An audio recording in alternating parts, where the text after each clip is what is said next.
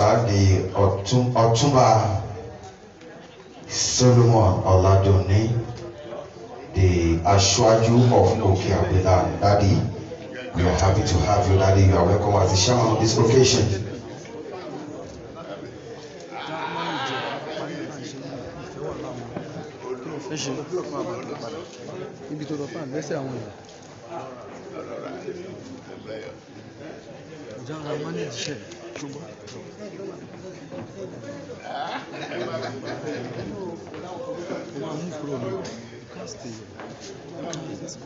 You can't stay here at all. For now, torí kò tí ì sí space. Àdó síbẹ̀ ní ìgbọ́ yẹn kan ti gbé kúrò. Posters yẹn náà àwọn ò ní lè lọ. A máa gbé ọ̀rọ̀ yẹn láti bí bọ́. Wọ́n zoom ẹ̀. Ó lè jẹ́ kó zoom ẹ̀.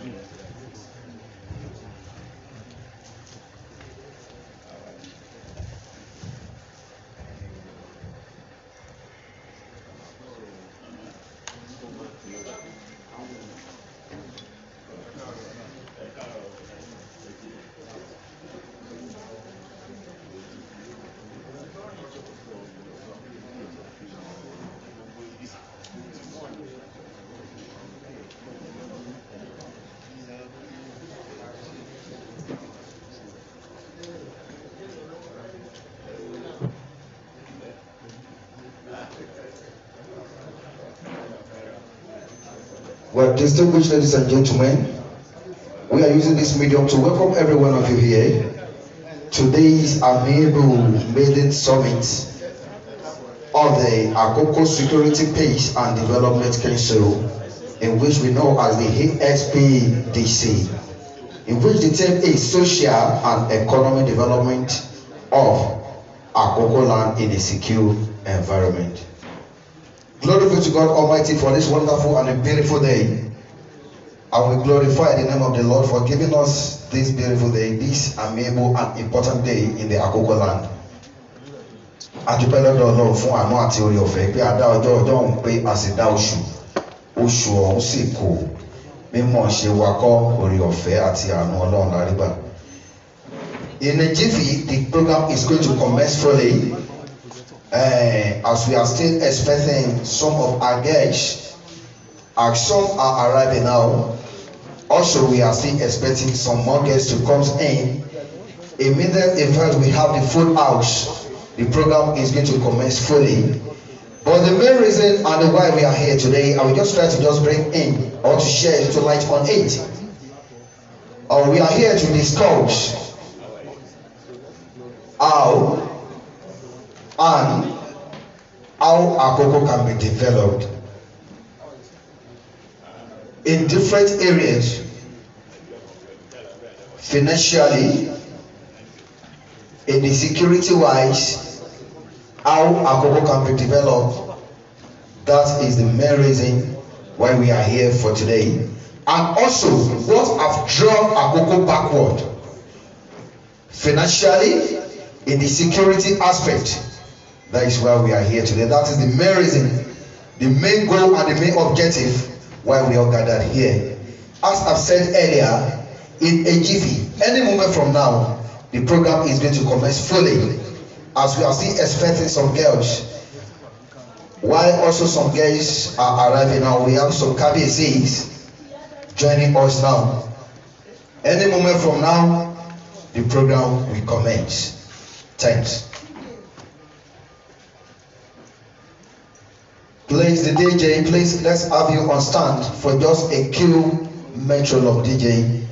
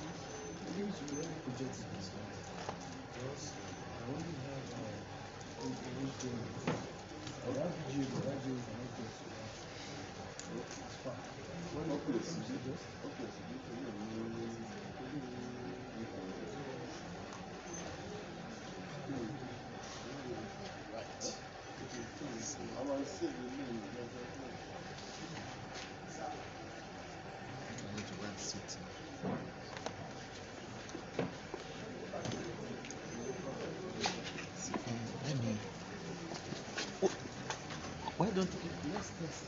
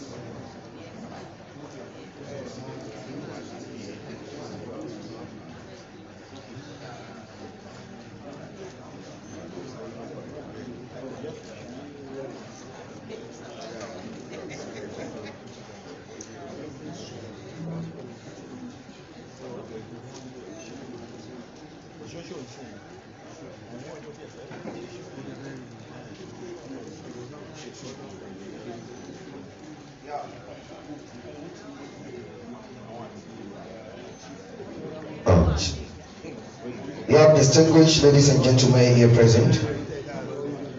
As I've said earlier, that the program will soon commence. Down, I believe we have the DJ on set now.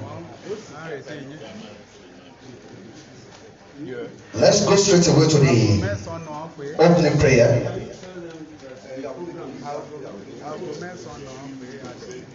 Let's go straight away to the opening prayer.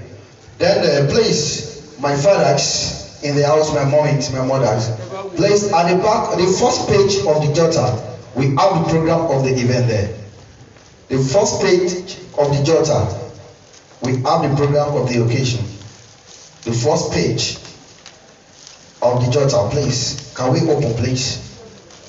We have the program there. So that when you check it, already now we are in item number 5.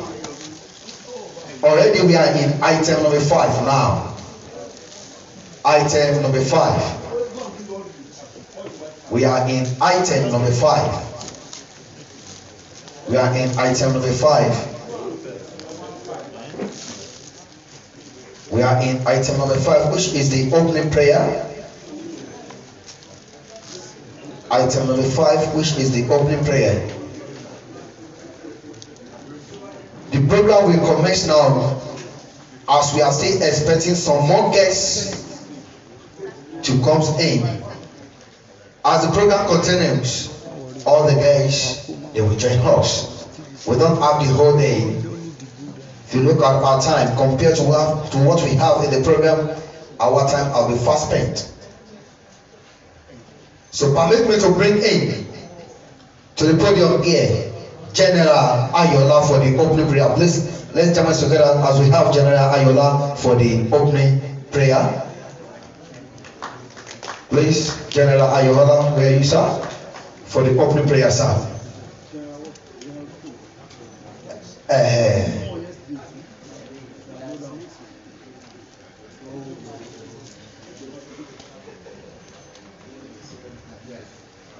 You're welcome, sir. Attention, sir. Should I? Thank you, sir. Okay, gbogbo àwọn kábíyèsí wa ní orúkọ Jésù a fẹ́ rọ̀ wá pé kí gbogbo wa dìde pọ̀ ká lè gbàdúrà.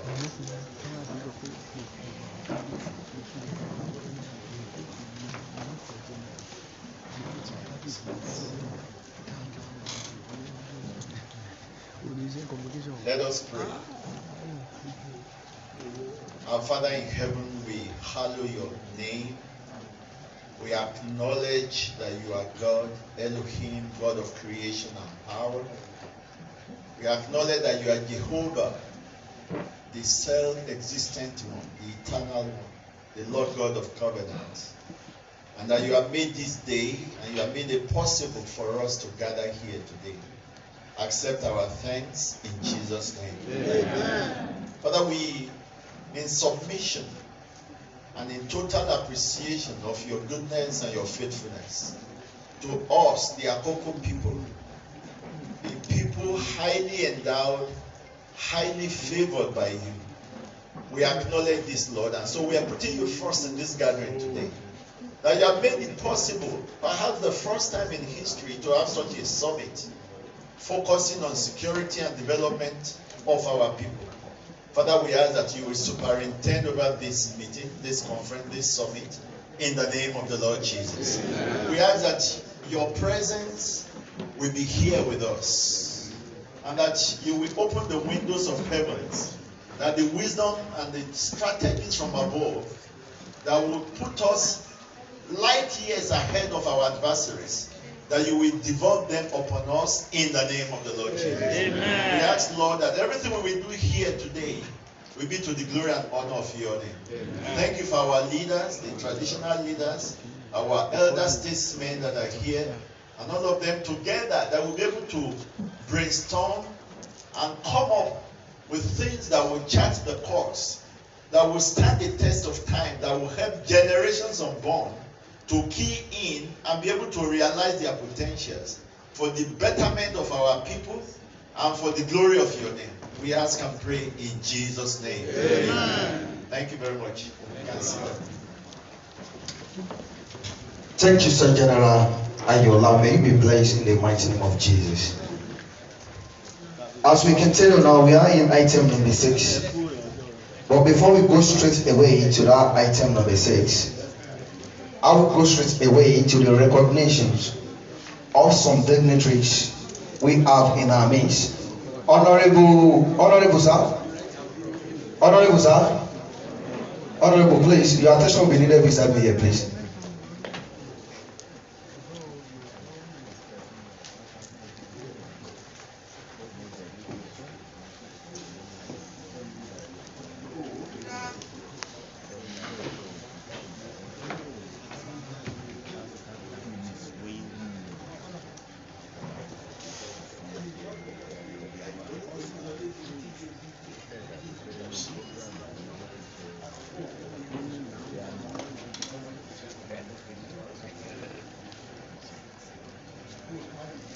So we go straight away to the recognition.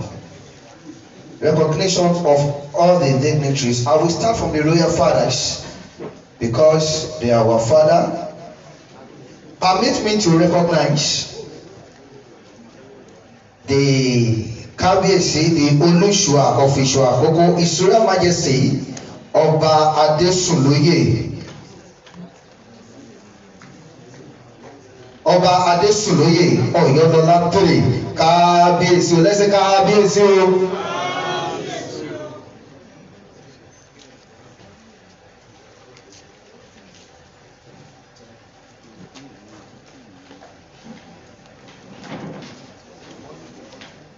Permit me to recognize the Oniru of Iru, His Royal Majesty Ọba Samuel Bayode Agboola.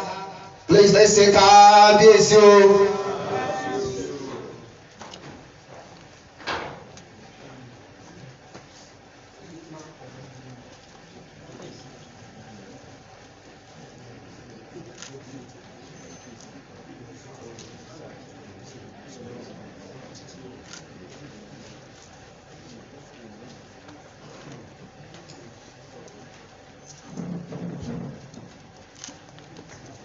Permit me to recognize the President of Akoko Consultative Forum,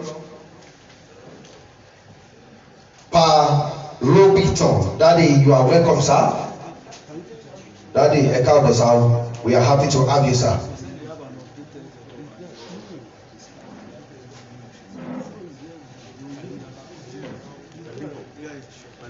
Permit me to recognize Chief Mrs. Ebun Oladunni. Mama, Ekabo, ma. We are happy to have you, ma. Thank you, ma. Permit me.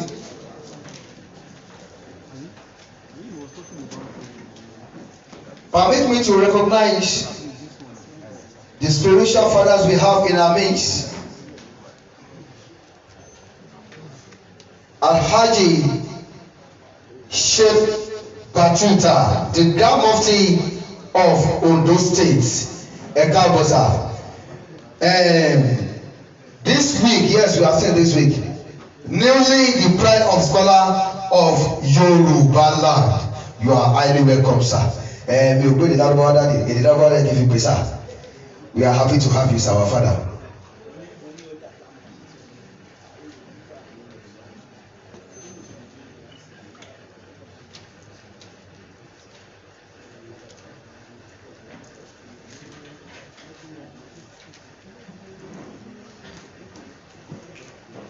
We recognize the representative of the head of service of Ondo State,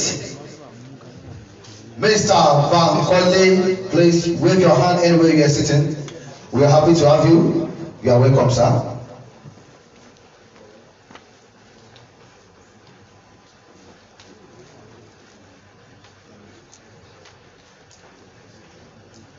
Permit me to recognize Chief Elawole, the head of administration of Akoko North East local government. You are welcome, sir.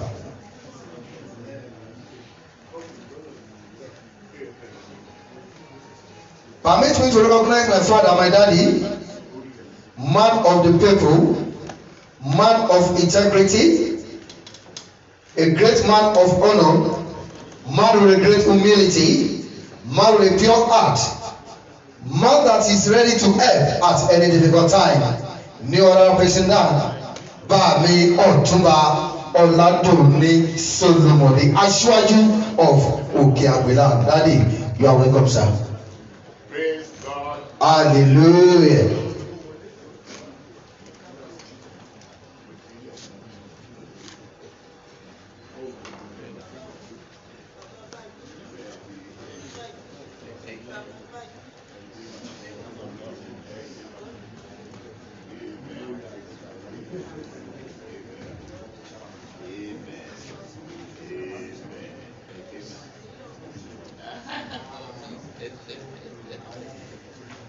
Now, as the program commences fully now, permit me to bring onto the high table here the chairman of this today and a wonderful occasion. My daddy that I've just announced now, I will re-announce it again. Permit me to bring to the high table the man of honor, as I've said earlier, the man of integrity, man of virtue, man of his word, and a father.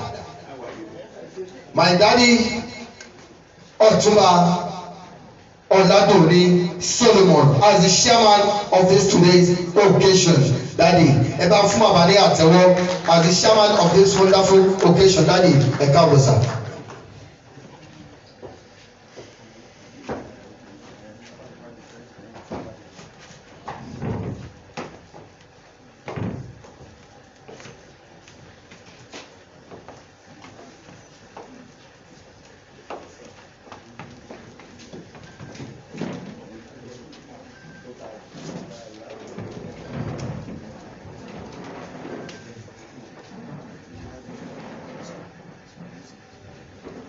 My daddy, you are welcome, sir. Honorable Folusho Amenu, former chief of staff to the former governor of Ondo State, late Abdul Farati. Permit me to bring in my daddy here. Is a father in the industry, our Baba Wani, to introduce all the royal fathers we have in the house, because on Monday leave I can't introduce the royal fathers. Daddy, let's have you, sir. Aki àwọn bàbá wa kábíyèsí, aki àwọn bàbá wa nínú Olúwa, aki àwọn ọ̀tọ̀kùlú lákòókò. Àwọn bàbá wa tí wọ́n ti wà ń bí wọn ò ní bínú, àwọn orí adé má bínú sí wa. A lè má introduce yín bí ẹ ṣe a máa introduce yín bí ẹ ṣe jókòó. Permit me to introduce kábíyèsí, the Olúrò of Uro Àjọwá. Kábíyèsí o. Next to Kábíyèsí Olúrò of Uro is Kábíyèsí the Aláàfin of Afrin. Next to Aláàfin of Afrin is our father, the Olóso of Oso Àjọwá. Praise the Lord. Ori. Kábíyèsí the Onígèdègèdè of Gèdègèdè Akoko. The newest Kábíyèsí in Ondo State. Our father, the Ọlọ́ra of Ọ̀rà Àjọwá. Kábíyèsí bàbá wa nìyẹn láti Èrìtì, Ìlérìtì of Èrìtì. Praise the Lord.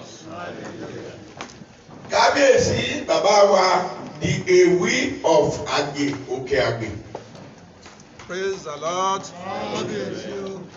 Bàbá wa Kábíyèsí the Ọ̀wá-Gè of Òkè Àgbè. Praise the Lord.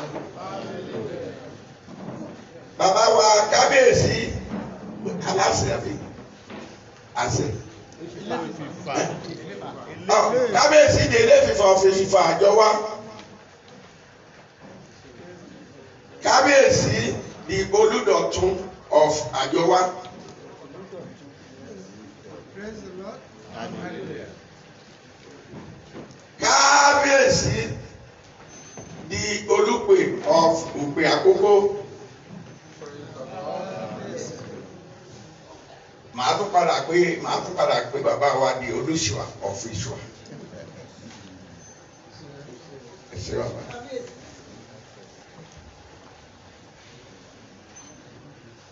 Bàbá wa tó wọlé, àwọn ni bàbá tó wá láti University Town, the Alárẹ̀ of Àkùngbá Àkókò.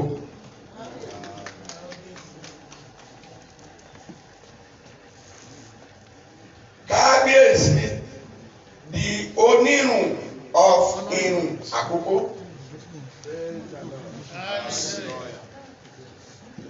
Àwọn ìyá wa tó wà ń bí ta gbọ́dọ̀ fi wọn, the regent of Ìgàṣí Àkókò. Praise the Lord. regent ní ìbá ti mọ̀ mi kó má bínú regent of Ìfira Àkókò. Praise the Lord. Regent of Ẹ̀pìnmì Àkókò. Regent of Ṣúpárì Àkókò. Ẹ má bínú sí wa o. Àwọn bàbá wa ní Olúwa tó wà ń bí. Àwọn bàbá wa retired but not tired. Bishop dáhùn sí from Àjọwá. Ẹ bá gbọ́ lọ́wọ́ tóbi fún wọn. Màmá wa tó ti ṣe ìyàwó ọjọ́ ti pẹ́, màmá wa ẹni ọ̀wọ̀ aṣíwájú àwọn obìnrin Àkókò, màmá Ẹ̀bùn Ọ̀làdùnmí.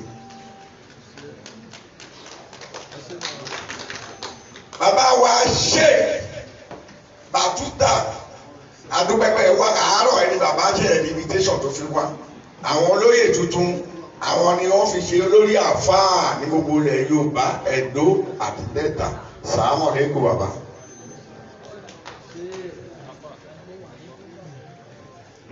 Representative of Olúkún of Ìkún Àkókò, kábíyèsí ọba Adédoyin wọn ò sí níbà yìí.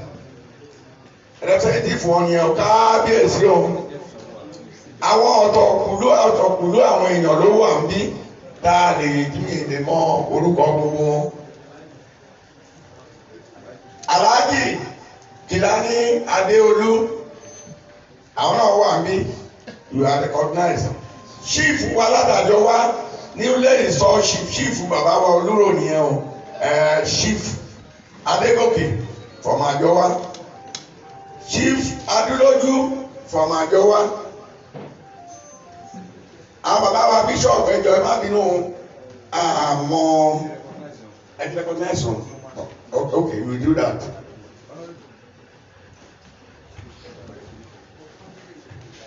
So thank you, my daddy Alhaji Ibrahim Kilani. Thanks for the little job well done. Ẹ ṣé bàbá, àwọn bàbá ló gbélé dáadáa, àwọn bàbá ló mọ àwọn kábíyèsí wa dáadáa nílé. Àwa náà ọmọ Àkókò ni wá, ọmọ Ìkàrẹ́ precisely, but kò gbélé much. So representative of Olúdo of Ìdó-Òkè Àgbè. Ṣífàwọ̀ ló má tẹ àwọn náà wà bíbá náà.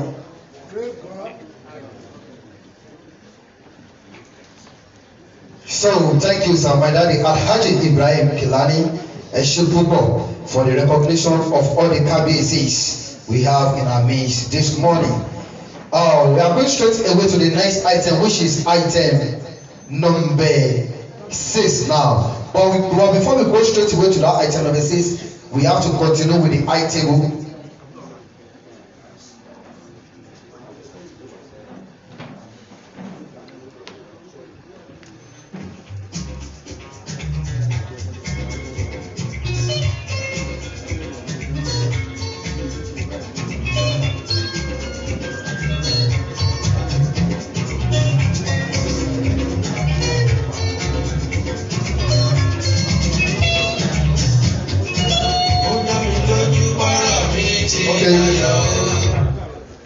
Thank you, Lydia. Break it down. As the program continues, we have the arrival.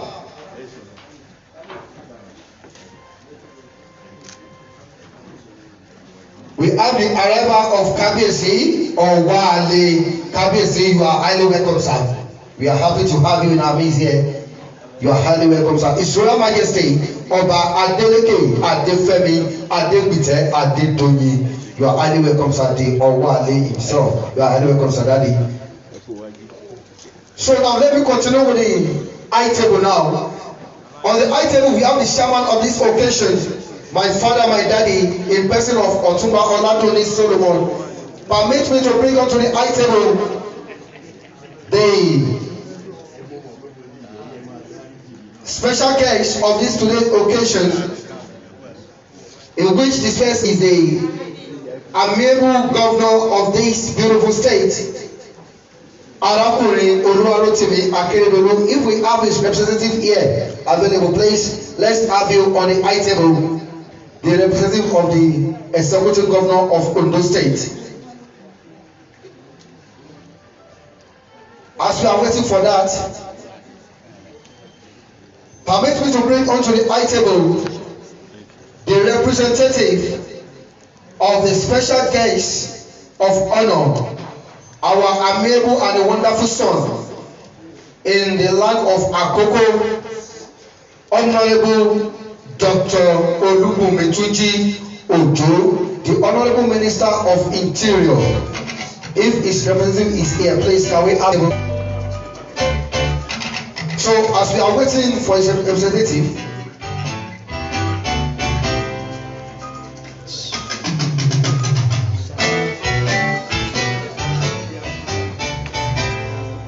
as we are waiting for his representative, please break it down.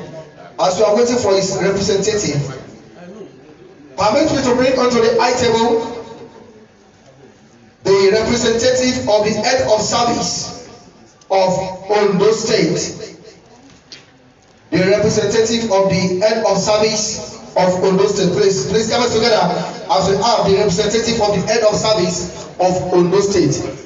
Daddy, you are highly welcome, sir.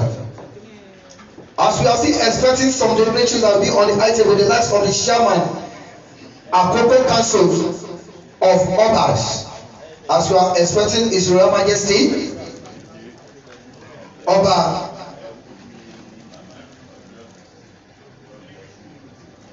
okay, the representative of the head of service, Mr. Bankole Olaoluwa. Sorry for not making use of the name earlier. Sorry, sir.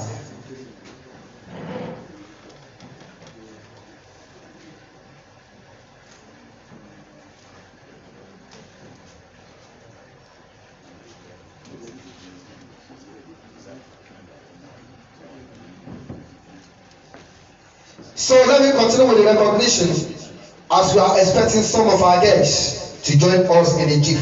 Sorry, General. Retired but not tired. Please the guest set to give us just a little interlude as the chairman of this beautiful, as the chairman of the Akoko Security Peace and Development Council, we get set to give us his welcome address. DJ, please, we are going to have a little interlude from you. Permit me to recognize DJ, bring it up, please, when it is time I will call you. Permit me to recognize Bishop B.T.A. Adeyemi. Bishop B.T.A. Adeyemi, Daddy, you are highly welcome, sir, as one of our guests for this today occasion. Permit me to recognize Prince Bade Omodeni, the representative of Regent of Ibesi. Did I get it right? Ibesi Akoko. You are highly welcome, sir. We are happy to have you, sir. Permit me to recognize Prince Adeola S.O., the representative of Olusoso. You are highly welcome, sir. Emma Binu Daddy, Baba wa lẹ́jẹ̀ náà máa put wa through. Àwọn òyìnbó yẹn wọ́n ti kọ́ ọpọlọ wa lọ. Ẹ má bínú, sir. Permit me to recognize the representative of the Oloba of Oba Akoko, highly represented by Chief Barrister J.O. Ọlọ́run tó gbé àbọ̀lọ́run tó gbé, sir. Ọlọ́run tó gbé the Ọwájúláyé of Oba Akoko. You are highly welcome, sir, Barrister. We are happy to have you. DJ, let's have a little interview from you as the chairman of Akoko Security Page and Development Council. We get set to give us the welcome address. Just a quick interview, DJ. Thank you.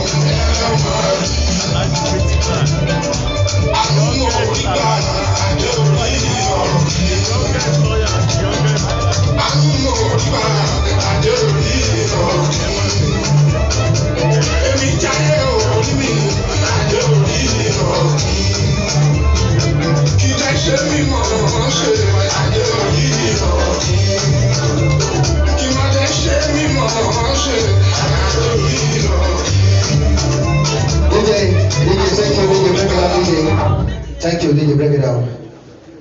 À ń retí bàbá wa tó fẹ́ ṣe ìdánilẹ́kọ̀ọ́ fún wa bí lẹ́nu. Bàbá wa Chief Báṣọ̀run Sẹ̀ndé Arúgbọ̀fà. Aṣíwájú Ọ̀kà, à ń retí wọn. Àwọn ìyá wa kan wà níbi tó yẹ pé wọ́n wá represent àwọn organisation kan ní lákòókò ń bí ni àkí wọn pé wọ́n kú dìde. Representative of Galaxy Forum, Alhaji Ibrahim Adeolu Kilani, I recognize you. Galaxy Forum. Àwọn bàbá wa tó wà ní àwọn tó wà nídìí agbófinró máa ń fagbára máa ń introduce wọn. Bẹ̀tà bá ti gẹ́ẹ̀tì orúkọ àwa lè ṣe gbogbo ẹ̀ lẹ́yìn lápapọ̀. Àtúnkí bàbá wa Kábíyèsí Ìsáàkì of Arigidi, the current chairman Akoko Traditional Council. Àwọn ló máa jẹ́ bàbá àṣàlẹ̀ ń bí lẹ́ni wọ́n ti wà ń tàn sí. So wọ́n lè bá wa gbà bí wọ́n máa bọ̀. Torí àsìkò wa tá a ti fẹ́ bẹ̀rẹ̀ nǹkan tá a fẹ́ ṣe àsìkò náà ó ti ń lọ lórí ṣíṣe pọ̀ lóríṣiríṣi. Ẹ ṣé.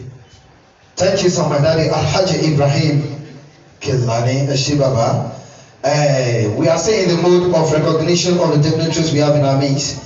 As my daddy have said, that we have the Shaman Council, Akoko Council of Obas.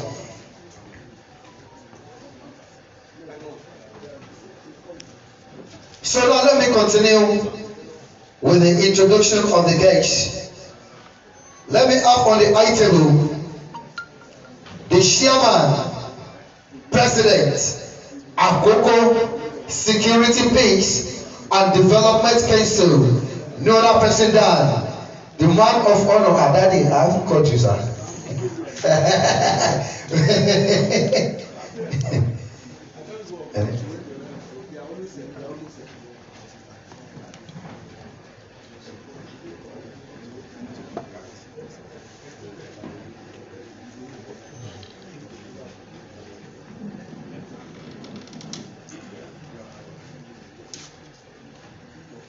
So, our president said that until when all the guests are here, not all the guests. Okay. Because of that, let the DJ continue with the music interlude, please, DJ. Because if we didn't have the round table set up, the program can't be standard the way we want it. So let's have the DJ, let's give us the music interlude. So then when we have the full house, the program can commence fully. I've told you earlier that we are here because of a purpose. DJ, please, a minute, please. I've told you earlier we are here because of a purpose. Because of very important something. Because of very important things. That's why we are here today. Because Akoko land is our home. Akoko land is our home. Even though you have traveled, you have a lot of complaints, a lot of factories, you deal with a lot of people outside the diaspora. A time is coming, you come back.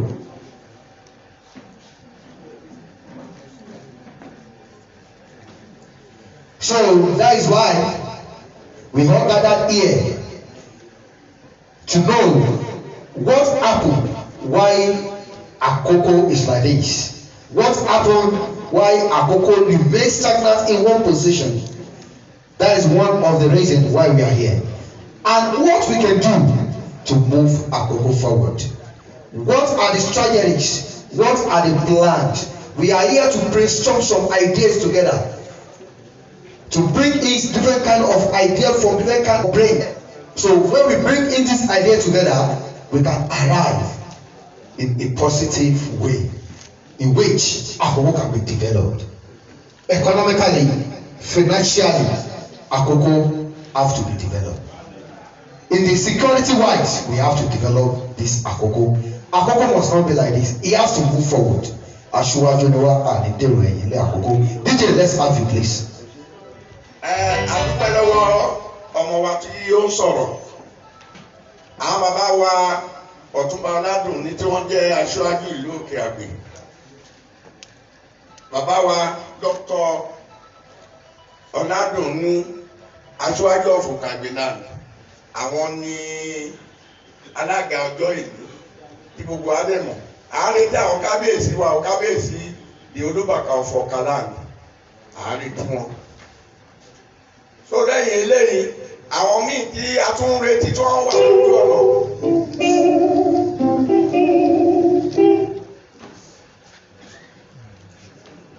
Wọ́n wà lójú ọ̀nà tí wọ́n ò tí ì dé àpò ẹgbẹ́ bàbá wa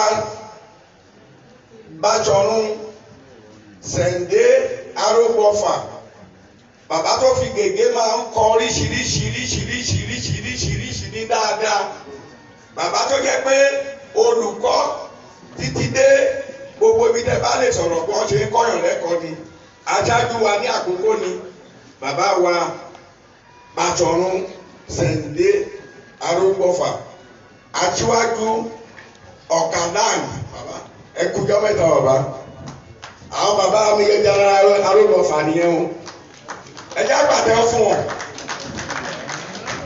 àwọn ní guest lecturer wà lẹ́ni bàbá ọlọ́run ajá rẹ̀ mi nílò pẹ́.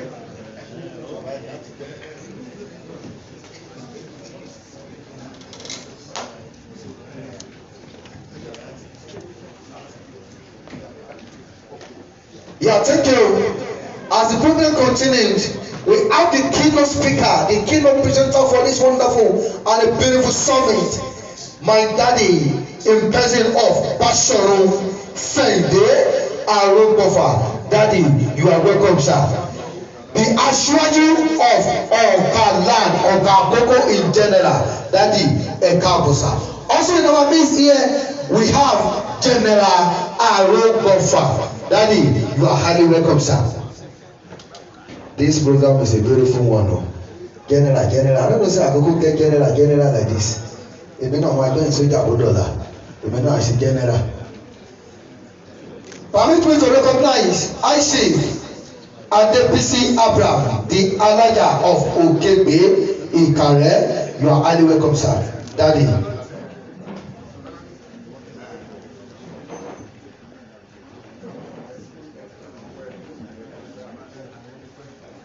So DJ, let's have you.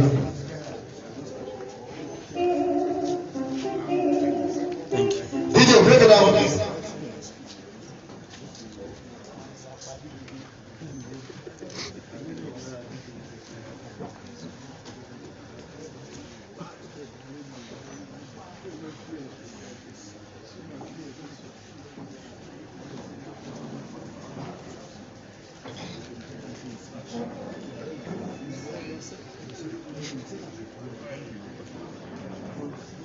So let's continue. I've told you the reason why we are here. I've made mention of one reason why we are here. The first one I make mention of is why Akoko remains stagnant, and the second one is that what can we do to move Akoko forward? How can we develop Akoko financially? How can we develop Akoko economically? In the aspect of the security, how can we develop Akoko?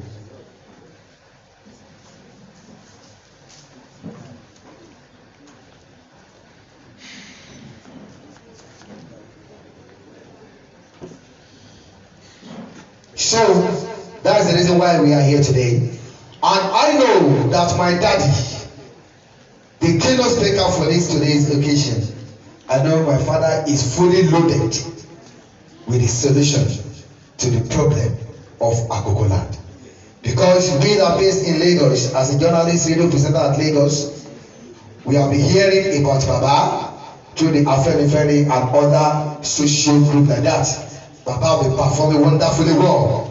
So we are happy to have him here also today to bring in light to the problem of Akoko land, in which, by the grace of God, the problem will be solved today.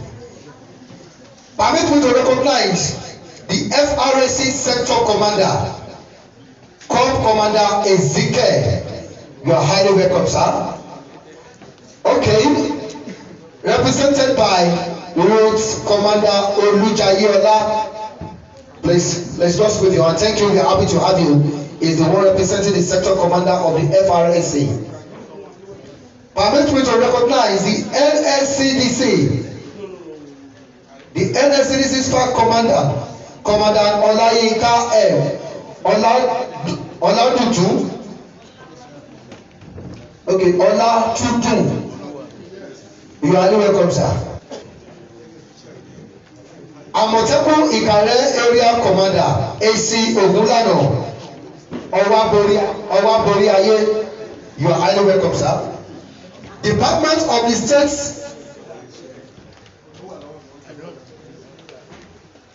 The DSS represented by Mr. Ayodeji Fatuashe. You are highly welcome, sir. The Nigeria Police Force, Commissioner of Police Representative. We have ACP Agboola Abiodun, the area commander Ikare. Thank you, sir. We have representative of the Corps of Commissioners Nigerian Legends, ASC Atebe Joseph. You are highly welcome, sir. So now, let me bring to the item also the Chairman Planning Committee for this Akoko Security and Socio-Economic Development Meeting Summit.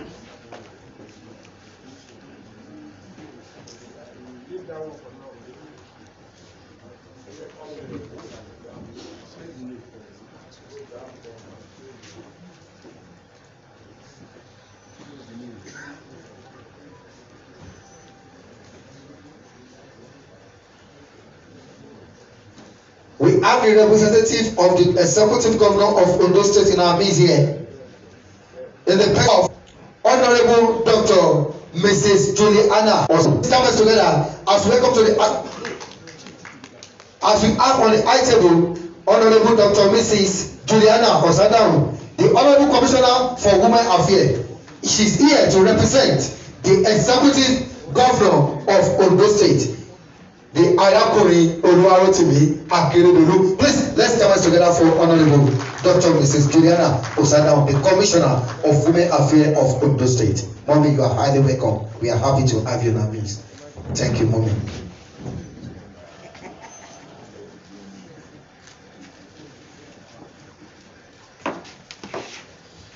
So now, I think at this moment now, I will bring the chairman, the president of Akoko Security, Peace and Development Council. I will bring him to the podium here for his welcoming address to declare this program opened. Permit me to bring into the podium here, Leona President, Major General Clement Temetayo Olukoju, retired, for his welcoming address. That is the chairman of Akoko Security, Peace and Development Council, ASPDC. Daddy, you are welcome, sir.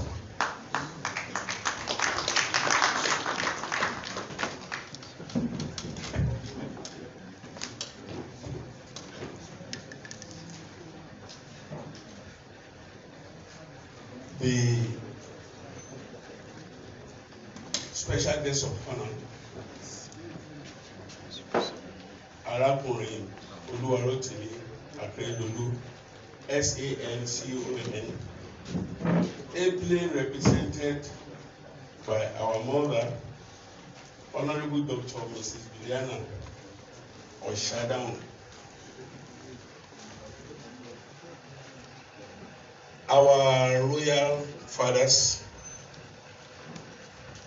the chairman of this occasion, Otumba Dr. Solomon Oladune, our keynote presenter, our father, Chief Sende Arubofa,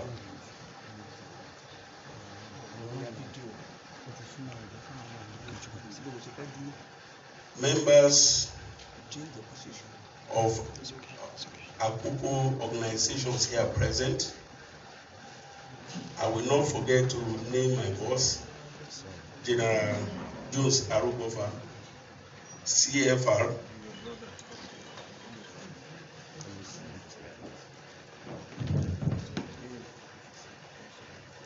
The members of security agencies here present, our theologians, spiritual fathers, specifically our bishops and our imams here present, members of press, ladies and gentlemen.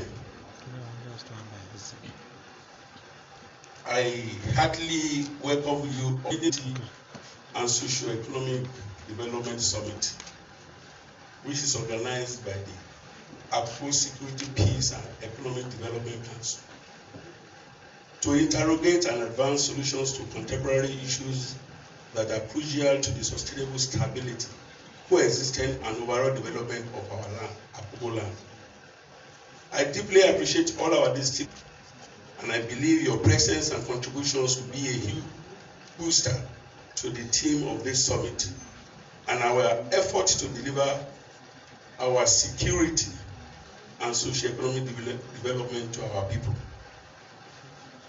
Distinguished Akoko leaders, elders and guests, I do not stand on this podium alone.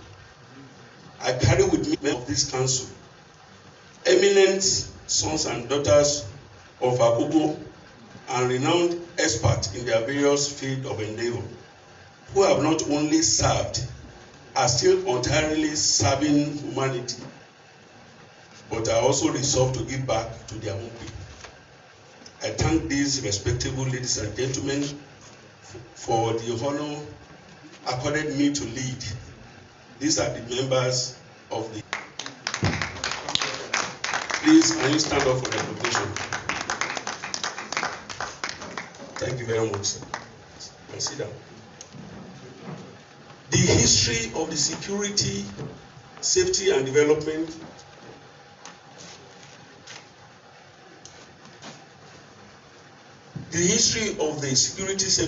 without a mention of our action governor.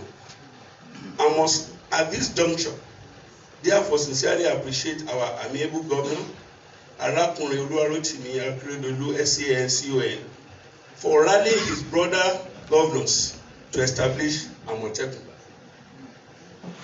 the regional security network to secure Southwest region and subsequently Ondo State and Akoko.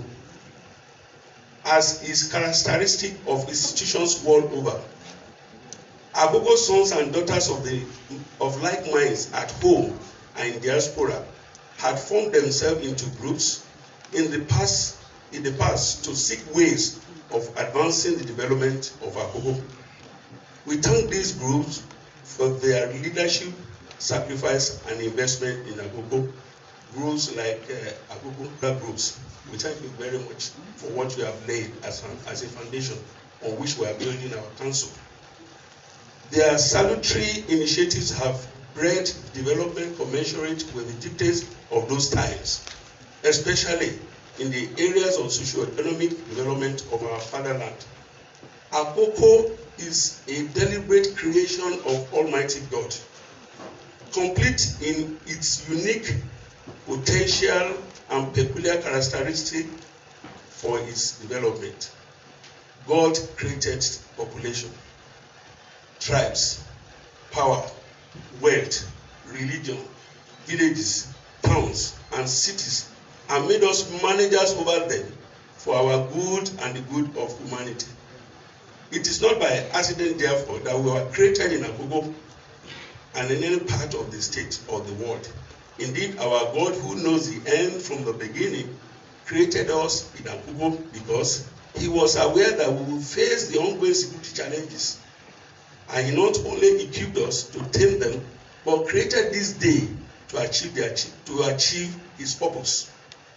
Today's summit is a fulfillment of that purpose and a clarion call we should all heed to take our hope to the next level. In the 60s to 80s, Akoko used to be a peaceful domain with huge economic activities. Then, from Garage Lokoja in Ikare here, you will get Maiduguri vehicle even at night. I recall we had over 28 car dealers in Akoko then. With this, among others, Akoko was making remarkable contribution to socio-economic development of both Southwest and Nigeria. This is an era different from the current situation. Today, everybody is afraid to go to their farms. Everybody is afraid to travel at night. But as we are aware, the security challenges besetting the nation are enormous, and Akoko is no exception. It is more vulnerable than other parts of the state as a result of some factors. One, by virtue of its peculiar geographical location. One of the three states it is bounded by 3 states which are facing huge security challenges. Ekiti, Kogi, and Edo. We are having boundaries with those states. And you know the history of those states in terms of some of the vices that are happening there.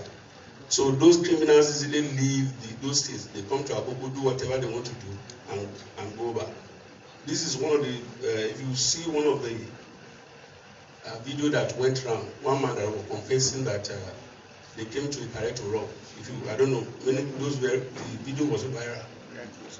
And he said that they were part of the people that bombed the church in Owo. This is what they do. They leave their state because Akoko is next to them, so we are the first target. I'm sure by the time we finish, we will not be any target anymore. 2, the poor state of roads infrastructure has further compounded the state of insecurity. Some of the roads in Akoko, you can see them. Kidnapping was known to be principally taking place at the faulty portion of the road, where the roads are bad. That is where they normally kidnap people. Most of these roads, in their failing for passengers traveling from Lagos to the Federal Capital Territory and the northern part of the nation, thus exposing us to criminal activities. Our roads are bad, and you have to pass through us. So and you cannot run in your vehicle. So what they do, they wait for you. As you are just passing, they just stop you and ask you to come out. That is what has been happening in Akoko. Consequently, the scourge of kidnap and other criminal activities within Akoko has compounded our social economic frailties and worsened our economic development. The current deplorable situation of Akoko calls for strategic, coordinated, and sustained effort of all of us to deliver sustainable security, peace, and development to our people. The time has come for us to realize that we are not in competition with one another. Rather, we are created and spread across Akoko land to protect and defend each other in the overall interest of our fatherland. We are not in competition with anybody.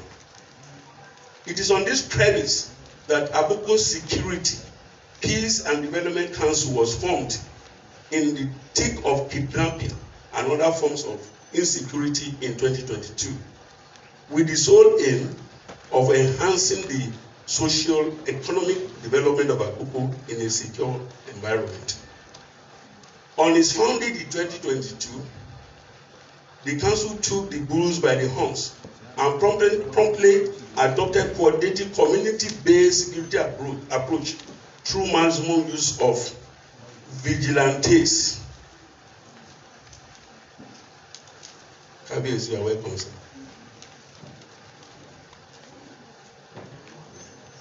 Please, just come up, sir. Come up, sir. High table, sir. Yes, sir.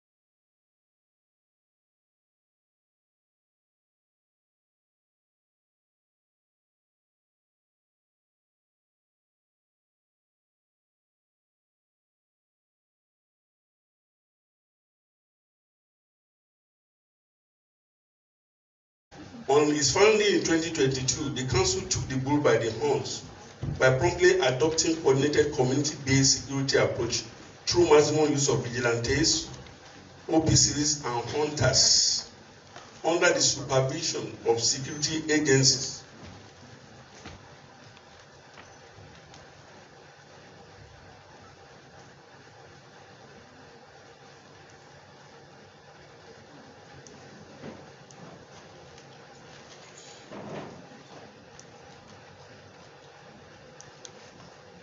Including the Nigerian police and the Amotekun.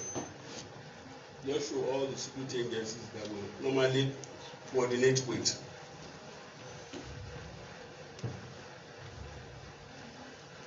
We also rallied and galvanized host communities to become more vigilant by urging them to take the census of new entrants into their communities. Some of the obas that have been having meeting with them, we always tell them, take cognizance of those people coming to your community that are newcomers, and we advise them to have a register for them. Read out code of operations to them, engage in dialogue between them and their settlers. In addition, we developed a community-based security approach model and lay emphasis on inter-community collaborations as well as security awareness programs. The sources of these interventions can be gleaned from the marked reduction in the statistics of security profile of Akoko from 2021 to 2023. In 2020, we had 21 kidnapped cases. 2021, we had 12. When we came aboard with collaboration with security agencies, it was reduced to 5. And in 2023, it has been reduced to 4. As a council, we believe that the way out of our unfortunate state of insecurity is not external to us. Rather, it lies within us. We possess the human and material resources to transform and deliver Akoko we desire, and Akoko we all be proud of. Bequeathed to posterity. We believe that the time has come for us to take stock, retool, recalibrate, and rethink our strength and potential to regain and restore our lost opportunities and employ the best of us to achieve the best we desire. We believe that when we travel on the selfish lane, and we emphasize, we believe that when we travel on the selfish lane, we achieve progress and development only in flashes. But when we unite and collaborate, we achieve sustainable progress and development. The theme of this summit and the social, economic, and economic development of Akoko land in a secure environment is the deliberate effort of our council to ensure delivery of peace to Akoko people as a fillip for achieving socio-economic development. This theme is an invitation to a new dawn and a new beginning in Akoko land. It is an invitation to new life in Akoko where unity, love, harmony, progress, and transformation sustainably thrive. If after leaving this summit, we regard Akoko as one, an indivisible entity under God, and we work together for security and progress, we have left a legacy that posterity and humanity will live to remember. In order to achieve the aim of this summit, we have assembled experienced and world-class experts from academic, economic, and security sectors to interrogate the issues and lead us to travel on the road to our desired and collective development. I thank our distinguished resource persons for accepting to put their retinue of knowledge to us in our search for solution to our common challenges. This summit is not intended as a one-off venture. No one summit can solve the enormous and endemic challenges confronting us. Consequently, besides emplacing strategies to implement today's resolution, We shall continue to interrogate socio-economic, cultural, and other critical issues that are central to the development of Akoko. In doing this, we shall regularly bring all our traditional rulers, religious leaders, businessmen and women, professionals, elites, and people together to forge a strong path to the sustainable development of Akoko. To this end, we are looking at Akoko Week. On Monday of that week, we have youth seminar. On Tuesday, we have economic seminar. On Wednesday, we have leadership seminar. On Thursday, we have security seminar. On Friday, our Royal Father and Spiritual Day, while Saturday will be Akoko Day. It has not happened before. We don't have Akoko Day. After this, we will have modalities to have Akoko Day. It is our belief that when the outcomes of our regular interventions are ripe, they shall become templates for the security and socio-economic development of our state and the nation. This address will not be complete without a word for our leaders, our today's leaders, and our youths who are leaders of tomorrow. The future of Akoko rests on the readiness of our leaders to carry our youth along in the race to achieving peace, transformation, and sustainable development. As we seek new ways to make Akoko better, I charge our elders and leaders to carry our youth along by mentoring them on leadership, entrepreneurship, harmonious relationships, and strategy. I also urge our youths to submit themselves to the acts and elements of mentorship outlined above. But the real win lies in extending mentorship beyond our towns, villages, local government areas. When we do this, we will build destinies across borders and communicate harmonious relationships and collaborate engagements to our potential leaders in the most powerful way. When I hear some youths are very, very unruly to traditional rulers, I feel very, very sad. During my own time, when traditional rulers talk, no one talks. And we hear that youth are good to traditional rulers. I believe there must be a change. Our traditional rulers, our youth should emulate your dispositions. And it is our determination in this council that any community we hear that the youth are very unwilling, we go to that community. It is not Akoko land.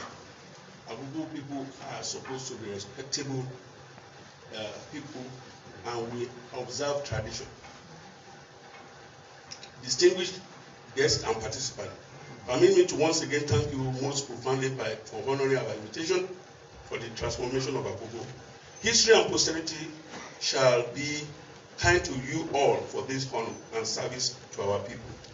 I humbly urge you all to carry the message of today's summit home to your subjects, communities, and friends.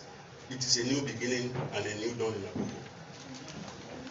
Once again, I welcome you all to this Maiden Akoko Security and Socio-Economic Development Summit, and wish you stimulating and fruitful deliberations. Thank you all. May God bless and continue to bless and continue to bless you.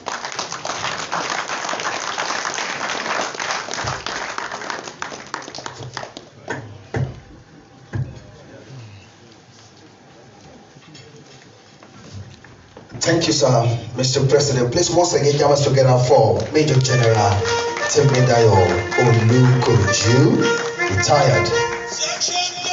DJ, please break it down.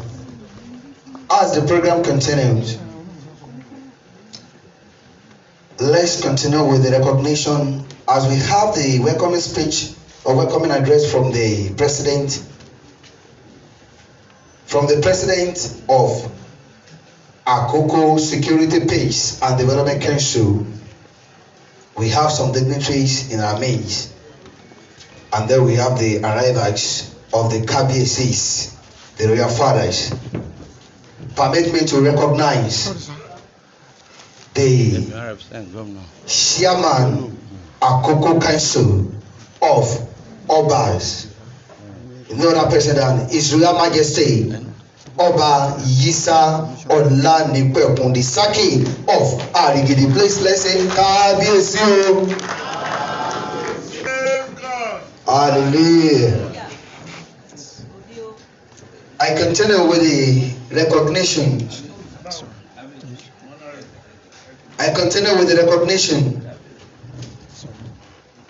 Permit me to recognize His Royal Majesty Oba Adebori Adeleye OON, the Olubaka of Okala. Let's say Kabiyesi o.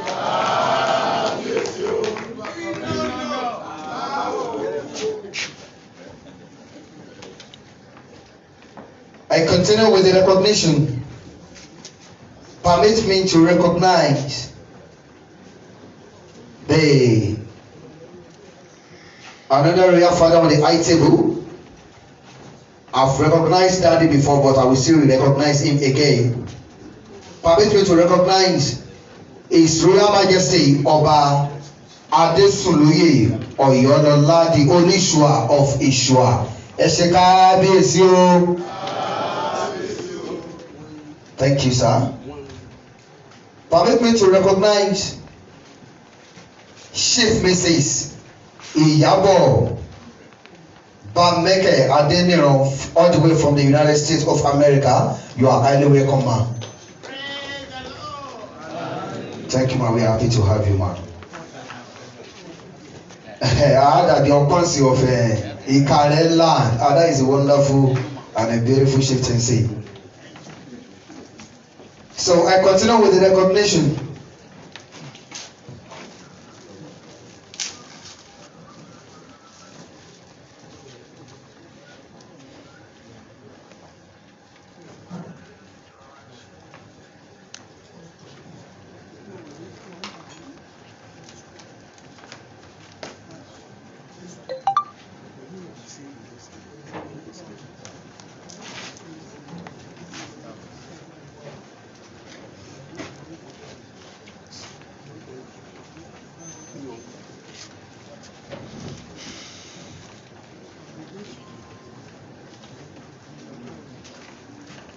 I continue with the recognition. Permit me to recognize we have in our midst here the amiable honorable commissioner for water resources of Ondo State, Right Honorable Fatai Aburumaku Olotu, popularly known as Ohege, the commissioner for water resources of Ondo State, is here representing the executive governor of Ondo State. You are highly welcome, sir. We are happy to have you. Let's get together for Honorable Ohege. So please, as told you earlier, people that are just coming in, we have the program at the back of our Jota. So if you are giving the pamphlets outside as you are coming in, just check just the first page of the Jota. The first page of the Jota, we have the program of today's occasion. Permit me to recognize Chief Sunday Bada, the Olokoja of Okoja Ikare. You are highly welcome, sir.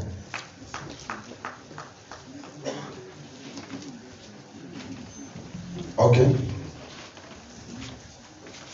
Ẹ ṣe àkí àwọn bàbá wa tí wọ́n ti wọlé àwọn kábíyèsí. Mo fàsìkò rí ìkọ́nú àwọn mẹ́bà káńsù wa tí wọ́n wọlé. Bàbá wa láti ìlú Ìṣùà,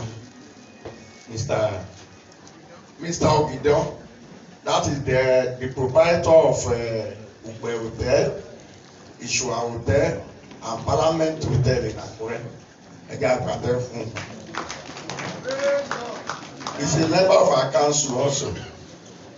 Bàbá wa Chief Olódèkì, Chairman Akoko Northeast chapter of Nigeria Supreme Council for Islamic Affairs. Àkí àwọn náà pé wọ́n kú dìde o. Thank you, my daddy, Alhaji Ibrahim Kilani.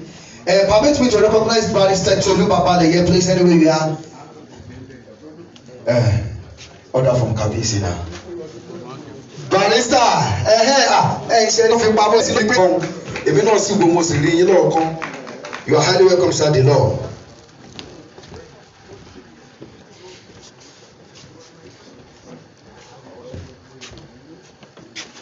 We have in our midst here Honorable Musa Kasali, representing the amiable senator of Ondo North Senatorial District, Senator Jite Ibishaba. Honorable Musa Kasali, please, anywhere you are.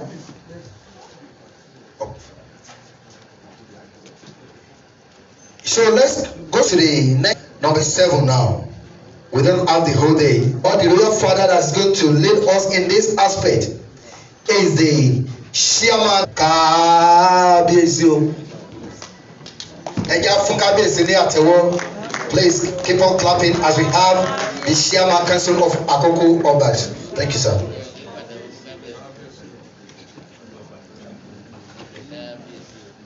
Mo kí gbogbo orí adé tó wà níkàlẹ̀. Ìtẹ́ ò ní gbóná mẹ́ni kankan wá. Mo kí gbogbo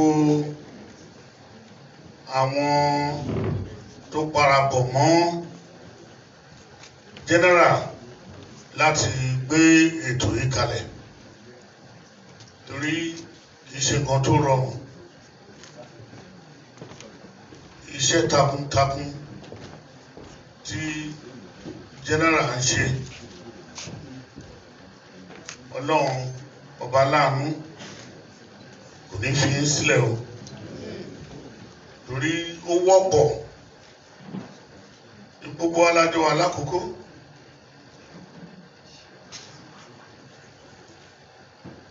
Sorry, ó yẹ kí n recognize His Excellency. Bí o tẹ̀ sí ìjòkó, wọ́n ràn yàn wá. Honorable Commissioner alias Orege, you are welcome. Bàbá wa náà, di aṣáájú of Òkè-Àgbè. Bàbá wa dáadáa ni. Ìgbà tí Ọlọ́run fi ń kó ní àkókò kò ní bàjẹ́ o. Bàbá wa náà, Chief Arúgbọ̀fà, bí ọ̀rọ̀ àkókò ti ń ká yín lára, Ọlọ́run túbọ̀ lọ́ra ẹ̀mí fún wa. Honorable Commissioner, ìyàwó mi, ẹwà mi, ẹkùtùkù adáfún yìí o. Bẹ́ẹ̀ tẹ represent gómìnà òun náà lè represent. Ó lọ́rẹ́dì ẹ ṣáájú yín débi. Ìkan àkókò náà ni à ń pekú sí. Gbogbo àwọn ọmọ wa tó wá láti Àbújá, tó wá láti Èkó, gbogbo bí tẹ́ ti wá ní agbára Ọlọ́run Elédùmarè, ẹ padà délé láyọ̀. Ọ̀rọ̀ tó wà nílẹ̀ yìí kì í ṣọ̀rọ̀ àwa yìí mọ́. Ọjọ́ ọ̀la àwọn ọmọ wa, ọ̀pọ̀lọpọ̀ nǹkan táwọn torí wá bí. Ṣùgbọ́n mi mọ̀ bí mo ti lè sọ, but láyé ara mi, mo mọ̀ pé mo ń gbàdúrà fún general. Gbogbo ẹ̀yin orí adé tó kù, ẹ túbọ̀ bá máa fún ní àdúrà. Kó pẹ́ fún wa, k'Ọlọ́run lọ́ra ẹ̀mí ẹ̀. Àkọlù kankan bó ti kó kéré tó kò ní tọ́ sí i. Tẹ́ bá wo gbogbo wàhálà tọmọkùnrin yìí ti ń ṣe, kò rí táyà kó ní kí ló kàn mí. Ó ru ọ̀rọ̀ àwọn Àkókò sórí. wọ́n lẹ́ni tó bá fi ti ẹlẹ̀ tó ń gbọ́ torí olórí kí ni ọlọ́run máa ṣe ọlọ́run á gbọ́ tiẹ̀ gbogbo aládùúrà gbogbo àmọ́ tó jáde lára alálùbáríkà màá fẹ́ rọ̀ wá àwa ọba torí a ti ń cooperate pẹ̀lú ẹ̀ before now ó wá kó àwọn ọmọ wa tó wà ń ta torí wọ́n lọ́wọ́ kan gbẹ́rù délé àgbájọwọ́ la fi ń sọ̀yà káyé sásẹ́yìn Akoko is for all of us ẹ tó bá dẹ̀ wà ń bẹ̀ ló ń ṣe bẹ̀ ẹlòmíín wà á wà nílùú gan wọn rí báyìí ó yẹ ká ti change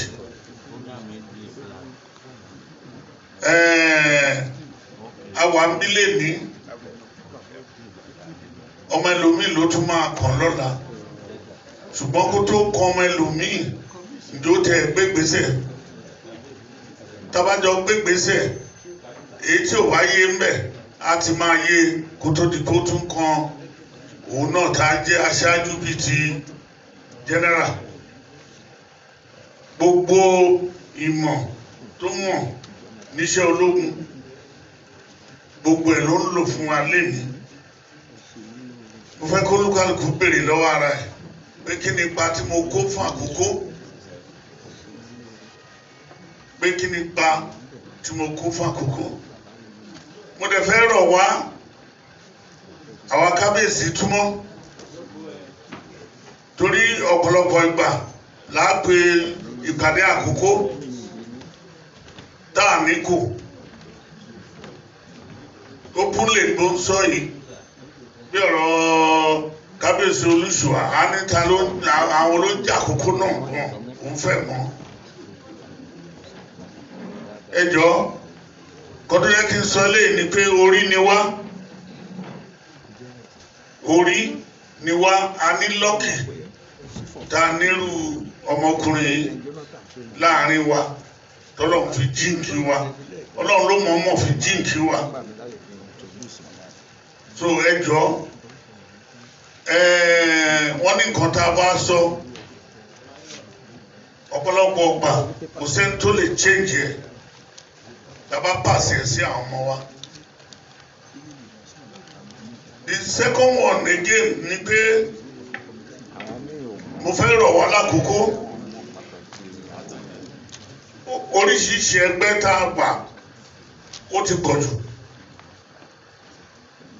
ẹ jẹ́ ká reduce ẹ̀ ká lè jọ mọ nǹkan tá à ń ṣe eléyìí bá ń gba ọ̀tún tẹ́lẹ̀ ń gba òsì tẹ́lẹ̀ ń gba àárín ìyàtọ̀ máa wà mẹ́ o bọ́ tí ò bá ju méjì ó pọ̀ ju mẹ́ta mo rò pé ó máa bẹ́tà ju lé lọ kí ẹ lè ran ọmọkùnrin yìí lọ́wọ́ ọlọ́run á ran gbogbo wa lọ́wọ́ o gbogbo nǹkan tó ń ṣe yìí kò sọ pé ìlú Akoko generally ni so tó bá rí bẹ́ẹ̀ why that ní corporate tẹ́ bá wò ó lè ní ìṣe bó ti yẹ kí ọ̀rọ̀ òṣèlú rí lákòókò ló ti rí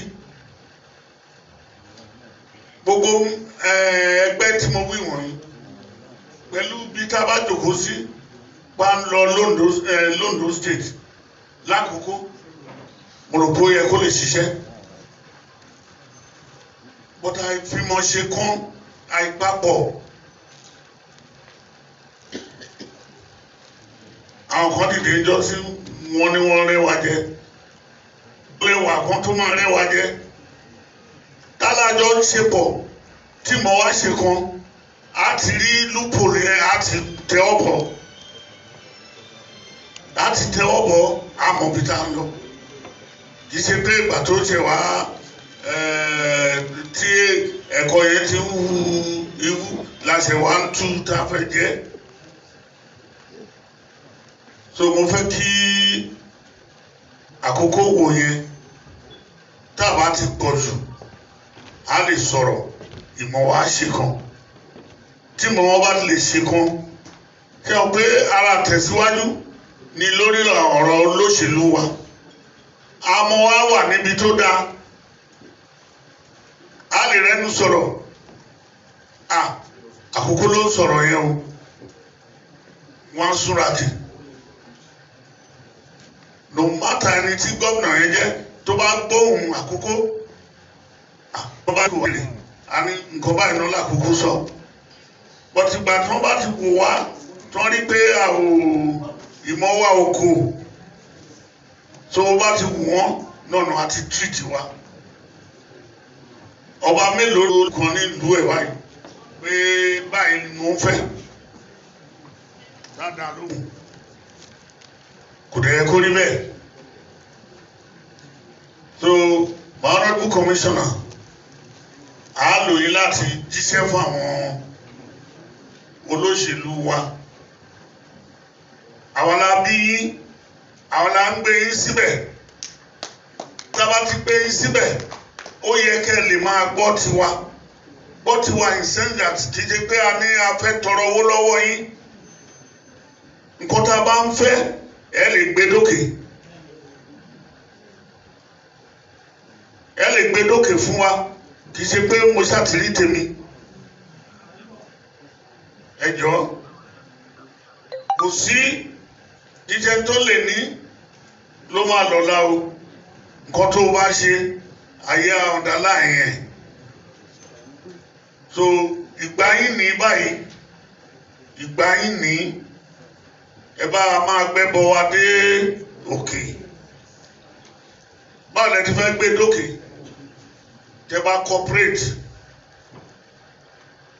bá cooperate pé ṣe báyìí tẹ nípàdé tó di pé àwa tá a wá látàkókò kí la fẹ́ sọ tá a bá délé òlé bọ́ tí ò bá sí gbogbo wọn yẹn ó dùn mí tí ò sí bàbá Àléọlá náà sì níbí when he was commissioner was deputy àwọn tó wà níjọba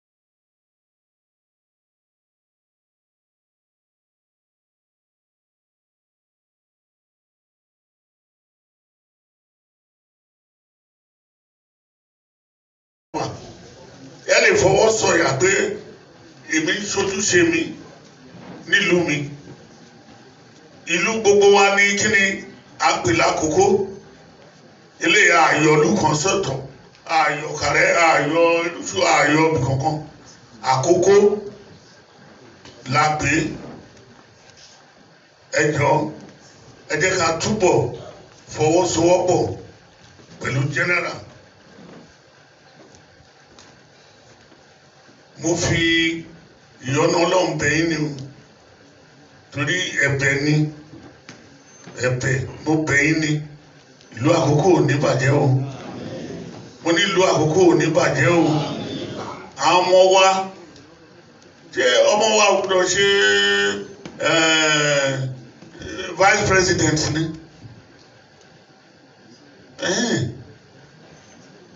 so ẹ jọ̀ọ́ mo bẹ̀ yín ni taba ní sọwọ́pọ̀ Ọlọ́run á gbàdúrà wa o ẹ ṣé o gbogbo yín tó wá á dá fún yín o á ṣe fún yín o ẹ padà délé láyọ̀. kábíyèsí ẹ̀ pé kábíyèsí ẹ ṣé gan-an ni lásìkò tí àwọn bàbá wa ń sọ̀rọ̀ àwọn kábíyèsí wa kan wọ́n wọlé kábíyèsí di olúwàdẹ ọ̀fà ọ̀pá tí ó dábàá ti pè wọ́n bẹ̀rẹ̀ máa sọ pé kábíyèsí bàbá wa the most senior apostle ọba Ṣẹ́gun Àtìgbéòkè the olúbàràmù of Ìbàràmù kábíyèsí o hallelujah bàbá wa kábíyèsí the olúyàní of Ìyàní àwọn náà wà ń bí o àwọn bàbá wa ìkànnà àwọn captain of industry lákòókò ni wọ́n láti ìlú Ọ̀kà Chief Kútẹ̀yì wọ́n wà ń bí o.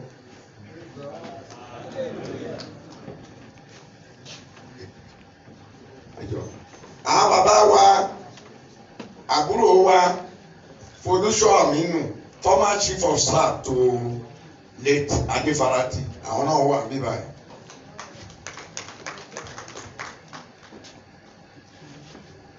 bàbá wa tí wọ́n dúwe lẹ́ẹ̀kan ọ̀pọ̀lọpọ̀ mọ̀ wọ́n dáadáa General Arúgbọ̀fà ibi tí Ọlọ́run nìkan dé nínú òṣèlú òyìnbó Ọlọ́run àkókò tó débẹ̀. Baba was the former chief of staff to President Jonathan. ẹ jẹ́ kọ́ nìdí kan nínú àwọn nìyẹn wọ́n ṣe chief of staff fún President Jonathan. Thank you, sir, for the recognition, Alhaji Ibrahim Kelani. The next item now, we're in item number 8 now, the chairman address. So permit me to bring onto the podium here my daddy, the Ashwaju of Okeagbeland, the man of virtue, man of integrity, Otumba Dr. Solomon Oladoni for the chairman. Okay, let's get us together for this. So daddy, maybe I think we have a mic here because of our time. Oh, thank you, sir. Thank you very much.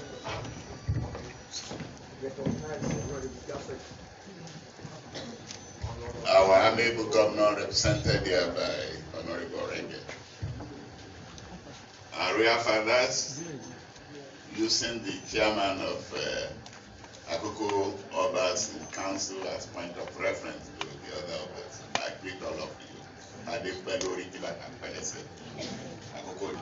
Our distinguished leaders, Papa Rupafa, who has been like a conscience of Akoko for a very long time.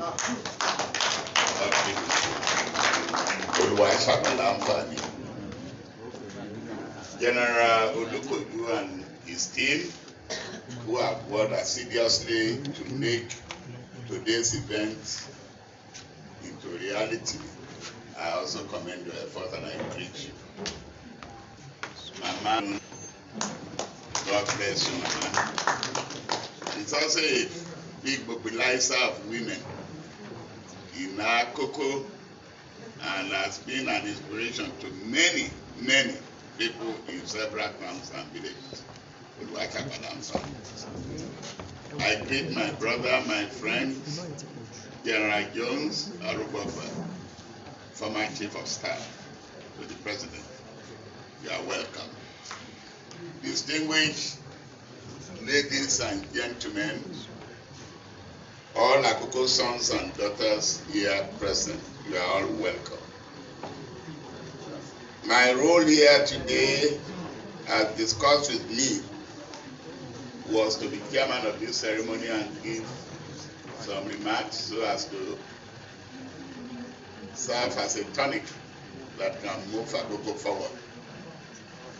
Various speakers have spoken, and Kabiyesi Oba Isa Olanipeku has succinctly put the fact that we need a lot of cooperation from all of us in Akoko, and that is a must. If we are really to move forward as a group, as a nation, we have to cooperate among ourselves. When I reached here this morning, I was expecting that the hall would be at least half or 3/4 full, because some of us are sticker to time because of very many events that we are committed to. But unfortunately, only a few people were here. And people are still coming in. When the occasion is supposed to start at 9:30, by 10, I think all people should be on seat. The cabinets were very punctual. They were here, most of them. So I want to enjoin all of us that in future, these small things that we may regard as small are critical towards making a development-oriented society. A society cannot be not disciplined enough to respect its own time. How does it move forward? Time is money. Time is of the essence. I want to commend General Lukoju for a very inspiring speech. What motivated them to bring this initiative together? And it's a very laudable thing, because at the time they brought this group together in 2022, Nigeria was facing a very big challenge security-wise, and Akoko was not an exception. And he took the bull by the horn, started going around talking to people, talking to others, and talking to leaders, including myself, on how the former military leaders were brainstorming on how to ensure that the spate of armed robbery and kidnapping are stemmed in Akoko as a challenge. And they were able to do this very successfully. And since then, this whole thing has reduced drastically, even though it's not completely eliminated. But with their efforts, I'm sure we thank God for what we have been able to achieve. In terms of Akoko's development, if we are to go back to the era where we were in the 50s, because Akoko was more prosperous in the 50s. Then we have industries, we have motor vehicle assembly industries. They were building vehicles in Ikare here. Many traders were here, many business people were here from all over the country. And they were residing here, having their children, their wives here. And some other parts of Akoko, why can't we replicate that again? Of course, we had our challenges, we had security challenges, we had road transportation challenges, but those things are getting reduced and going to be a thing of the past. So one strategy we have to start developing now is how to bring back that glorious era when Akoko used to be a hub of economic activities. So I think that is one challenge our people have to face. And I want to enjoin this Security, Peace and Development Council to work together with other groups that have been in existence long time in Akoko, like the Akoko Development Group, who have been a champion of development since the 60s in Akoko and have done credibly well and are still doing. And Akoko Consultative Forum, they are also doing. I think there must be a kind of synergy in terms of the vision and the mission of all these groups in order to propel Akoko forward. And so I would like to enjoin you to touch base with the leadership so that more ideas can be generated in terms of how we can move Akoko forward. The other area, apart from security, our education. Akoko used to be known for education for a very long time. But where are we today? When you look at the school certificate result these days, you cannot find any Akoko school where you have students with 6 A's. I've not been able to read any in the newspapers or in social media. Maybe I've not read to that level, but I know in the olden days, in Village College, in Agadama, in Akograms, in Oka, we used to have a number of A's in students that were living and doing their school certificate. But these days, they just talk of credit. If I have 5 credits, it's not enough. You've got to go to the A's, excel in the various subjects in which you are doing in school. So we have, as a group, particularly the Security and Peace Development Committee, to start an initiative to grow school education right from the primary school in the various towns and villages in Akoko. Many of these villages and schools don't even have classrooms. They don't have desks to sit on. These are areas where we can intervene and be sure that schools are brought back to their former glory so that our students can read and write in very conducive and suitable environment. It's only when you have that you can have very productive students. And when they go to secondary school, they will continue to be top of their class. So that's one challenge. And I was also enjoying all of us in Akoko, who God has blessed, to introduce grants, scholarships to schools, to students, so that they can be supported, because there are some brilliant students who are handicapped because of finance. And we must be able in our various towns and villages to have a way we can assist these students. To develop economically in any country, in any nation, in any society, education is the cornerstone. If we don't invest in education, we are not doing the work yet. So we've got to invest in education, both at the primary, secondary school level, and tertiary level. So, and those, we know everybody cannot go to the sort of where the orthodox schools, but they can also go to vocational schools and learn some trades. There is no way, there is no single way of making it to the top. There are many ways to reach the top. It's not only through people who go through secondary school. We can also go through technical college and reach the top. So we've got to find ways and means to begin to build this into the curriculum of our schools, entrepreneurial studies, and vocational studies, so that our people, our children, will have plenty of opportunities to advance in the future. Then the other issue I like to talk about, our agriculture. I'm sure one of the reasons why you are putting this development together is because the way agricultural farms have been devastated in the past, and that we no longer have enough food to go around. I remember when I was young, my father used to feed our family till around noon, even to the next harvest season. But these days, before December, everybody is crying of hunger, hunger, hunger. And the rice, used to be one food in a season, and within the reach of our people. Why can we not go back to what we used to do? Our yams, our cassava, our cocoa yams, our plantains. We need to go back to the basics. An area where this group can intervene, agric inputs, mechanized farming, and fertilizer to help grow the crops in a very rapid manner. So if we develop this, despite that the space destroying farm is going down, and we continue to engage the security people and through the others and chiefs in their various communities to talk to the ethnic groups that rear cattle to make sure that they don't destroy people's economic crops, because that is people's own means of livelihood. If we destroy it, how do people feed? How do they have money? So we have to engage the various visitors in our community so that they respect our own trade, our own means of livelihood, and don't use their cattle to destroy them.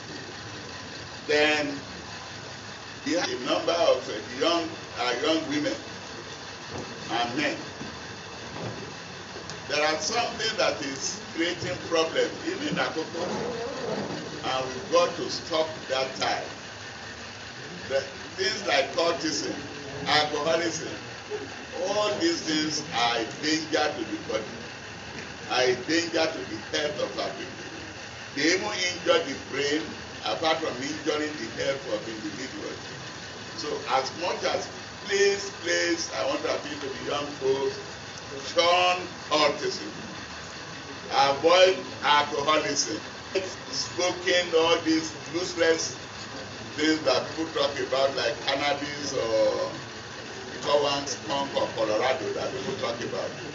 All these things are dangerous to the health of individuals. So we need to properly educate our people in all these things. And to our political class, the interest of your community will be paramount in your mind. We don't say don't be loyal to your parties. But Your community development is paramount and you have to defend it. That is why I want to appeal to the Ondo State government. Going into the reason for this summit is economic development of Akoko land. How do we develop when the enabling environment has not been fully created? Akoko used to be 4 local governments. We created the LCDAs. We are made 15 instead of at least 16. So we need to appeal to government to please, in the sense of justice, equity, and fairness, get Akoko to have enough LCDAs. Please, our people need this, but I also agree with Kabiyesi. Don't wait till it's bad, especially those representing us in government, before beginning to hear it into the ears of the authorities what is acceptable and not acceptable to our people. But I will, through the recognitions of government here, appeal that as the Akoko people, please do justice to us, give us our own fair share of the LCDs. We are not saying don't do for any other community, but do our own. God will bless you. So once again, I want to thank for people that brought this together, and I don't want to continue to bore you with so many admonitions, because the guest speaker is a man of words, a man of letters, and he's going to better advocate with so many ideas too, which I'm sure you will carry home and use. So once again, God bless you. Kabiyesi, thank you. Distinguished elders and gentlemen, we thank all of you. God bless you. Let's get hands together for the amiable chairman of this wonderful occasion, in person of Dr. Otumba Solomon Oladune. Permit me to recognize the representative of the Israel Majesty Oba Akadi Saliu Momo JP CON, the Olukare of Ikare, is highly represented by the Elegure of Odo Ikare, Chief Lawrence Atubiaro. You are welcome, sir. Permit me to recognize the amiable honorable representing the constituents of Akoko North East in the state level, Honorable Oluwatoyin Victor Jaffet, Member House of State Assembly. You are highly welcome, sir.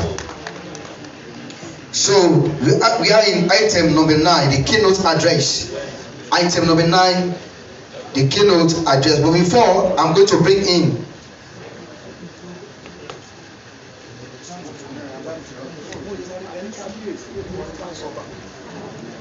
Aki Baba wa Kabiyesi, the Owa of Ogbagi.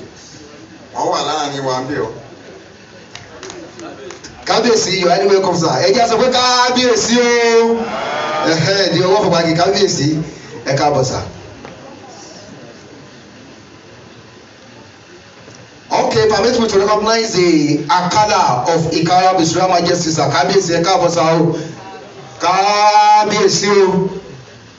So now permit me to bring on to the podium before we call the keynote speaker for this today wonderful occasion. Within just 2 minutes, permit me to allow the Commissioner for Women Affairs for just a little contribution to this wonderful occasion. Within 2 minutes, mommy, please. Permit me to bring on to the podium here Princess Dr. Julie Hannah of Sandown, the Honorable Commissioner for Women Affairs. Within just 2 minutes, mommy, you are highly welcome, man. Please join us together for our amiable Commissioner for Women Affairs. You are welcome, man. Thank you. The representative of Mr. Governor, my royal fathers, spiritual and temporal. Mo kí Akoko pé a kú ọdún o. Mo dẹ̀ dúpẹ́ ní ọwọ́ Ọlọ́run tó fàsìkò gbà wá. And let me just say something. I was invited here as a special guest. And when I came in, ẹnì kankan ò tí ì wá látọ̀dọ̀ ìjọba o, ṣé ẹ gbórí wọlé one administration là ń run ní Ondo State. And I'm happy to be. Mo fẹ́ fi àsìkò yìí bẹ̀ wá. By nature, mo nígbàgbọ́ wípé Àkókò san mí síbì kan bá dẹ̀ wà tó bá ń da ó yẹ ká máa sòótọ́ ọ̀rọ̀ fúnra wa bẹ̀. Gbogbo àgbáyé báyìí, it is very important for us globally to know that there are socio-economic challenges all over the world. Ìdí tí mo fi ń sọ eléyìí ni wípé ibi tí àgbáyé wà báyìí, who is now ready to face the heat must not go to the kitchen. And nobody tó bá fẹ́ gun orí òrìlé tó máa kọ́wọ́ ẹ̀ méjèèjì sí àpò. Mo dúpẹ́ lọ́wọ́ àwọn bàbá, àwọn bàbá Fáládé, àwọn bàbá Àjàyí Ògèdèngbé, àwọn bàbá Bọ́lá àti bẹ́ẹ̀ bẹ́ẹ̀ lọ. Àkókò mo fẹ́ challenge yín, and I stand to be corrected. Individualism ẹ mú kúrò láàrin yín. Let us work together as a team. I am a typical Ekiti person, and I believe nǹkan tó bá jẹ́ nǹkan wa tá à ń wá ó yàtọ̀ sí nǹkan tí ẹyọ ẹnìkan ń wá. Ẹyọ ẹnìkan ló ń wá nǹkan ní Àkókò, kì í ṣe àwa ló ń wá. Ibi tá a ti mí ìṣẹ́. Hello, àwọn ọ̀dọ́ wa, the future of this community, the obas, the senators, the governors. Ìgbà kan wà tá a máa ń sọ pé ìgbà Àkókò ni Àkókò yìí. Bàbá àrò òkè àgbèrò àrò onílẹ̀ òun nìkan atọ́ba tílẹ̀. Bàbá Sanusi ó ń ṣe gọ́vnà Central Bank. Adéfarati ń ṣe gọ́vnà. Àwọn agbólóyè ń ṣe tiwọn. Tẹ́ ẹ bá ń gbọ́ nǹkan tó ń jáde lẹ́nu àwọn ọmọ Àkókò sí àwọn míì, kò encourage wa. Mo wá fẹ́ fi àsìkò yìí bẹ̀yìn bàbá Olúkojú, Ọlọ́run á jẹ́ kó ṣeé ṣe fún wa. Ẹ jẹ́ ká pa gbogbo ẹlẹ́yàmẹ̀yà tì. Let us make, I'm very happy about this global meeting. Tẹ́ ẹ bá ń wo àwọn communities míì, kò bá dandan pé December, ó lè jẹ́ pé August, we can decide to choose a month. Tí gbogbo àwọn obìnrin á jókòó, tí àwọn ọ̀dọ́ á jókòó, tí gbogbo oníkálukú á sọ àsọyé papọ̀. Then àwa jìjọ sọ wípé ibi báyìí là ń lọ. Tí a bá dẹ̀ ti wá ṣe bẹ́ẹ̀, àwọn èèyàn bá jókòó dáadáa, wọ́n á wá rò wípé ibi tá a jọ ń lọ yìí, ibẹ̀ là ń jọ ń lọ. Kì í ṣe pé kí àwọn kan rìn lójú ọ̀nà kó wẹ̀ ìbò wọ́n ti fowó dà nǹkan mú. Kò yẹ kó rí bẹ́ẹ̀ o, Ọlọ́run ní ṣe wá látọrọ jẹ o. If we refuse to move together, then we will continue to fall apart, and that will not be our portion place. Mo wá fẹ́ bẹ̀ ní o, tí ara bá ń ṣe àìsàn, tí ìlàjì ara bá ń ṣe àìsàn tí wọn ò bá tọ́jú ẹ̀, ara yẹn ò sí ìlélẹ̀. Ibo lẹ fà àwọn obìnrin Àkókò sí. We have not been celebrated. And whoever is coming on board and out of us, you call them names. Mo bẹ̀ ní o, gbogbo eléyìí tẹ́ bá ti ń ṣe, carry us along. Tẹ́yìn bá jẹ́ orí àwa lọ. Ibi tí a bá dẹ̀ ń tì sí, bẹ́ẹ̀ fẹ́, bẹ́ẹ̀ bọ̀. Ibẹ̀ ló ṣe kí ni, orí ibẹ̀ làwọn ọmọ wa tẹ̀lé wa lọ. Lẹ́ẹ̀kan sí mo fún wa kí a dúró. Ẹ jọ̀ọ́, ẹ gbà mí lásìkò. My daddy, Your Excellency, with due respect, Baba Hallelujah, Baba Ìyá, Baba Ìjọmi, wọ́n ṣe bury àwọn bíi. I just feel I should bump in to say hi, and because this is special.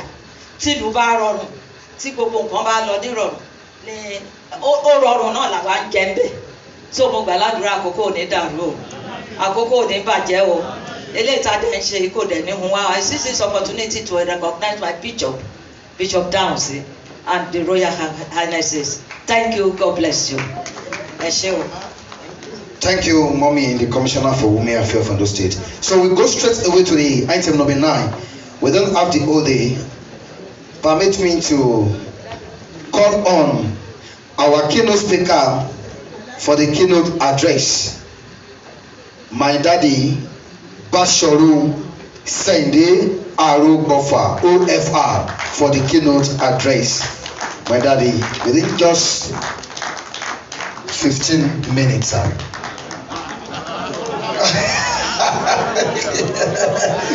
Okay, daddy, I think the mic is there. Don't let me disturb you, daddy. Don't let me disturb you, sir. Okay. Okay. Arugbofa OFR, the Asiwaju of Akoko land. Please keep on clapping as we have the Asiwaju of Akoko land. Bami Bashoru Sende Arugbofa OFR. Thank you, sir, daddy.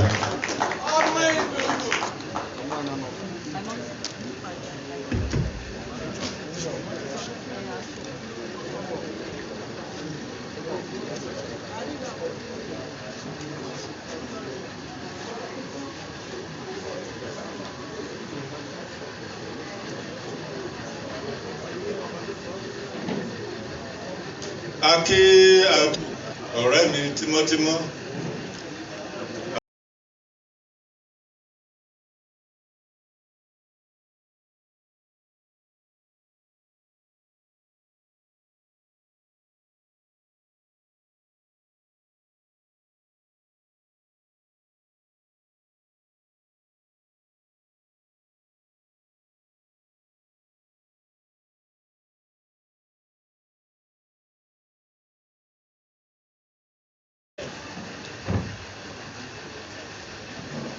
Akí aṣojú gómìnà. Ẹ jọ̀ọ́, a fẹ́ kí ẹ bá wa kí gómìnà wa pé lákòókò ń bí à ń gbàdúrà fún wọn. A dẹ̀ ní ìfẹ́ wọn. A dẹ̀ ń gbàdúrà kí Olúwa Olódùmarè kó fún wọn ní okun láti rí pé wọ́n parí sáà wọn. Ẹ bá wa kí wọn dáadáa. Ẹ̀yin bàbá wa, àjùbà o, Ọlọ́run á fi síbẹ̀ fún wa o, Ọlọ́run á dá yín sí fún wa o.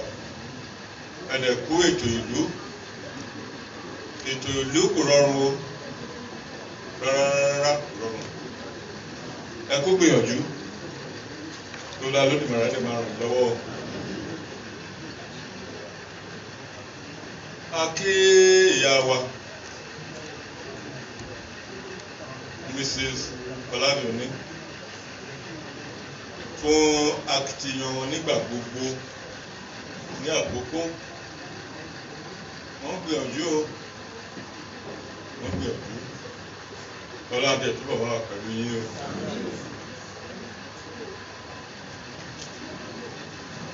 Mo kí former chief of staff tí wọ́n wà bí aládìkí wọn. Torí àwọn náà gbìyànjú dẹ̀ pẹ́ tí àbúrò wọn bí gbẹ̀yìn, ṣùgbọ́n kò yà wá lẹ́nu torí ètò tòní tó mú àwọn èèyàn náà lábá tí ń sọ̀rọ̀ General Olúkòjú àti General ó máa ń gbórúkọ wa àti ìpàdé o, a máa ń gbórúkọ pé wọ́n máa ń lọ ìpàdé kan ní Ogbo, Ayọ̀lá, General Ayọ̀lá, are you present? Okay, it's a pleasure meeting you. Àkí gbogbo yín, ẹ ṣé gan fún ìpàdé tòní. Ó yà wá lẹ́nu o bí ẹ ṣe kójọ. It's fantastic. God will bless you. A dẹ̀ kí gbogbo àwọn èèyàn wa lọ́kùnrin lóbìnrin, àwọn ìjòyè gbogbo, àwọn bàbá wa ní ti ẹlẹ́sìn, ẹ kú tọ́jú ilé o, Ọlọ́run wà pẹ̀lú wa o. Lẹ́yìn ìgbà tí a ti gbọ́ ọ̀kan tí bàbá wa Kábíyèsí Zákì sọ, tí a dúpẹ́ èyí tí alága sọ, ṣe lè yẹ kí n ra jókòó jẹ́ pé àdìgbọ́ nǹkan ẹ̀ka gbọ́ o, wọ́n lè tọ́jú afẹ́ lẹ́kọ̀ọ́, ṣùgbọ́n oníṣẹ́ tí ẹ pè mí wá síbí wá ṣe àti láti sọ díẹ̀ nípa ẹ̀. Ẹ̀ẹ́dẹ̀rẹ́ bínú sí mi o. Tó bá gbà màá sọ èdè Gẹ̀ẹ́sì. Nígbà mìíràn má dẹ̀ yí sí ti Yorùbá. Torí ọ̀rọ̀ wà ní nǹkan tá a ṣe lónìí o. Ọlá sọ ìpẹ̀lú wa o. Àkòrí nǹkan tí ìgbà bá gba sọ gbé lónìí ni òpè ní cohesion as roadmap for sustainable development. Cohesion. Cohesion ìyẹn ìsowọ́pọ̀, understanding, concerted effort tí àwọn bàbá méjèèjì tẹ̀ ti ń sọ tó ṣe pàtàkì pọ̀.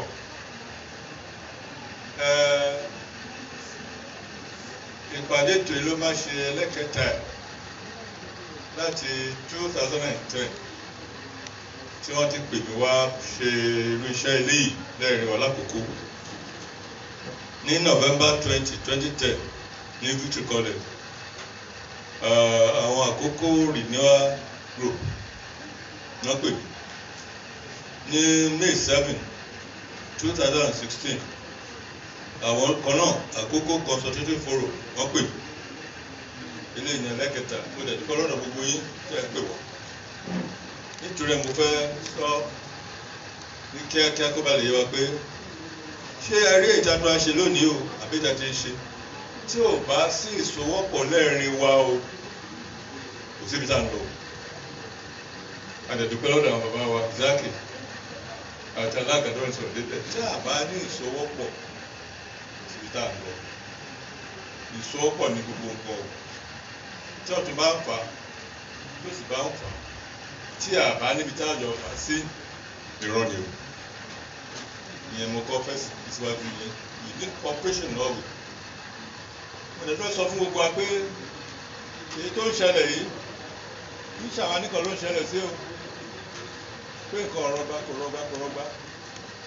níbi gbogbo yìí o.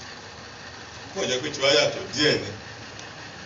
Nǹkan tó sì jẹ́ kó yàtọ̀ díẹ̀ ni àwa náà ara wa we ourselves ìta kọ sí àwọn àìlera wọ̀nyí.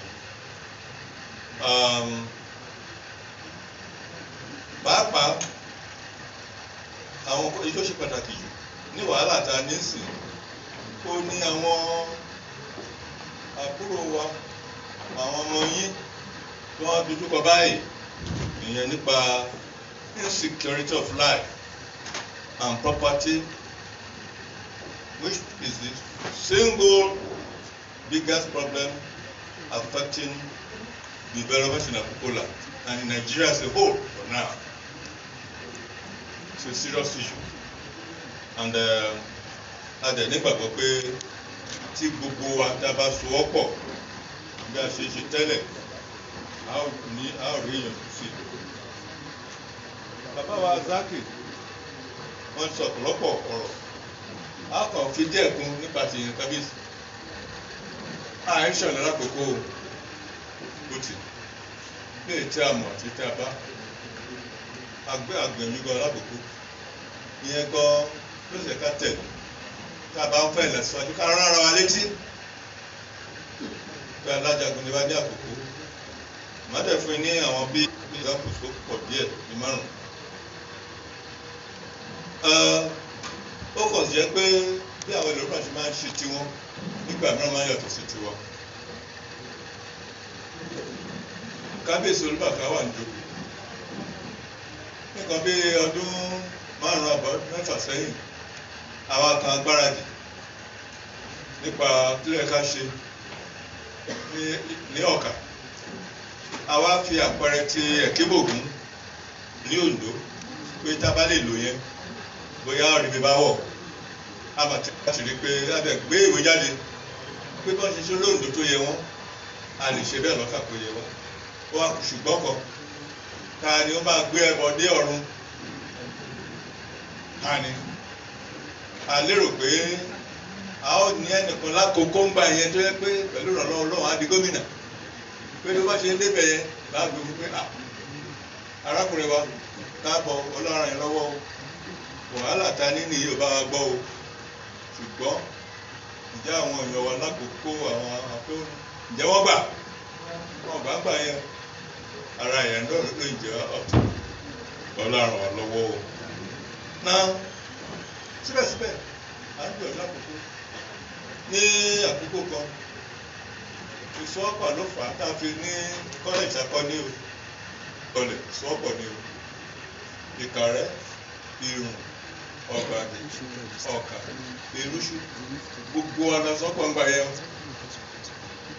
lábẹ́ àdìkẹ́lẹ́nà tí ibẹ̀ fi di Victory College Comprehensive Technical College kì í ṣe ìlú kan kì í ṣe nìkan ìsọ́pọ̀ ló ń jẹ́ bẹ́ẹ̀ tá a bá ti ní ìsọ́pọ̀ fún sí ọ̀dà bá ń fẹ́ tí a ní máa ní ìsọ́pọ̀ láti lákòókò láti gba ní tẹ̀síwájú. tá a bá tó rántí à ń pè kíní kan ní pẹ̀lúpẹ̀lú ẹni bàbá wa ẹ kúṣẹ́ ká dẹ̀ rán àwọn ọ̀dọ́ alétí pẹ̀lúpẹ̀lú àwọn bàbá wa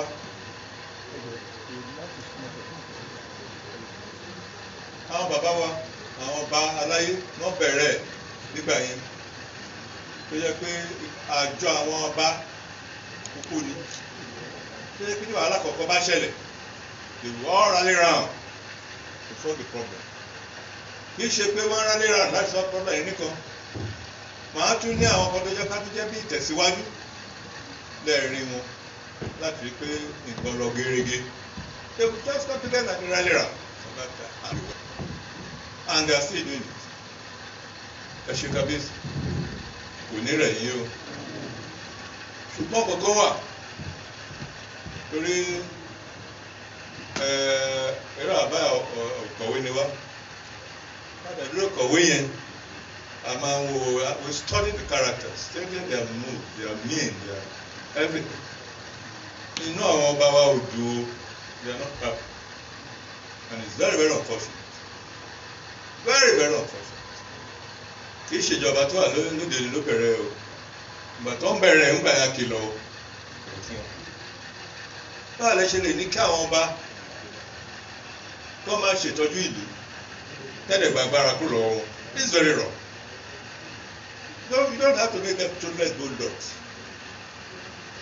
they can be effective àwọn ọba pápá wọn ní checks and balances but the government to take over control over them is very very wrong they are dehumanizing our societal orientation these are not our people they have their business for them but we thank you jẹ́ kó lẹ́yìn kórajọ láti pa ní tẹ̀síwájú à ń fẹ́ pípẹ́ àwọn tó wà ní ìjọba the earlier we restore some powers to our cabinet the better and you can better do this I have said this several times give them some powers in the constitution to make them effective àwọn ọba ló ní ara àkọsá ń ṣe lónìí àwọn ọba ló ní ìlú àwọn ló mọ àlejò tó wọ ìlú àwọn ló lè mọ tó há síbi kan àwọn ló dẹ̀ lè rán ọ̀yàn pé báyìí ṣùgbọ́n ìlú bá fẹ́ kọjá iye ṣe oníbọ̀ṣe àmọ̀kàn tó ń ṣẹlẹ̀ lọ́yọ̀ọ́ adẹ̀dùkọ́ lọ́dọ̀ ọlọ́run níbi àwọn ọba wa wọn kọjá iye wọn so Mr. Governor representative it is not the fault of your government. This thing has been on for a long time and I've been crying. Give them some place in the constitution.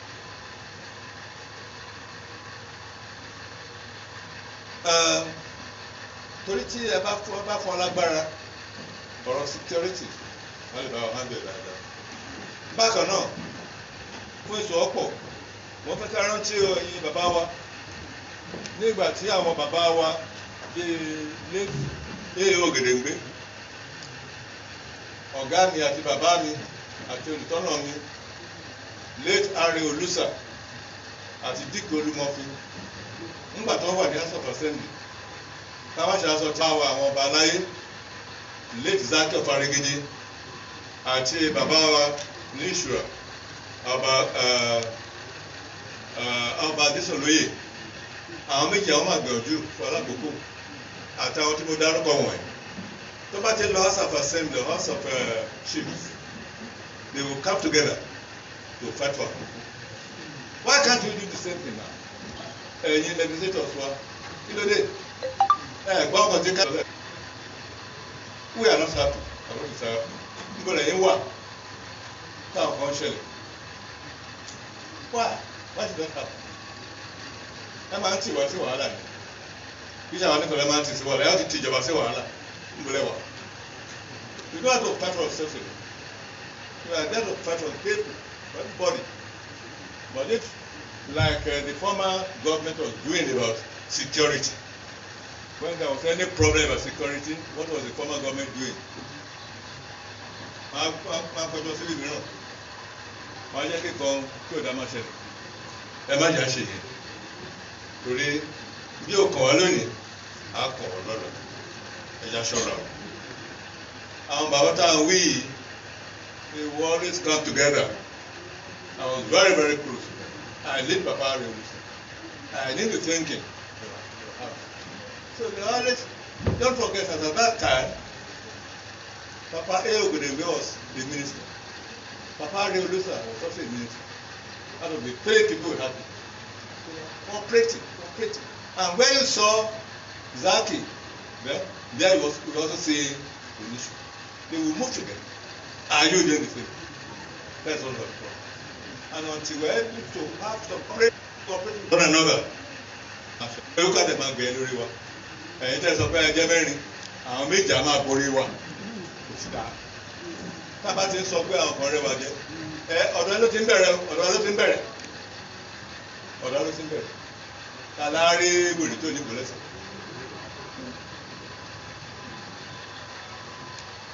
Àpẹẹrẹ kan tó ní pé ńgbà tí a ń jà láti pa dá ìpínlẹ̀ ìsílẹ̀ Ondo State, àwọn mẹ́sàn-án lẹ́rán lọ lábẹ́ bàbá rẹ̀ olùsà, àwọn ọ̀gá mi ilé Tolúbọjà, àwọn barista Ari Ọlágúnjú, ọ̀rẹ́ mi ní Adéyẹmí, gbogbo ọ̀nà wà ń bẹ̀ ń gbà yẹn. Adẹ̀sowọ́pọ̀, I was the publicity secretary. Ajàjẹ́ fitafita nígbà yẹn ni tá a bá ń lọ sí pàdé, àkọ̀rò ní kí la bá lọ bá ń bẹ̀. Ṣùgbọ́n yẹn jẹ́ ṣe bẹ́ẹ̀ báyìí. Do you do that? So if you don't do it, you can't have progress. And we can't progress. You just talk for sure. Let's go back to that time. Akoko can still be good. Ẹ jẹ́ tó fi ní àpẹẹrẹ kan. Ní kàrẹ́ yìí, lákòókò kan, nǹkan nira pọ̀ Àkókò tí General Adébáyọ̀ jẹ́ gómìnà ni. Ṣẹ̀dẹ̀ wọ́n pé nígbà yẹn àwọn ológun àti ìsúnmọ́ ọtí eléyìí gbà yẹn wọ́n ṣẹ̀ kúrò ní barracks ni o.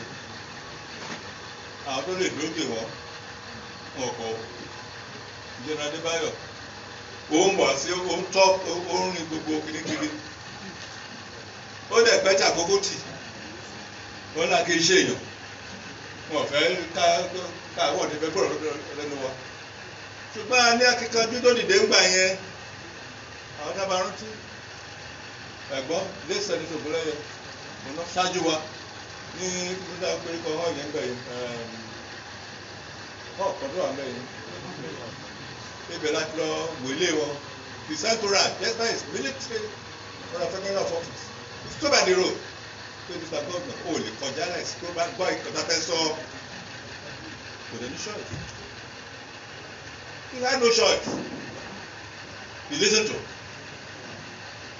he had listened àwọn ọmọdé ní sọ àdébásọ kó lè pé kì í wẹ̀ ló ṣe àwọn ògbójú ọdẹ wa ń kọ́ lákòókò bólẹ̀ wà ara ògbójú ọdẹ wa náà ní ẹjẹ́ wà ní house lẹ́gbẹ̀ẹ́ kí lẹ́yìn ṣe nírú nǹkan bẹ́ẹ̀ yẹn ẹja sọ ọ̀pọ̀ tó bá lè dáa. náà a ti gbọ́ tó sọ̀rọ̀ nípa ti àwọn olùpẹ alága ló sọ̀rọ̀ débẹ̀ Àkókò development group àti ACF ẹ bá rántí bí Àkókò development group ṣe dìde àwọn bàbá Alhaji Joseph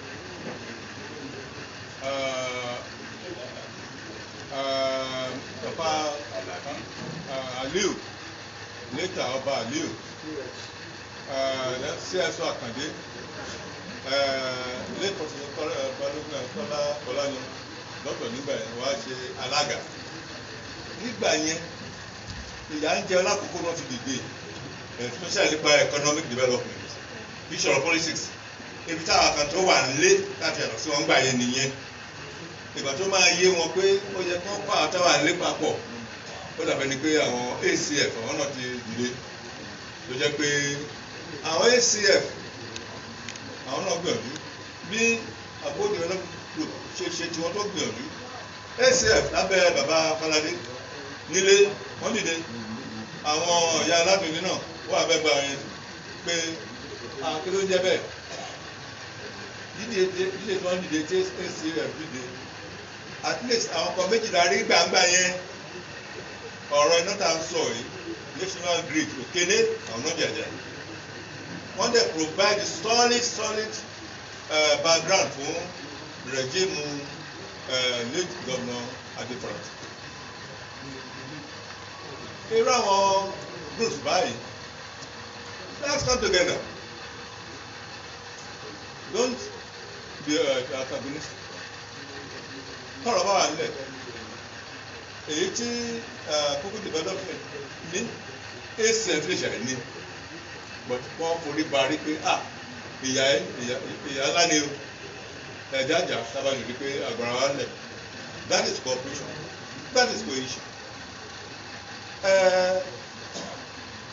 Àwọn ìyá wa náà wọ́n gbìyànjú lóòrèkóòrè ká máa rí pàtí ìyá wa Mr. Ọládùnní àti àwọn obìnrin máa ń kó àwọn gbé bọ́ọ̀dù sọ́nà like a group to find solutions to our problems. Kíṣe ẹni kan èyí tí a ò tiẹ̀ mọ̀ tí wọ́n mọ̀ jù wá they provide the spiritual backup for so many things. Bó ṣe ẹgbẹ́ nínú nìyẹn àwọn náà kóra wọn jọ láti rí pé a ní ìtẹ̀síwájú. Wọ́n tá a bá ń ṣe ilé a máa ní ìlọsíwájú. Àwọn kan táàdé máa bẹ̀bẹ̀ fún ni the political power to get things moving. Nítorí kúrò lórí yẹn nípa ọ̀rọ̀ pé we have to come together pé kábíyèsí ìsákìyè sọlọ ẹ̀ láìpẹ́ yìí ẹ rántí bishop kan ló fẹ́ kọjá iye ẹ má bínú ẹ̀yin bàbá bishop ó fẹ́ kọjá iye lórí pé akéṣíọ̀n lákòókò lórí pé àwọn àgbẹ̀kà àwọn ìṣèyàn tó ń tẹ̀ wọ́n mọ́lẹ̀ báṣubàṣu kí ló ṣẹlẹ̀ sí kí tó mọ ọkọ̀ tó máa ṣẹlẹ̀ kí ló ẹbí setbacking cooperation náà pè ní tó bá di pé àwọn èèyàn alákòókò ìdè wà divided wọn kì bá lè ṣe yẹn o but kó tó wà ló ṣẹlẹ̀ ẹgbẹ́ report that is cohesion that is cooperation that's how we can make progress if you come together like Ọ̀túnba said government will now refuse àwọn olówó and government kì í ṣe èèyàn ìwọ́n ni they are human beings like yourself but if we are divided ìyá yẹn abẹ ká máa pọ̀ sí ṣùgbọ́n lọ́wọ́lọ́wọ́ yìí ìyá kí ló wá ń jẹ wá gan lákòókò tó dẹ̀ pọ̀ tó lè kàkàkà ìyẹn ni àwọn ọmọ yín àwọn ẹ̀gbọ́n yín àwọn àbúrò yín tó ń rí tó ń fi kóra wọn jọ ìyá pé àwọn tá ò mọ̀ rí àwọn tá à gbúrò wọn rí àwọn tó kàn jẹ́ pé last regime pé wọ́n ti tilẹ̀kùn mọ́ lókè lọ́hùn tó wọ̀n dé sílẹ̀kùn fún wọ́n dẹ̀bẹ̀ sí wọlé wọ́n rìn kiri wọ́n pa àwọn èèyàn kiri àwọn jalè kiri wọ́n ṣe gbọ́ kiri wọ́n dẹ̀ ṣiṣẹ́ kiri yẹn àwọn náà dẹ̀ wo dùn náà looking the other way the last regime didn't do well in that regard tó di pé kí ṣe àwọn Fúlàní táwọn amọ̀ ló ń ṣe oró yìí àwọn kọ̀ àwọn àtọ̀rìn wa wọ́n délé sílẹ̀kùn fún ni a lè wá wò ó pé Akoko land tẹ́ bá ìlú tá a wà déjà zó láwa babalá déjà zó àwọn tó ń túlẹ̀ láti ṣáájà náà tó ń gba òkèlè wọlé wọ́n á kọjá Kaduna pẹ̀lú àgùntàn gbogbo ẹ̀ gbọ́dọ̀ wá dé bodè the key the door to south west àwa náà ní the door gbọ́dọ̀ wá dé Akoko wọ́n á dúró ìbẹ̀rù láti bẹ̀rẹ̀ wàhálà wọn. Oko wa á bẹ̀rẹ̀ sí bàjẹ́, àwọn èèyàn á bẹ̀rẹ̀ sí pa wọ́n, àwọn tó lọ sí títì á kidnap wọn, and so many things. Adúpẹ́ lọ́dọ̀ gómìnà arákùnrin Akérédolú nípa ìyẹn ọkùnrin ni wọ́n ẹ jẹ́ pàtàkì fún wọn. Ọkùnrin ni wọ́n torí wọ́n dìde ńgbà pé kí ló jẹ́ bẹ́ẹ̀ wọ́n gbìyànjú o ọlọ́dẹ fún ọlọ́láfíà o wọ́n try wọ́n ṣe bí ọkùnrin nígbà yìí.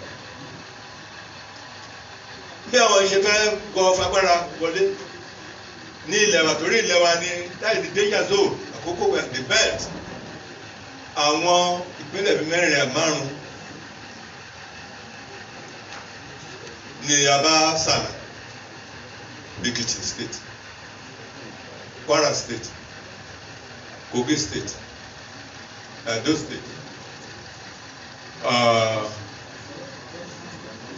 about 4 or 5 of them, and all these states harbor up till now still harboring terrible characters, criminals. Ajá ń fi ọkọ ṣàpèjúwe fún yín. Nígbà tí Fáwọ̀ṣe jẹ́ gómìnà, àwọn pé Fáwọ̀ṣe wọ́n gbóná ìṣòwò kò sẹ́ni tó lè lálé o. Wàhálà kan ṣẹlẹ̀ lókè lọ́hùn. Àwọn tó kéré wa sọ pé tálá lè rán. Tálá lè rán. Sọ́ọ̀tà ní o lè bá Fáwọ̀ṣe sọ̀rọ̀ kò lálé o. Ẹ máa kánu ní àpótí o. Torí kan tó ṣẹlẹ̀ lẹ́kìtì nígbà yẹn. Wọ́n ní ẹnì kan ṣe tó ń lè ràn wọ́n sàlẹ̀. Ẹ máa jẹ́ ọ̀rẹ́ mi. Ẹ náà mọ̀ wọ́n. Malam Ṣàkàrà o. Ó níwà tútù, olópó lórí, onírẹ̀lẹ̀.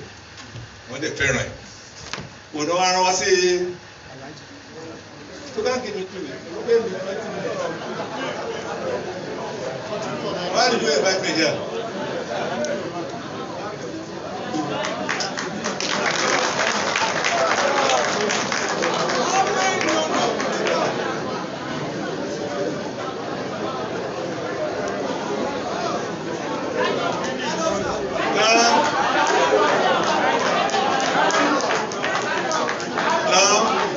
Nígbà tí wọ́n ní kí Mala Ibrahim Ṣàkàrà wá sí àlejò ìbàdàn bí wọ́n pè mí pé kí n jọ kí n bá wọn lọ Adó-Èkìtì. Lọ́sọ̀ á pàdé wa ní airport àlejò Adó-Èkìtì. Nǹkan tójú wa rí lálẹ́ ọjọ́ yẹn kò ṣe sọ. Àwọn Fúlàní tó ń pààyàn wọ̀nyẹn oríṣiríṣi wọn.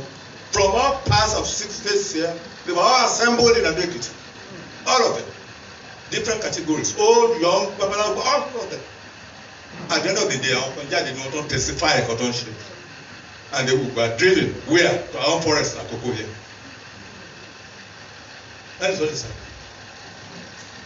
Àwọn tó bá dé either from Ekiti or Edo, Akoko. Níbo náà wọ́n fàbọ̀ sí? Níbo náà máa sápamọ́ sí? Orí ilẹ̀ wa ni. Ǹjẹ́ gọ́ọ̀mẹ̀ntì ṣe nǹkan nípa ẹ̀? Federal government? Nothing. Ẹ̀yin ọmọ wa ẹ̀ máa ṣe gan-an. Aládùúgbò lọ́dọ̀ yìí. For coming out to defend us. Ó pọ̀ torí ká ní kí ṣe ti gómìnà Akérédolú tí ẹ̀ náà ti wá ń ṣe ìyá ìbá ti pọ̀ jù fún wa. Kì í ṣe àwọn èèyàn tiwa ní Nàìjíríà là ń sọ. Àwọn àtọ̀húnrìn wa tí wọ́n ṣílẹ̀kùn fún tó ń ṣe bó ṣe wù wọ́n tó sì bàlújẹ́ là ń sọ. Ẹ dẹ̀ dìde láti rí pé ẹ bá wọn jà. Ẹ bá ṣe dìde Ọlọ́run bá yín dìde o Ọlọ́run á dẹ̀ ràn wá lọ́wọ́. Now kí ni àwọn ọmọ yín náà this doctor wí láti ṣe? Àwọn kan tó sọ pé ó fẹ́ ṣe fún yín wọ́n máa ní gẹ́gẹ́ bí ìwé tó kọ sí mi mo lè categorize ẹ̀ sí nǹkan bíi 4 àbí 5. Màá kà ní èdè òyìnbó. Because of fẹ́ ṣe fún wa. They want to rescue us from our enemies. Àwọn tó jẹ́ kó wà lógbó wa tó ń pa àwọn èèyàn wa tó lè ṣe yìí. Wọ́n tún fẹ́ provide atmosphere for the restoration of security atmosphere láti kọ́kọ́ wá balẹ̀ láti kọ́ ṣe láti mú nǹkan. Lọ́nà kẹta, as a veritable body that can save our farmers from the daily threats of banditry and continuous harassment from the farm. And very importantly, in our hopes to give us the peace of mind to live a full human life. This is very, very important. Àwọn ẹranko lọ́kàn fi balẹ̀ nílé àbí lọ́nà. Àwọn ará ibi tó fẹ́ sọ wá dé Guinea. Àwọn ọmọ yín dẹ̀ ṣetán pé wọ́n á fún ọkàn balẹ̀. Ṣé kò yẹ kí ẹsẹ̀ pọ̀ mọ́ wọn? Ìyẹn máa fi gbéra àwọn ìbéèrè kan pé. I want to conclude this address by recalling an apparent flourishing picture of Akoko lands of 40 years ago with the career as a short case study. Bàbá wa, Zaki, tàbí rántí bí Akoko ṣe rí nǹkan bí ogójì ọdún sẹ́yìn. Má dẹ̀ fi àwọn ọkọ̀ ṣe àpèjúwe. Má dẹ̀ béèrè àwọn ìbéèrè kan. About 40 years ago, there were already flourishing commercial banks like National Bank, First Bank, and Awena Bank, correct? Now, where are they? Where are they?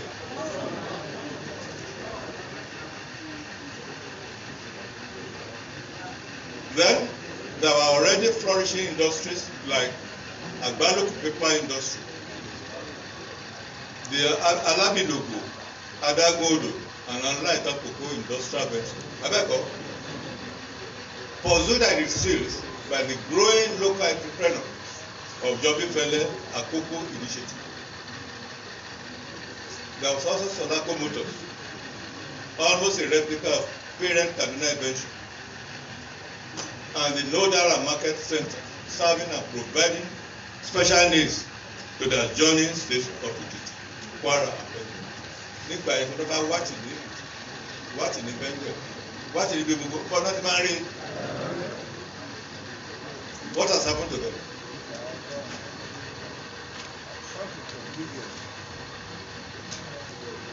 Mr. Chairman, Kabisi, there were well-established, like Ren said, educational institutions like Bishop College, correct?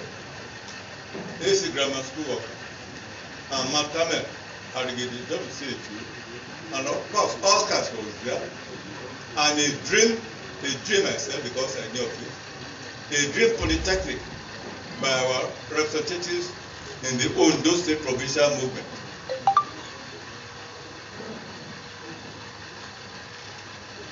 For now, I want to appreciate, even though all this have gone through, I ask a question. Haven't the earlier government institutions become a shadow of themselves? Even though we appreciate a few people, and I mentioned their name, like Mr. Esko Gido, who has built a model school, the police college, police secondary school also, in Israel. Of course, General Boffa, the way he attracted and got going the Open University. And the recent one by Sam Ologorish. These are there amongst them. Can we compare all these things with the type of rap circle institutions we have now? Victory College? No. The gap is over. Our roads were tolerable and motorable, and commuters in and out of Ikare have things easy and affordable. For instance, when I was principal of Victory College there, from my official residence in Victory College, I could quickly dash to see a parent in Ekpini without any fear of attack on the road or problem to my car. Can we do the same thing now? Just live away and see whether you want to try to sell them before we get to where. Government protection of life and property through a responsible police force was there then. There was peace in the farm and peace at home for development to grow. Today, where have all these things gone to? Questions like this above and many others, as such as mine, have occupied the minds of our brothers who are in a ASPDC initiative to spend their money, spend their time under the leadership of a Major General Ukuju, running Hector to provide answers, a platform for us to start regrowing our development. Therefore, we must rally around them to make sure that all is well. And I call on all of you, our royal fathers,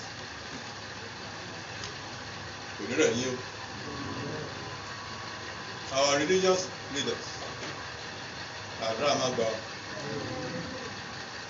our women leaders, our political leaders. If you are here, most are not here.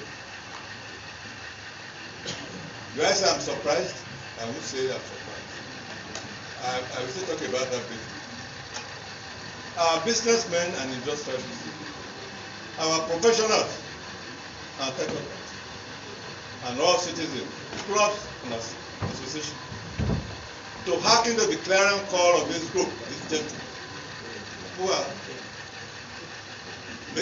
gathering money, gathering time to bail us out. Let's hearken to them. Let's express. Let's see how we can help them to help us to survive. That is what they're asking us to do. We have come together several times before to do this type of thing. We can still do it.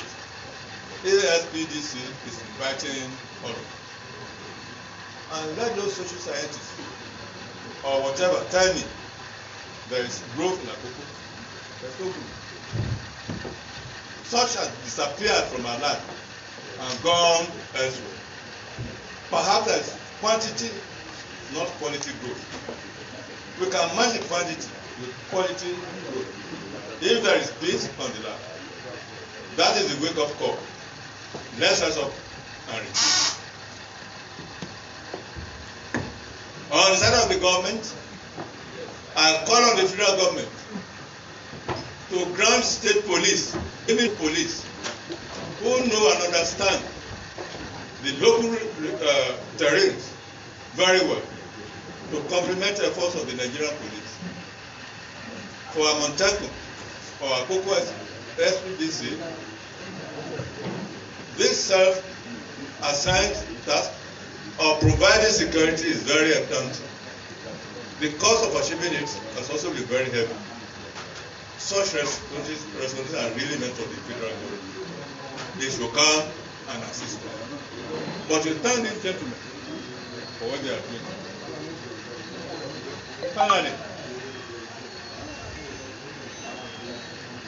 Finally, I want to say, good day, everyone surround me.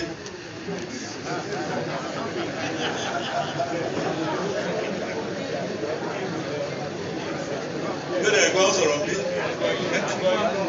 Ẹ jẹ́ a dúpẹ́ lọ́dọ̀ wọn. Ẹ ṣe púpọ̀ púpọ̀. Fún iṣẹ́ ọmọlúwàbí tí wọ́n ṣe.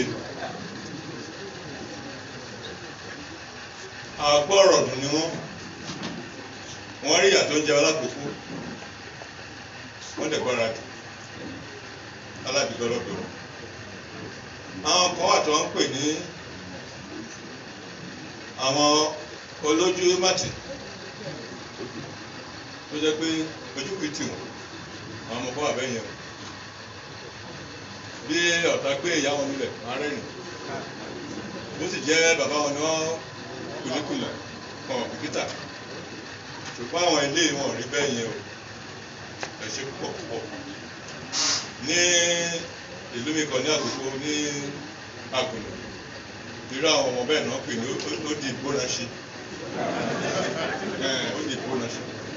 Ṣùgbọ́n tí wọn rí bẹ́ẹ̀ yẹn, ẹ ṣe púpọ̀ púpọ̀. A ti sọ lẹ́ẹ̀kan fún ìjọba pé kí ẹ padà lọ wá àyè fún àwọn ọba wa ní constitution yìí kí ẹ bá lè gbọ́ ọ̀nà. They are human beings, you can't be dehumanizing them. It's very wrong. I'm not saying it is the present regime, but ìgbà tí wọ́n bẹ̀rẹ̀ àti gbẹgbẹgbẹgbẹ kí yẹn kú. Mo dẹ̀ láti tọrọ àforíjì kan torí ara ẹ̀kọ́ tó ń kọ́rọ̀ àbá ìtumọ̀ rí gbà lọ́dọ̀ bàbá rẹ̀ olùsà ni nígbà tó gbọ́dọ̀ wọn. Bàbá olùsà nígbà tó gbọ́dọ̀ wọn. Wọ́n yẹn dá sọ̀rọ̀ ọba o. Wọ́n yẹn dá sọ̀rọ̀ ọba rárá torí wọ́n ní ìbẹ̀rù ọba. Bàbá wọn ní ìbẹ̀rù yín o. Ní ìjọsìn tó ní kí wọ́n dá sọ̀rọ̀ kan bí tí ẹ ò rí mi ìbẹ̀rù ẹ ló fà á o. Wọ́n àdẹ̀rẹ̀ ní kí n lọ bá dá sí ọ̀rọ̀ àwọn ọ̀rẹ́ mi ó ti o pàápàá àwọn ọba tó bá jẹ́ pé lẹ́rìn àwọn méjì àti ìṣerúkọ̀ bẹ́yìn èmi ní ìbẹ̀rù fún àwọn ọba o àwọn ọba aláyé ni wọ́n ẹni tó bá ka ìtàn Yorùbá rí pé àwọn ọba yàtọ̀ wọ́n àwọn sẹ́wọ́n nípa ẹnìkan lọ́ba aládìfọ́ ní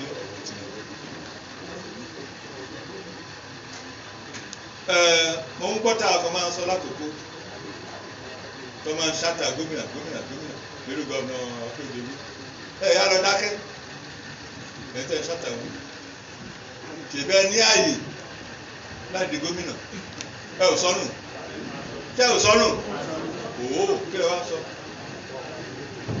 I have my respect for Akérédolú and I always have it in mind torí ibi ọ̀nà òkè ọkà. He did it on credit. He did it on credit. Lọ́rọ̀ náà pé ọkàn yẹn death trap ni.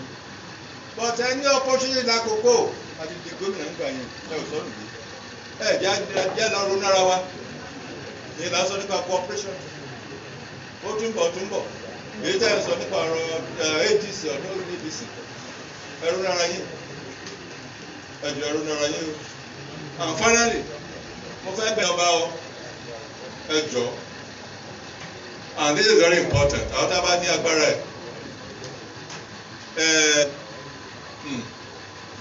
mo fi kíní kan ránṣẹ́ sí àwọn ọba wa mélòó kan láìpẹ́ yìí àwọn nípa àwọn senators àwọn tó wà ní National Assembly ní nǹkan tó ń ṣe sí ìlú wọn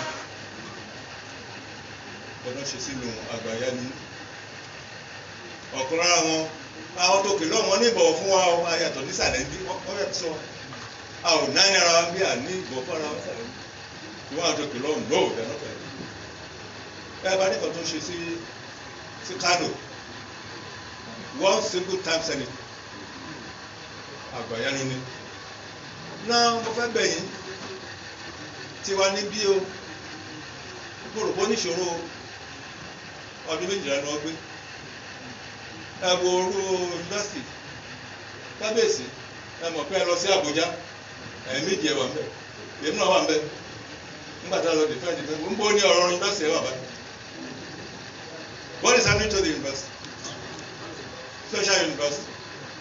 Nǹkan tó fẹ́ fà yọ ni pé ní fi kíní sọ pé torí bóyá senator for office ti kúrò ń bẹ̀ ní wọ́ọ̀dù ara wa mọ́ aláti wọ́ọ̀dù ara wa o. Mo rò pé ó ti sóun náà kò lágbára àti láti ràn lọ́wọ́ àbí kò yẹ ká ràn lọ́wọ́ torí problem wa ni o ìpín wa nìyẹn Ọlọ́run jẹ́ kí ìpín wa sọ ni o ẹ̀yin jẹ́jẹ̀ wá bẹ̀ ń sìn ẹ̀jẹ̀ ṣọ́ra o thank you.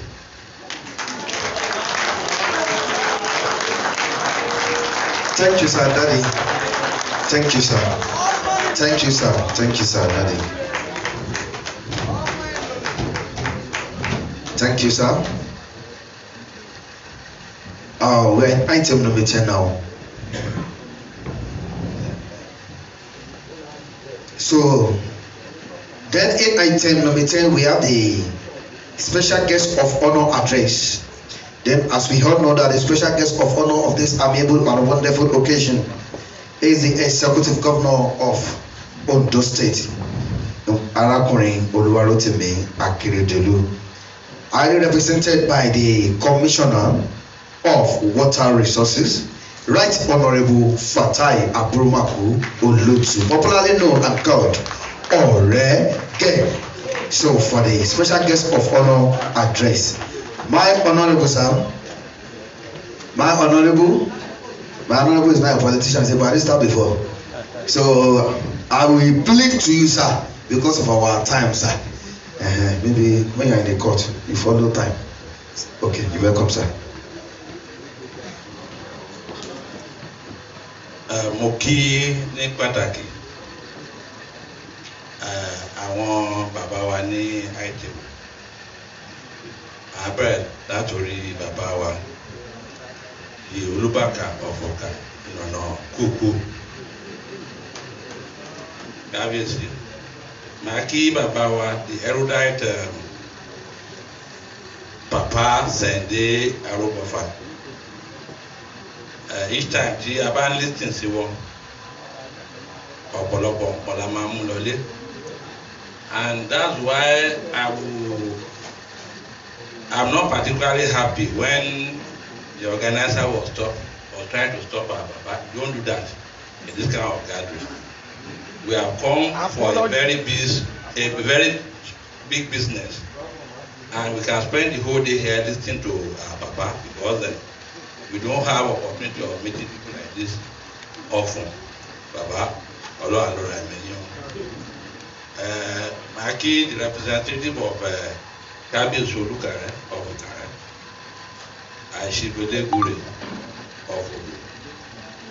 Maki gbogbo orí adé tó wà níbàyí pátápátá, Adélo bàbá wa, the chairman of Akoko Council of Property, bàbá wa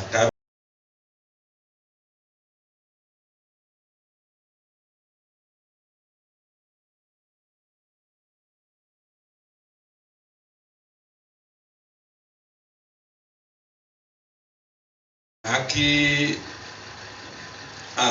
ní pàtàkì I recognize ẹ̀gbọ́n wa, brother wa, the former chief of staff to the president of the federation, Jones Arúgbọ̀fà. So tó yẹ pé ìgbà tèmi mọ̀ wọ́n dáadáa lé dáàdì mi General Raji Rasaki retired. Mo ń pàdé wọn nílé wọn dáadáa ní wíwá ẹ̀. Then I was the managing partner of Fatima Raji Rasaki Akoko in Lagos. So pẹ̀kín tó mọ̀ pé ẹ̀gbọ́n mi ni wọ́n. Inú mi dẹ̀ dùn pé mo rí ní ayọ̀ àti àlàáfíà. Màá kí màmá mi, màmá dáadáa, mother of Akoko land. Ẹ̀jẹ̀gun mọ̀ wọ́n bínú sí mi lọ́wọ́lọ́wọ́ wọn ní kí wá rí wọn mi tí ráyè lọ rí wọn. Màmá Ọládùn ní Ọlọ́run Alora Emenyo gbogbo nǹkan tẹ́ ti ṣe fún Akoko land for Nigeria and for humanity. Inú mi dùn pé ẹ̀ ń jèrè ẹ̀. Àwọn ọmọ yín wọ́n yanjú. Ojoojúmọ́ tá a bá rí yín, you are always younger than yesterday. Ní pàtàkì, I will commend this summit, the convener of this summit. And sorry, my distinguished honorable member of the House of Assembly, má bínú, because by protocol, you are our leader here. Honorable Oluwatoyin Japheth, the representative of Akoko Northeast in the Ondo State House of Assembly. You are welcome. Mo dẹ̀ kí gbogbo àwọn ìjòyè, àwọn religious father and all the participants in this summit. Most particularly, I will commend the effort of the convener of this summit. And it's a lesson to the political class. Because soldiers are trained in the art of war. But in recent time, in Akoko land, I can bear witness, our soldiers are the bringers of peace and tranquility in Akoko land. My brother, Major General Olukoju, has been very exceptional, and Major General Olukoju and his team, as ably represented there, have been very, very exceptional in fostering peace and unity in Akoko land. You will recall we have crisis in Ikare very recently. It was one of you, Major General Lukman, who came around again and, you know, first brought a lot of Ikare diggings together under the Ikare think tank. Their effort is the peace and tranquility we are enjoying in Ikare today. I commend them. I represent Mr. Governor, and I must first of all deliver his message. Mr. Governor appreciates the convener of this summit, and the only thing he said was that he acknowledged your effort in complementing the effort of the government to making sure that the lives and properties of our people are secured. Of particular mention is the creation of Amotekun that our Baba has duly recognized. Amotekun cause were child of circumstances, and you will agree with me the challenges Mr. Governor faced when this cause were being established by the power that be there. But thank God now, the effort of this corps can never be overemphasized in the security arrangement of not only Ondo State, in the southwest of Nigeria. And you will see the effect that since the creation of Amotekun, it has been a downward trend in the security challenges we have. We cannot compare now to about 5 or 6 years in Akoko land and in Ondo State. So the governor instructed me or directed me to thank you in your collaborative effort with the government to making sure that lives of our people and their properties are kept safe. That is the message of Mr. Governor in nutshell. And I want to thank Baba for the prayer that you have offered for Mr. Governor, and I can confirm to you that Mr. Governor is getting better every day. And very soon, he will disappoint his adversaries by coming to Ondo State physically to take over the mantle of governance in Ondo State. That is the message of Mr. Governor.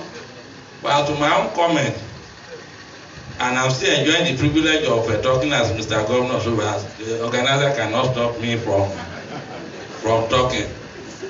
In a gathering like this, you have come to learn. Where you have people like our Papa as the chief spokesperson, Papa Aladune has spoken.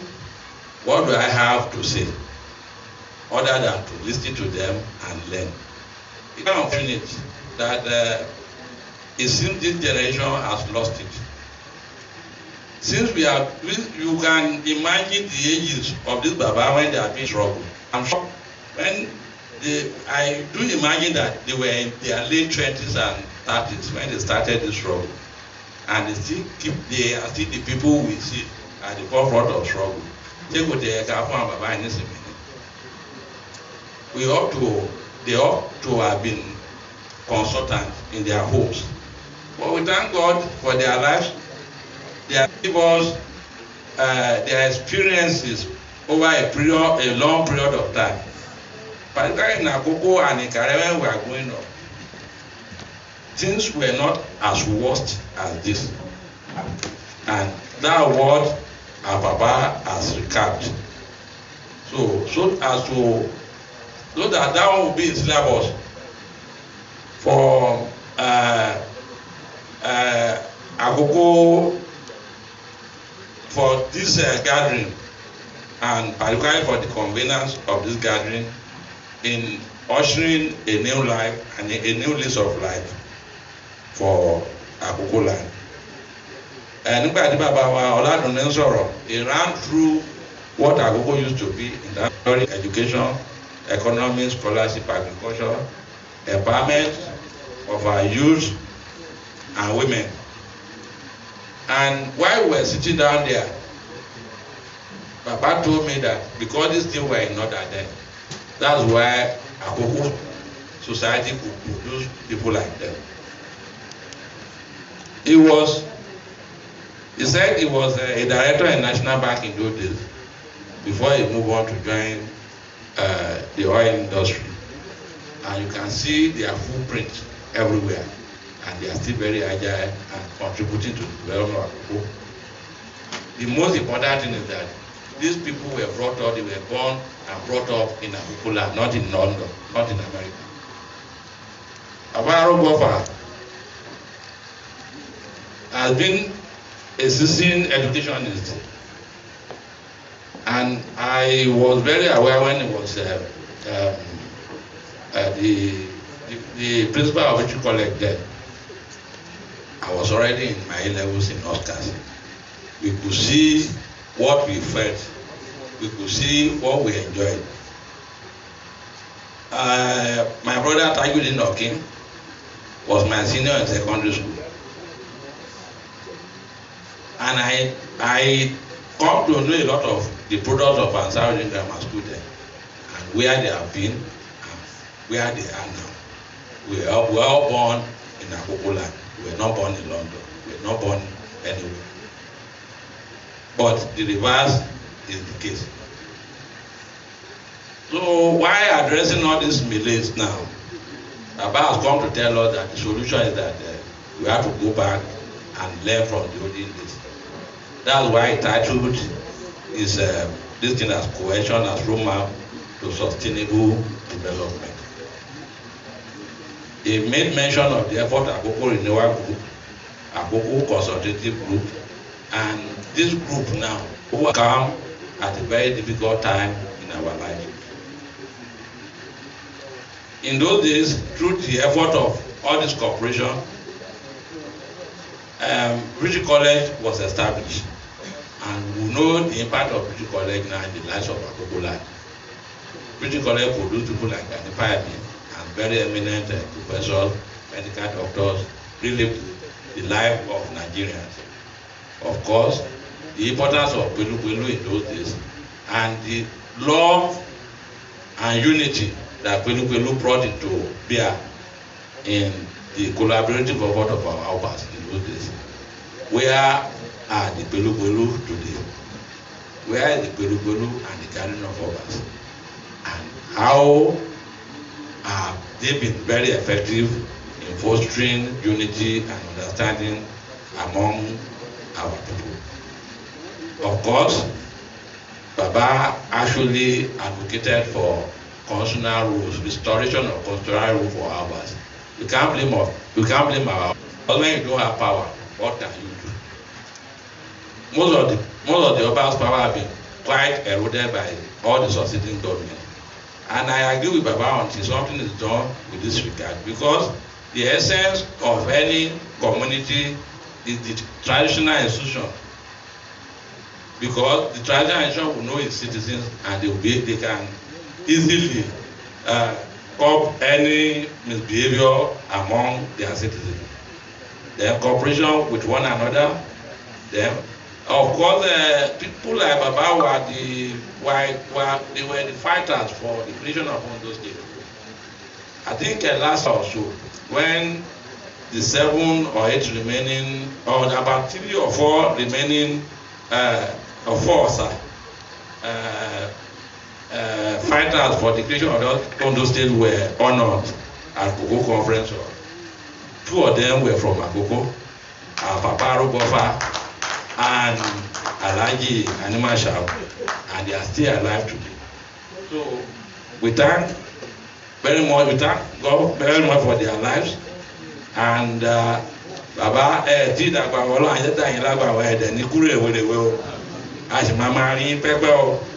so when we consider the effort of our past leaders like Senator Okunleye and co in the political space, our today's politician will feel challenged that maybe we have lost the orientation, because then it used to be selfless service to our people. Akoko development, a group like Baba emphasized, brought the national grid from Guinea, and of course they were very, very, their support for Governor Differenti was very enormous. So the recent challenges of Fulani invasion in Akoko land, as a result of the porosity of our borders, so cannot be overlooked, and that's why the coming on board of the convention is very, very important. And I know what General Akoko and his team have been doing in our forest, and they usually consult us in government. Recently, General Akoko had to call me and advise that establishing a trailer park in Ishua axis will be like bringing assemblage of terrorists from everywhere, because you know what trailer parks means. So one of our representatives in National Assembly now has his constituency project. It may meet well by bringing that trailer park, but that trailer park must not be in that location, because putting that trailer park in Ishua, that is the junction of Ishua, that can be easily accessed from Okene, from everywhere, from Edo. And you know what trailer park means? Trailer park used to harbor a lot of these terrorists. So when he told me we had to take it up. So if the trailer park has to come, it has to be established in a place that will, of course, bring development to Akoko land, but not in that axis that will endanger the lives of our people. And we are still working on it, sir, to talk to our honorable, who is bringing it as one of his constituency projects, to reason with your security challenges, so that at the end of the day we will not lose the trailer park, and of course the life of our people will be secured. About now went back to memory lane 40 years now. Where were we 40 years ago? And where are we now? 40 years ago, of course, I've been born then. In 40 years ago, I've been born, and I could feel, even if I was not adult then, I could feel the flourishing business environment that we were in then. I could feel the safe environment there. I could feel the fact that there was no fear of being attacked by anybody. So, but today now, it's the reverse of the case. We have Socio-Economic then, we still witness Socio-Economic. We still had the impact of people like Jopile and his and all the Jishas who were here then as motor dealers. And anyway, from even from as far as Ibadan, they will come to Akoko land to come and trade. But all those things now, they are things of the past. So then, though in those days we have well-established educational institution, British College, Mount Carmel, Oscars. I was a product of Oscars, and in the course of my life, there are nowhere I've ever been that you will not see somebody who has graduated for Oscars, because Oscars was a training ground for most school certificate holders then. You don't, in those days like myself now, I never sat for JAM. It was natural then. When you were in the secondary school, your aspiration then was to go to Oscar. After 2 years of A-level training, you have your direct entry into the university. So those establishments were there, and they really impacted into the lives of Akoko. Then, but thank God now, not hope, we still have hope. Hope in the sense that our chief of staff, when I was chief of staff, we brought the University of Open University. I was there at the commission, at the foundation with Honorable Water. I think it was about 3 days to the election of the re-election of 2015 election. So you brought all of us, the gladiators, the political class there, to come and commission the university with you. and I know that university is imparting positively into that. You can go to work and still have your degree. So those are the things, those are the hopes we have now. Then of course Maris University is coming on board too in Akoko land. So definitely when that university is fully onboarded, of course we'll have the impact of those universities. Those are the hopes that we have. And one of the hopes too is this gathering, the Akoko Security Peace and Development Council is one of the hope of development for Akoko land. So with all these things that are coming and with the collaborative effort of this group, we have security, we have peace, we have development. So that's why I said all hope is not lost. It is in this instant that I will join Baba on the clarion call to our royal fathers, to our religious leaders, to all politicians who are here, to see the summit from the perspective. The essence of this summit now is not from politicians who organize this summit for political gain, but it is a selfless service to giving back what they have been able to benefit from society. Why this summit to be organized by members of APC now? Maybe it will mean to canvass go for the next election, or PDP. But to the glory of God, this summit has been brought into being by people who are genuinely interested in the security and development of this Akoko land. And that's why I said it's one of the hopes of Akoko land. Of course, the general lesson we have is that our togetherness will be strength. Our unity will be to our benefit. And love of one another will bring what I used to call greatest happiness to the greatest number of our people. Of course, we have the challenges the youth of today are facing. So you have many graduates who are not employed. And like we used to say, they will always find work for idle hands. Our cooperation, our togetherness will fashion out a system where our youth, women, and other people will be carefully engaged to bring to bring the more desired peace, security, and development of the land. It is in this way that I thank everybody for coming. Thank you. And all this thing will be my summary, the summary of my submission to Mr. Governor, that he has sent me, and this is what I've learned. And we will now ask Mr. Governor and the government to look at all these things with a view of complementing the effort of this summit. And at the end of the day, we bring the desired result of this summit to fruition. Thank you very much.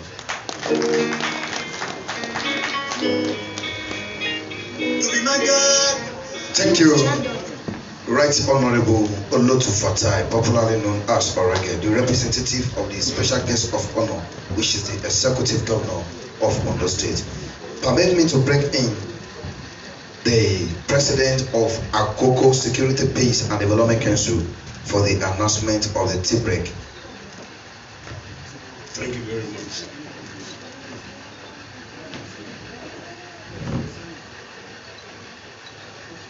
The special guest of honor, members of the high table, our royal fathers, distinguished invitees, ladies and gentlemen. When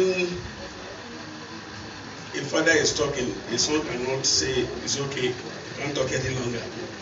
When an Oba is talking, you wait until when the other Oba exhausts his time. And at the same time, when the governor speaks, if I don't want to be banished from Ondo State, I will better calm my nerves. We have to do some readjustments, and what we are going to do, please, the members of high table and the royal fathers, we have just about 30 minutes discussion in one of the rooms there. Members of High Table and the royal fathers, our royal fathers, the secretary will take them to the room. Then our very, very important personalities will join us, while others will be by the poolside just for 30 minutes. I say very, very important personality. Very, very important personality, and our women. Please, just for 30 minutes, just leave your files or your tables. The reason for this, please, we are just not here to come and watch people speak. We want to redesign a destiny for Akoko, and we'll make sure that this day is not wasted. Please just spare us today alone. Don't rush to go back, because something must just come out of this summit. Please just bear with us. This is not the normal summit, people come and go away. We want to, all of us have to come together and make decisions on whether we want to be successful or not, and I'm sure we're going to be successful. Please just bear with us. The time is fast spent. If you look at the program, it has gone, if we have deviated from the program, but the most important things are coming. Just please drop your file on your seats, and then for the others, please go to the pool side. The uniform men to go to the other side, close to the hotel, please. Just for 30 minutes, then we come back. Please just drop your files on your tables so that you can easily know where you sit when you come back. Thank you very much.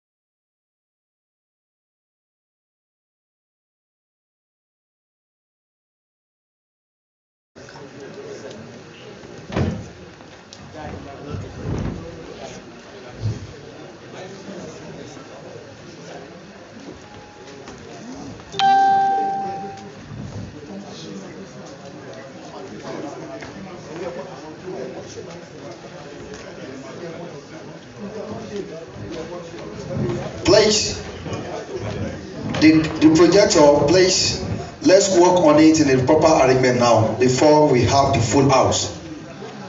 So let's make the arrangement now. Before we have the full house. Because immediately before we have the full house, we may not be chance to do that.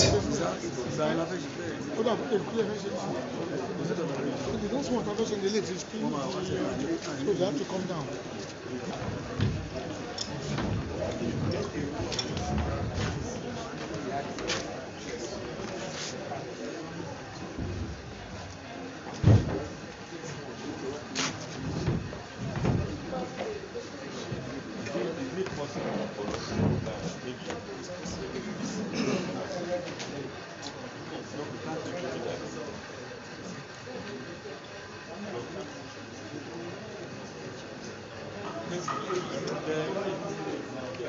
So let's do that.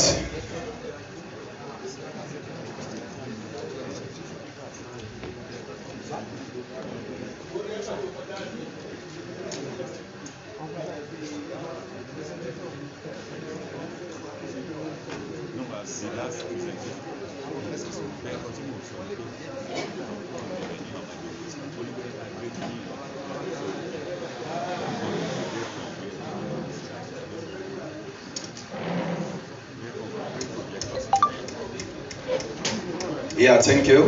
Let's make the arrangement now before we have the full house. Thank you.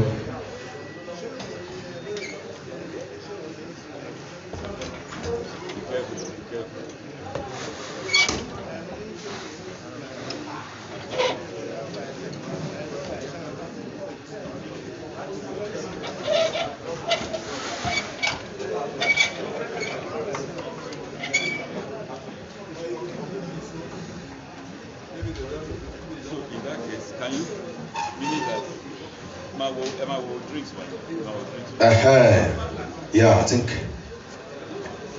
he's okay like that.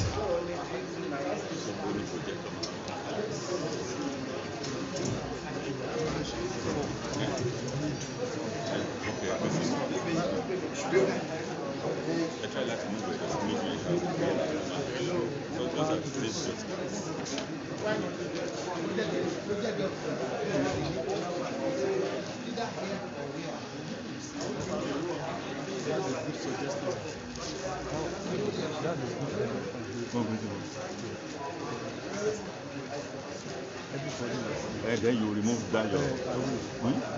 Okay. Ẹgbẹ́ kìíní yẹn sẹ́yìn báyìí kẹgbẹ́ kìíní yẹn sílẹ̀.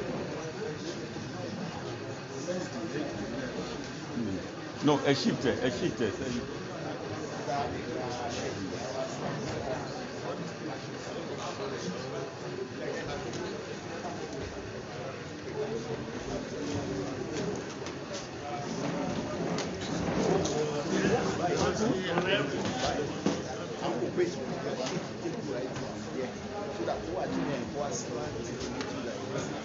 Then they can remove. The remainder of them, they all move to the right ones. The last two now, you know, that's the only way. Let's have a plenty of another way of care.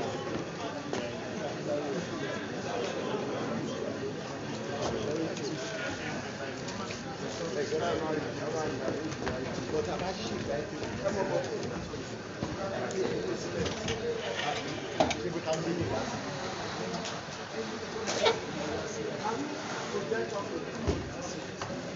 there's no power there.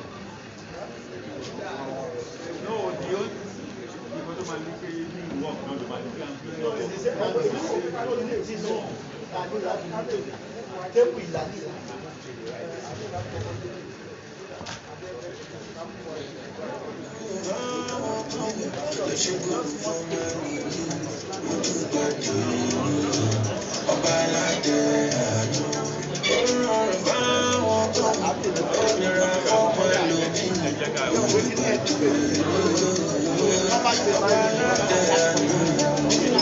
Ojúlárí àìmọ̀nà ẹni tó ké tí mo sunkún lọ́jọ́ karùn-ún tó ti wá nìkan lónìí ojú farabalẹ̀ wà ní mọ́ everyday tó bá sọ pé náà only you farabalẹ̀ other people feel am too tó bá ṣe mistake for somebody else you máa mọ̀ pé God to bless you aláàánú tí o kì í sùn ọ̀nà mi jẹ́nu kò kú ló ti ṣù ọ̀lára mi tọrọ mi ò kì í sùn ibi ò bọ́rọ̀ mi dé mo dúpẹ́ òye kò ṣe òun fáwọn kan ló ṣe kò fún ọmọ ẹlòmíì mo dúpẹ́ tèmi ọba aládé àánú ó rọrùn fáwọn kan ó nira fọmọ ẹlòmíì mo dúpẹ́ tèmi ọba aládé àánú.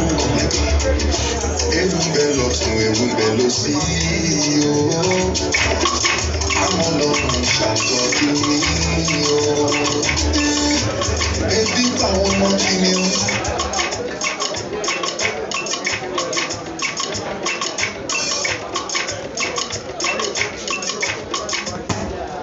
Ẹ̀mí ìmoore ọ̀sán, ọba mi lókè, ọba mi dé kíkà hallelujah kí ó ṣe lò káwọn káwọn lọ́kùnrin ọmọ ẹlòmíì mo dúpẹ́ pẹ̀pẹ́ ògùn mo rọrùn fáwọn kan kó wá nira fọmọ ẹlòmíì.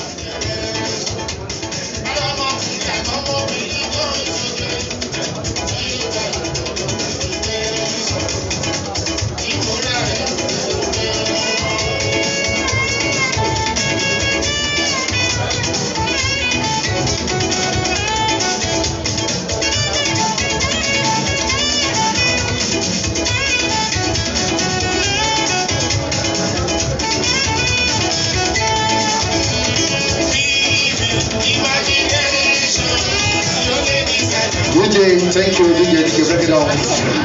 DJ, thank you. So, I believe by now we've already had a full house now, in which any moment from now, yeah, okay, any moment from now,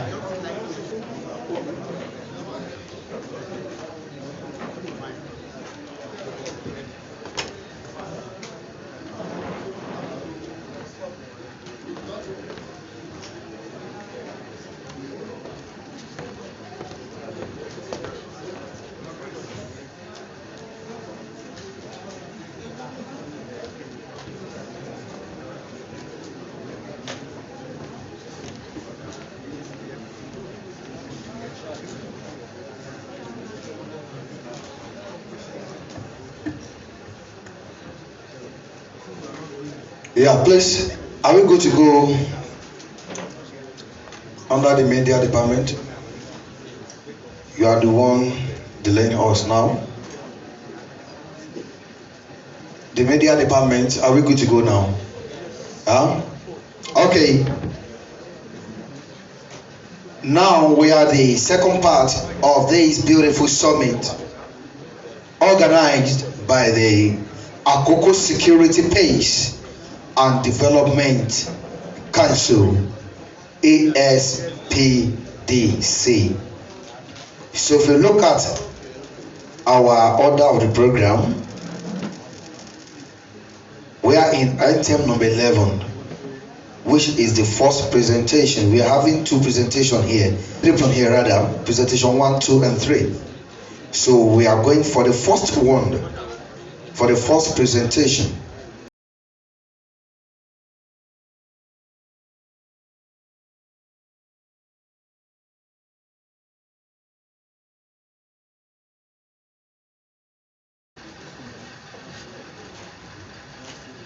The representative of the governor of Ondo State, the chairman who's left us a while now, our keynote speaker, our dear elder statesman, the chairman of Akoko Traditional Council, and all our royal highnesses here present. I want to particularly recognize my boss, General Jones Bufa. So our senior brother is my boss, one of those that God used to train us. You know, interestingly, many of us who are from Akoko are also in the Corps of Signals of the Nigerian Army, right from the time of General Dunoju. And I don't think it's a coincidence. I think it's just the grace of God that God packed us into that line of profession. And we are very glad. I particularly recognize him as a dependable Egbon, right from when I came to the Corps of Signals in 1981. You know, and he's been a senior brother indeed, guiding us, mentoring us. Thank you very much, sir. I want to appreciate also General Dayo Lukuju and his team who have done this wonderful work to put this together. And at that, I want to stop there. So that we can spend our time wisely. I am so particularly happy today that we are having this program. I guess it's the first of its kind that is focused on security and development. And I think it's a good turning point. It's a redefining moment for us all to, for the first time, come together and chart a new course for ourselves and for our generations unborn. You know, one of the lessons from the challenges the nation is going through is that our children's children, including our children, we ask us one day, when you saw the nation like this, what did you do? And then we'll be able to tell them this is one of the things that we did, isn't it? So I want to appreciate you all for making your time and sacrificing your time to be here today.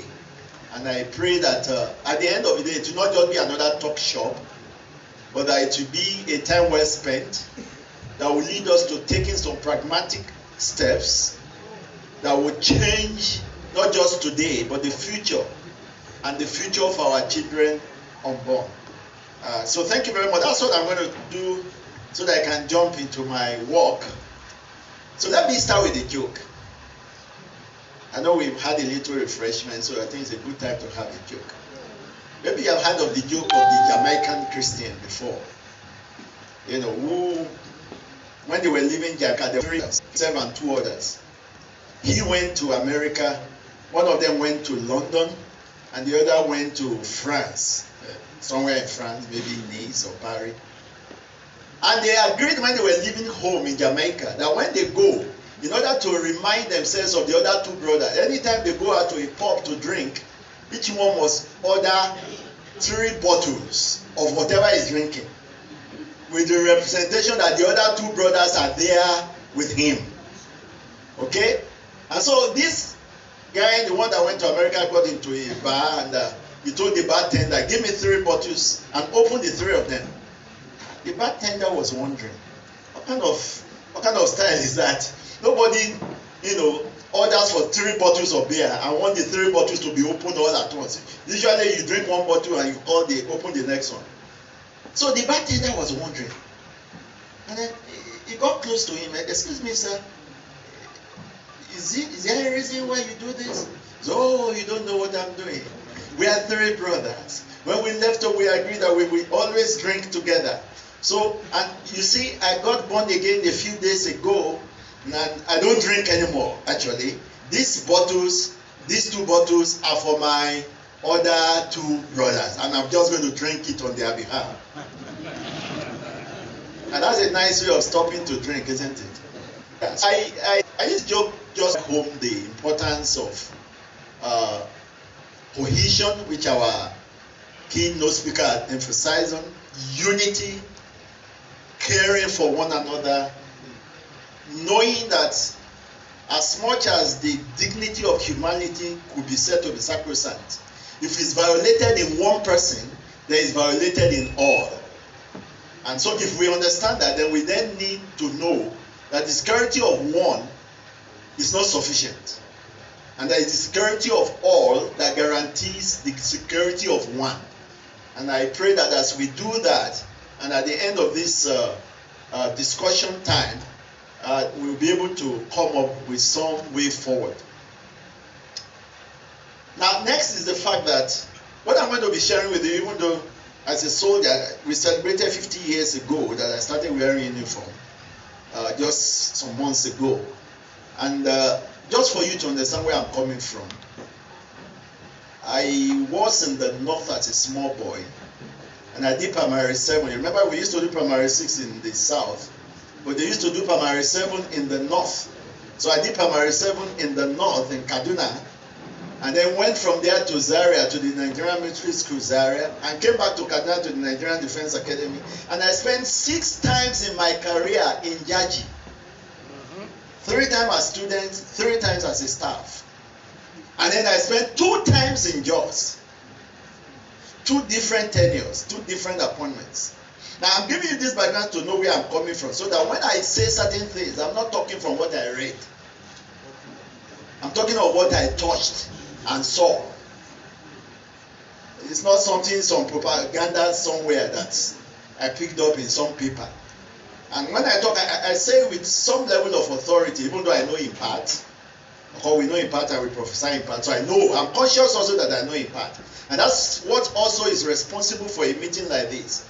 Because you don't even need to be a soldier for God to pass an idea that will bring solution through you. Do I have a witness in the house? Yeah. Yeah. The best ideas don't necessarily come from the professionals in the given field. And in the military, as strong as seniority is, we still remember the fact that even the youngest soldier could have an idea that will help the general to get the work done. Yeah. And of course, Yoruba people say,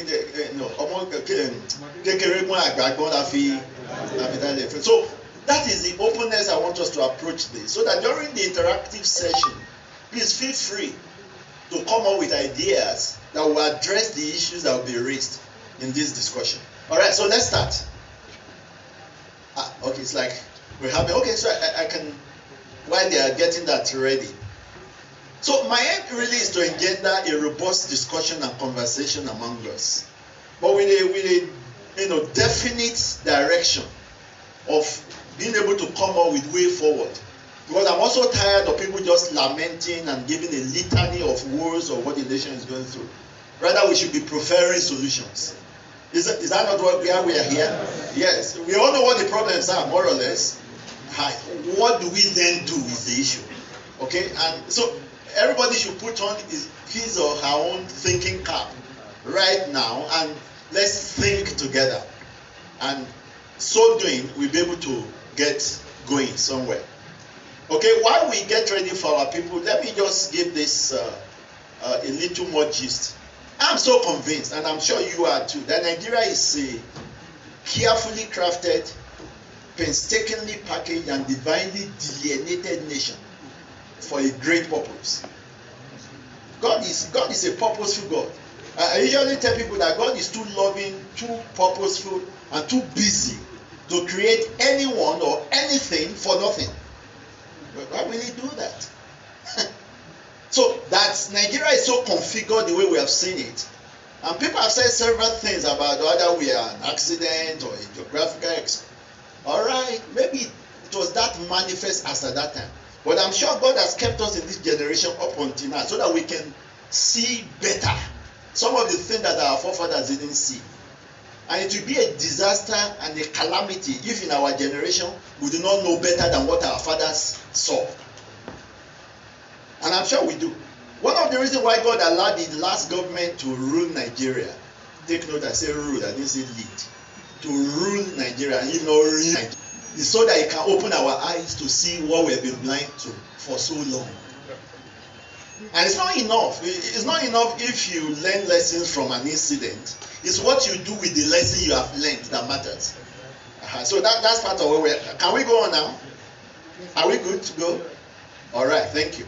Okay, so move on. Move next slide, please. I think I've covered a lot of this already, but let's talk from there. No, it's okay. I'm not sure you are using my latest slide. But it's okay. I'll work with you. All right, so talking about the state of the nation. Now, I use the word country there deliberately to connote the fact that we are not yet a nation. I'm sure so many people will agree with me. Part of the problem of Africa is that we have not had statecraftsmen who understand how to craft a nation out of a country. And we've been deceiving ourselves and calling ourselves a nation.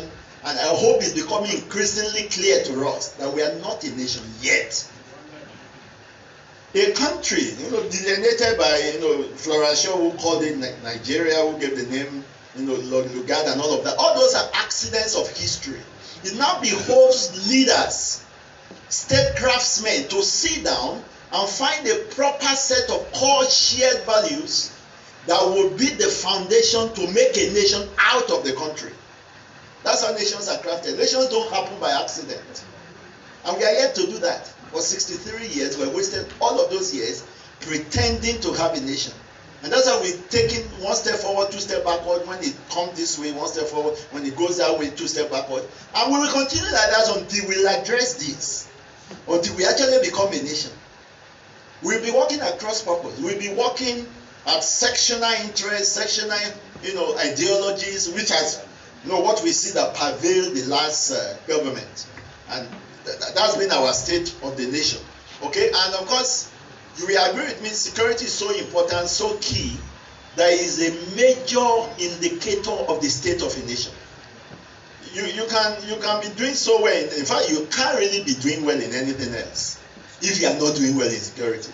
Because like I point there out, if my people will allow me to follow this slide. Sorry, I know what it is when you have some technical itches. The technical things can misbehave at the time you need them most sometimes. But it's okay. Let's move together. Let's not be distracted by that. I'll follow my note. So please just follow me. Just follow me. All right. Now, I talked about the greatness Nigeria is destined to achieve. In fact, our forefathers, when I mean our forefathers, our liberators, our foremost nationalists, Post, Ahmadu Bello and all of them, one of the things that motivated them to fight for our independence was the fact that they saw this greatness, which they called the manifest destiny. That was the phrase they gave it, the manifest destiny. Because when you look at Nigeria, look at the indices, look at the statistics.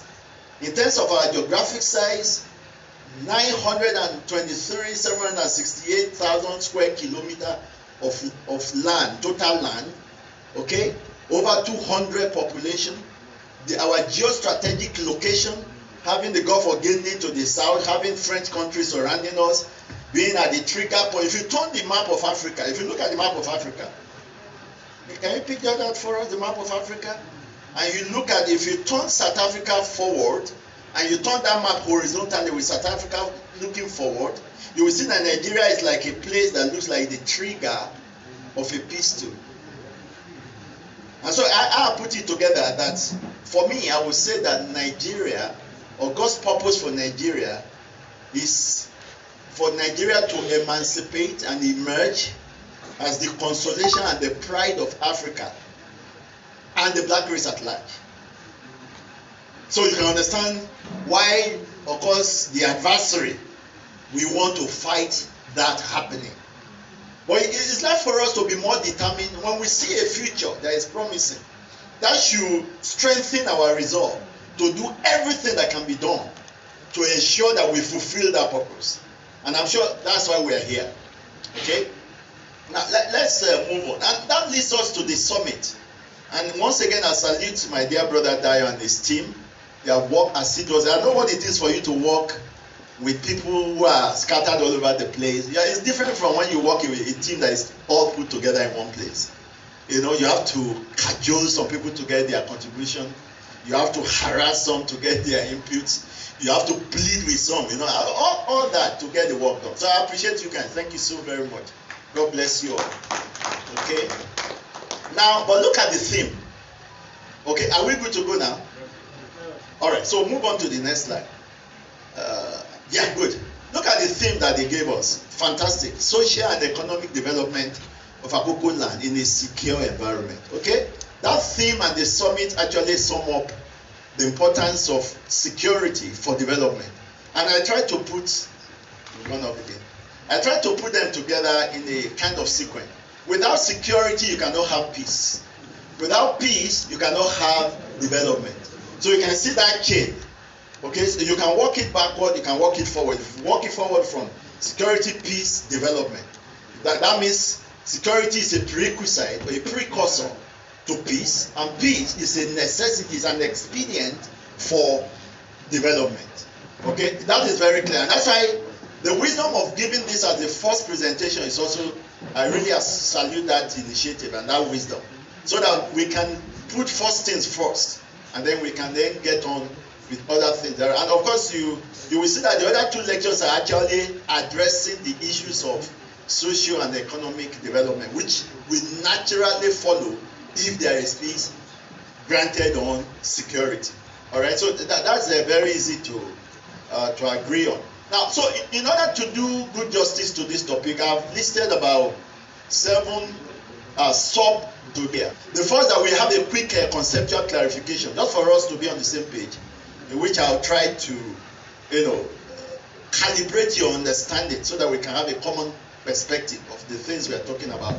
The main variables of that topic: what is shared responsibility, what is security, what is development, so, and then collective security. So those 4 key concepts, we look at them.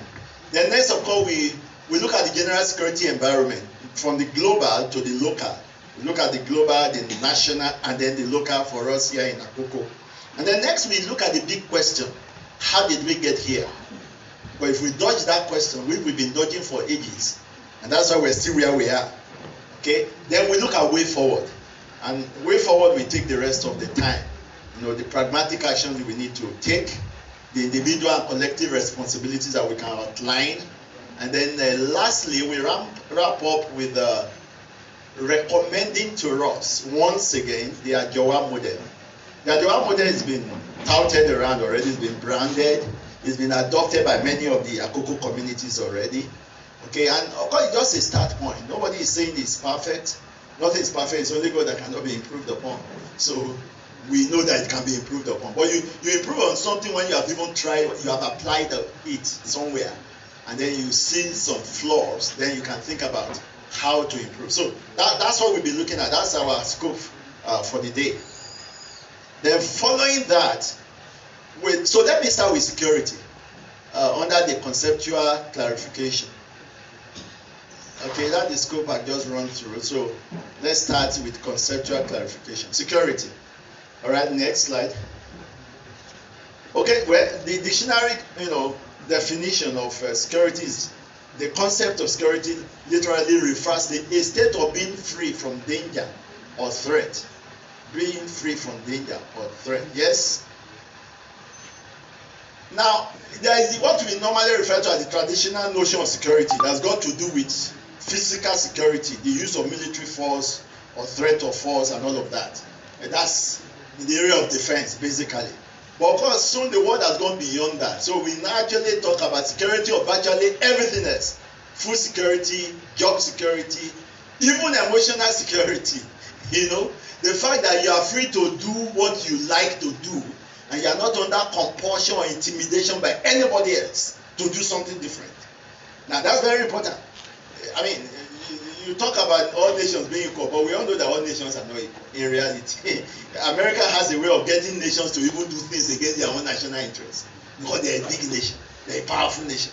Our leaders submit. You see the way African leaders are summoned to different parts of the world in the name of African summit, and they all run there, and we are not feeling any bad about it.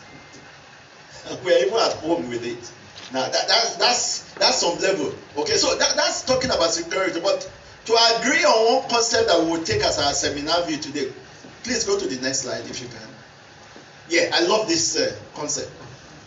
Right. This by Robert McNamara. Robert McNamara was the 8th Secretary of Defense of the United States. He was somebody that came from the private sector. He used to be CEO of Ford Motors before he came to join the 35th President JFK and as a Secretary of Defense. And he brought up this definition. Let's look at it together. You're in trouble. Okay, so all right, let me read it out to you. Security is development, and without development there can be no security. Any country that seeks to achieve adequate military security against the background of acute food shortages, population explosion, and low level of productivity, fragile infrastructural base for technological development, inadequate and inefficient public utilities, and chronic problem of unemployment has a false sense of security. Fantastic. Fantastic. I'm sure you love this definition. Not only does it give us the concept, but it also establishes the nexus, the connection between security and development, and also covers the fact that there is the security of all other ones, going beyond the traditional concept of security. So that's our seminar view. We're going to stay with that. So let's move to the next one. General security arrangements. Still talking about security. Yes? I'm sure we've all heard of the state of nature. Thomas Hobbes in his book, The Leviathan, gave us this. That the state of nature was one in which there were no enforceable criteria for right and wrong. So everybody did what he liked, what was good in his eyes. He said people took for themselves all that they could, and the human life became solitary, poor, nasty, brutish, and short. Now that is the state of nature. That is the state man was at the preliminary level of development when, might was right. So if I was stronger than you, I can just walk up to your house and take over your house from you and chase you and your family out, and that's it. Now, thank God that we move beyond that state. It's a state of what we call the concept of balance of power. That was a state and a policy and a posture where nations come together to ensure that a group of nations or a nation is not stronger than them. So they kind of try to acquire powers so that they are not intimidatable by the other power. Okay, that's ensuring that there's balance of power. And today, of course, we can add balance of terror.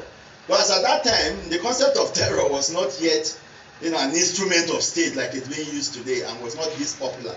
Okay, so balance of power or balance of terror, those two are put together. That was one level. That's one level of security arrangement. The third one, let's move on. Let's move fast. Is the collective security, which is where our focus is. That, like I said at the beginning, that the security of one is not sufficient.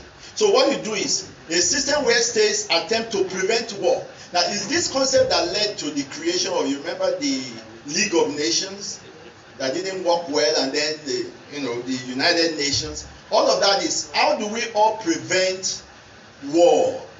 Subsequently, how is it that we can ensure that anybody who crosses the line, the rest of us can gang up against him and straighten him up and get him back in line? Okay, and that's why the concept that NATO is based on, the Article 5 talks about, you attack one, you attack all. Attack against one is attack against all. And all will come against you. Bam. That is enough to deter even the most crazy leader somewhere. So that's the concept. And that's what we're coming to bring to Akoko in terms of security. That collective security. So it's not enough if we adopt the Ajowa model in Ajowa, for example, and Iriti or Igashi are not doing anything similar, and there is no connectivity, there is no overlapping responsibility, there is no collaboration and cooperation, then we are as vulnerable as they are. And that's why we must think in terms of collective security. All right, let's go on. Now that leads me to the shared responsibility, which the first phrase of our topic. And I love this. Look at this. Benjamin Franklin was one of those founding fathers of America. If you remember, at the end of their Constitutional Convention, the woman saw him and said, "Mr. Franklin, what do we have?" And he said, "We have a republic if you can keep it." Now, he said, "They that can give up essential liberty to obtain a little temporary safety deserve neither liberty nor safety." Now, what that means is this: how dare do you hold your security? What are you willing to trade off for it? Or how much price are you willing to pay to ensure and jealously guard it?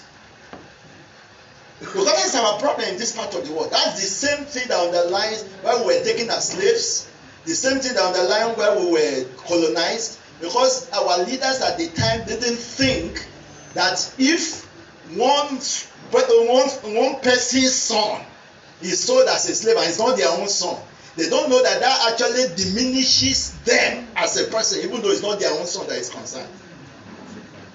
If only we had that understanding, then it wouldn't have been so easy for those who colonized us to have it that free. Well, there were stories of some resistances in some places, but if this principle was taken to heart, to the point that the extant leaders at that time stood for something that they knew that if one person's son is violated, their own son, which they are hiding in their house, is equally violated. Now that's that. Let's go to the next one. Then he summarized this way. He said, "Justice will not be served until those who are unaffected are as outraged as those who are." So each time that you hear that somebody is kidnapped somewhere else, not your own village, how do you feel?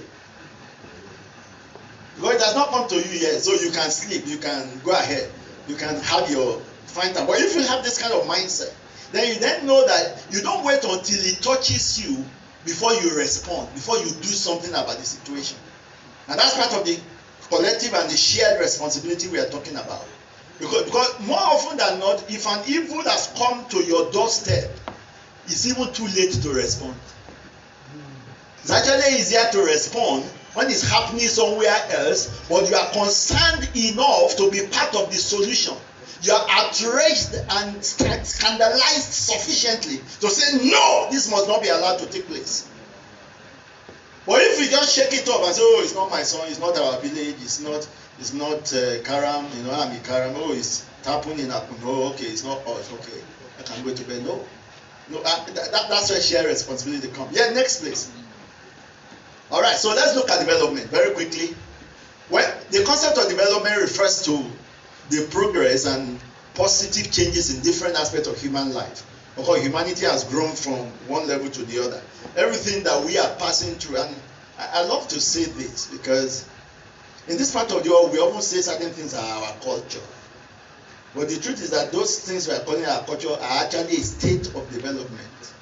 And every part of the world that we are seeing as advanced world have passed through that state before. So there's really nothing our culture about it. It's just a phase of the development that we should move beyond it and move on to. Because man was created to become. Man is the only creature that was not a terminal creation. God created man to become, to emancipate until he gets to the highest level of civilization. And that's a very important point, to make. So let's round it up here. I want to jump because of time, and I know I have so much ahead there. So let's look at the one we are making our seminar view. And I took this from the UN document. Of course, if you want a concept for development, going to UNDP website will give you a very good place where you can get a universally accepted concept. So that's what I did here. Now, development is one of the main priorities of the United Nations. So development is a multi-dimensional undertaking to achieve a high quality of life for all people. Economic development, social development, and environmental protection are interdependent and mutually reinforcing components of sustainable development. Now, I'm sure we all remember Millennium Development Goals that was supposed to end in 2015. And when it happened, they saw that by 2015, most part of Africa have not even gone halfway in fulfilling it. Then they changed it and repackaged it and called it Sustainable Development Goal, which is supposed to end in 2030. And I can bet you by 2030, they are going to discover the same thing, that we have not gone halfway. So the problem is more with us. It's really more with us. Thank you.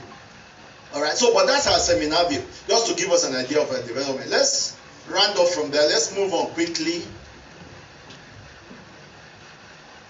No. All right, let me just touch on that. We don't have the time, but let me touch on that. There's a statistics there that should get our attention.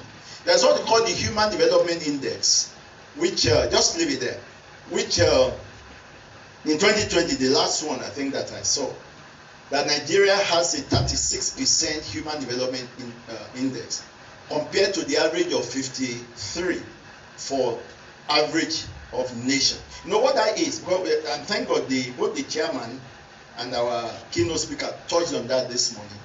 The fact that education and health are two critical sectors that determine the emancipation, the capacity of men to actually actualize their given purposes and potentials.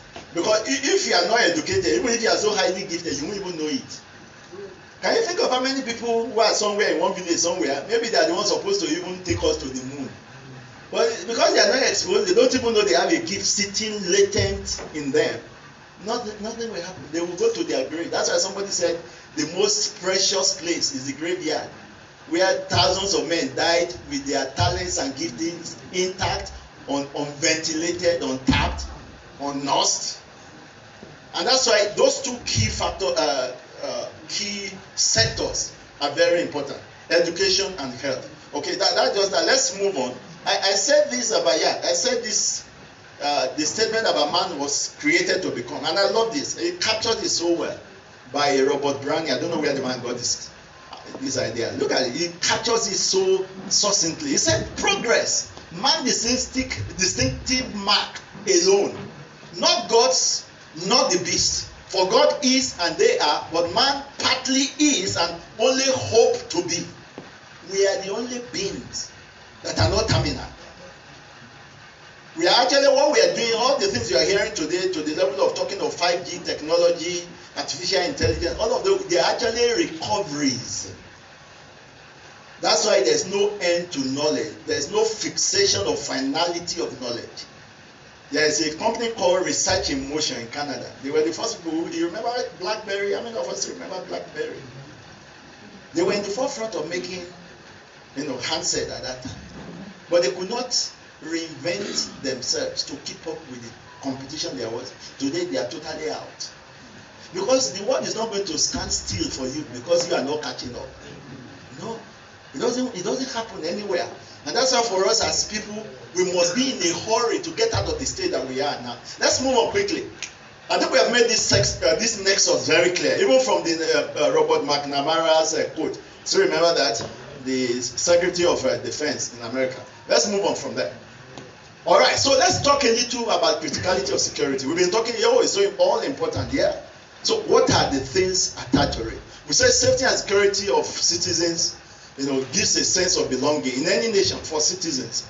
The freedom to move around, the freedom to be anything you want to be, the freedom of knowing that when you step out. I think it was our elder statesman who was giving the example that when he was principal in Ikare, in Victory, that he could drive to see a parent somewhere around within Akoko without even thinking about it.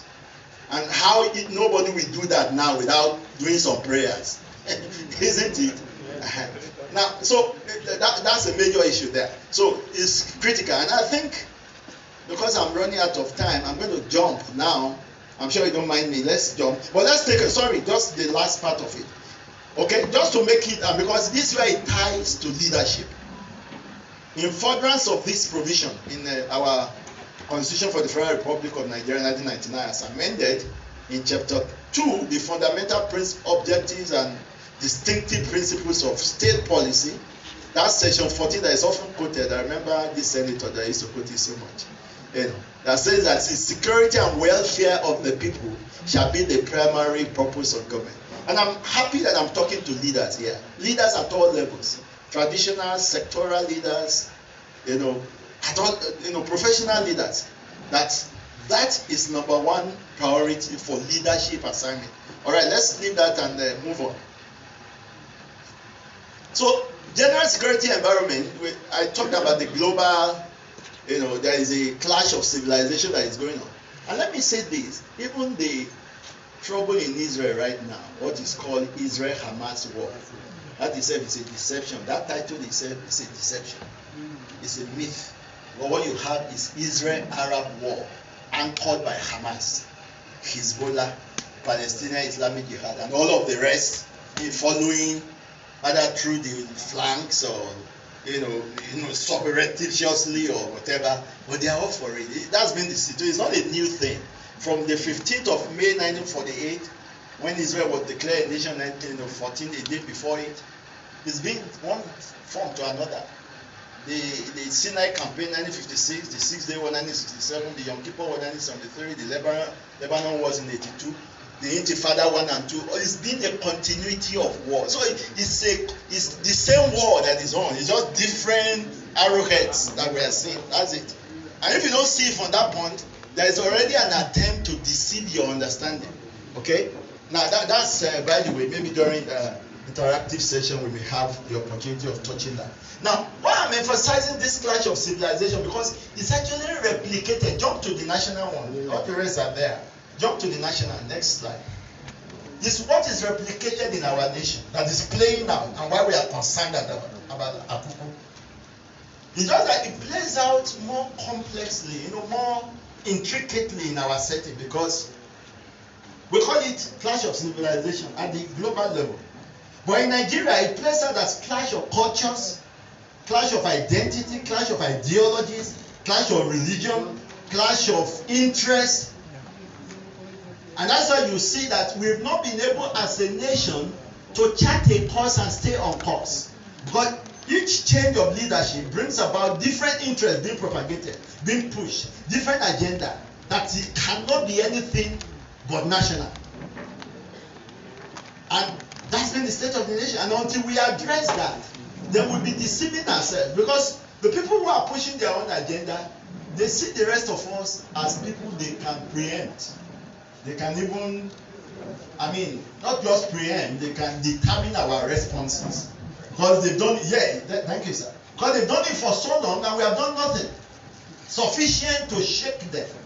Sufficient to make them go back to the drawing board. We've done nothing, actually. And if somebody is slapping you every day, and you slap you, just adjust. Tomorrow he slaps you, just adjust. The next time he will not only slap you, he will hit your head in addition. Because you are proven to him that you are willing to take anything. And that's why we must come to a point when there's a holy anger rising in us to say, come on, this nonsense must not stop. This is not what we must bequeath to our next generation. That's the point we must get. If we don't get to that point, we will continue to tolerate this nonsense and pass it on. They've been passed on to us. From our forefathers, that's how they've been passed on. And jokingly, I was making a joke with somebody that our forefathers were Akoko Jews, you know. Does a lion give birth to a goat? So how did we get here? If our fathers were Akoko Jews, how did we get here that everybody just beating us left, right, center, and we're just accepting, and we're just receiving it, and we're just adjusting? I pray that God will help me to get you to that point in this session that we're in. Okay, so let's run through that. Let's go to local where we are. Yes. So Akoko, in fact, thank you, sir. You made my job here. You've already given us why Akoko is especially strategic. Because we are a frontier part of the southwest, bordered by these states where there are sufficient trouble, especially Kogi, where there are, dens and havens of the bandits and the Boko Harams and all of that. Not only that, they have used that to extend the Boko Haram and the invasion of the militias. Okay, we know that. Now, it is not. Somebody said something earlier that. Either the bandits do something. But I want to say to you, these are not circumstantial. Nobody gets off from this country in Senegal and start coming to another nation somewhere where he knows nobody to come and stay there. And they come as a team. Because somebody invited. I mean, I worked as Commander Operation Safe Haven. I know how they used to call them. What has the change is that rather than calling them occasionally, they have brought them to come and stay permanently. Finish. It's a specific, deliberate, conscious and consensuous agenda. It's not a happenstance. It's not an accident. It's not for failure of government not doing what it also do. It's a matter of government happening. So don't tell me some stories. Of course, I was talking when the last man was there. Why didn't they come and pick me up? They know I know what I'm talking about. They know I can unveil them even further than the one I'm saying on the TV. So it's not for us to know what we are dealing with.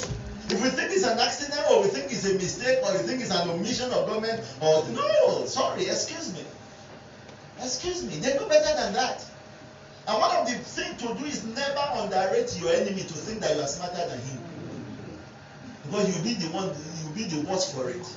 It's always better to estimate your enemy at least as smart as yourself, if not more. Then that way you can properly choose your strategic responses and options. Okay, so that's that. I want to just leave that there because I don't know how many minutes is remaining now. Okay, all right, let's move on. So the big question, I'll leave on with that big question, but maybe during the interview. Okay, I've told you that I speak as somebody who's been seeing this closely, participating, studying, and all of this. So how did we get here? All right. We got here because the same way we're taking it now is the way our forefathers took it. Without mentioning name, I can tell you how many, but I started watching this. Look, in my generation, how many of us in my generation have met anyone who was. I saw anyone who he talked to me on parade ground and all of that, and all of these big guys from the person who is N1 to all the rest. I've had the opportunity as a stick in the military school to meet them on parade, to be interviewed, to be talked to. So I'm talking about something I've been touching for that length of time. And I'm saying that we got here because our goodness have been taken for granted and being exploited. I want to say that. Let's go on. Let's go to the next slide if you can capture that very quickly. Go. Yeah, way forward. Let's go from there. You will see. Know your adversary, and I love this. This you've heard about Sun Tzu before. How many minutes? I don't want to do like the representative of the government. So help me God. I will take your permission. Will you give me permission to go a little more? I don't know if we stop it there. Maybe we continue or we take the opportunity of the question time. Now I love this. You need to take this home. Say if you know the enemy and you know yourself, you need not fear the result or the outcome of 100 battles. Say, but if you know yourself but not the enemy, for every victory that you win, you also suffer a defeat. If you know neither yourself nor the enemy, you will succumb in every battle. How much of the enemy do we know? That's where our major problem is. We assume we know. Of course. Now, if you assume you know, and something has been repeated 1,001 times in our lives, from generation to generation, is that not enough evidence to say we don't know this people enough?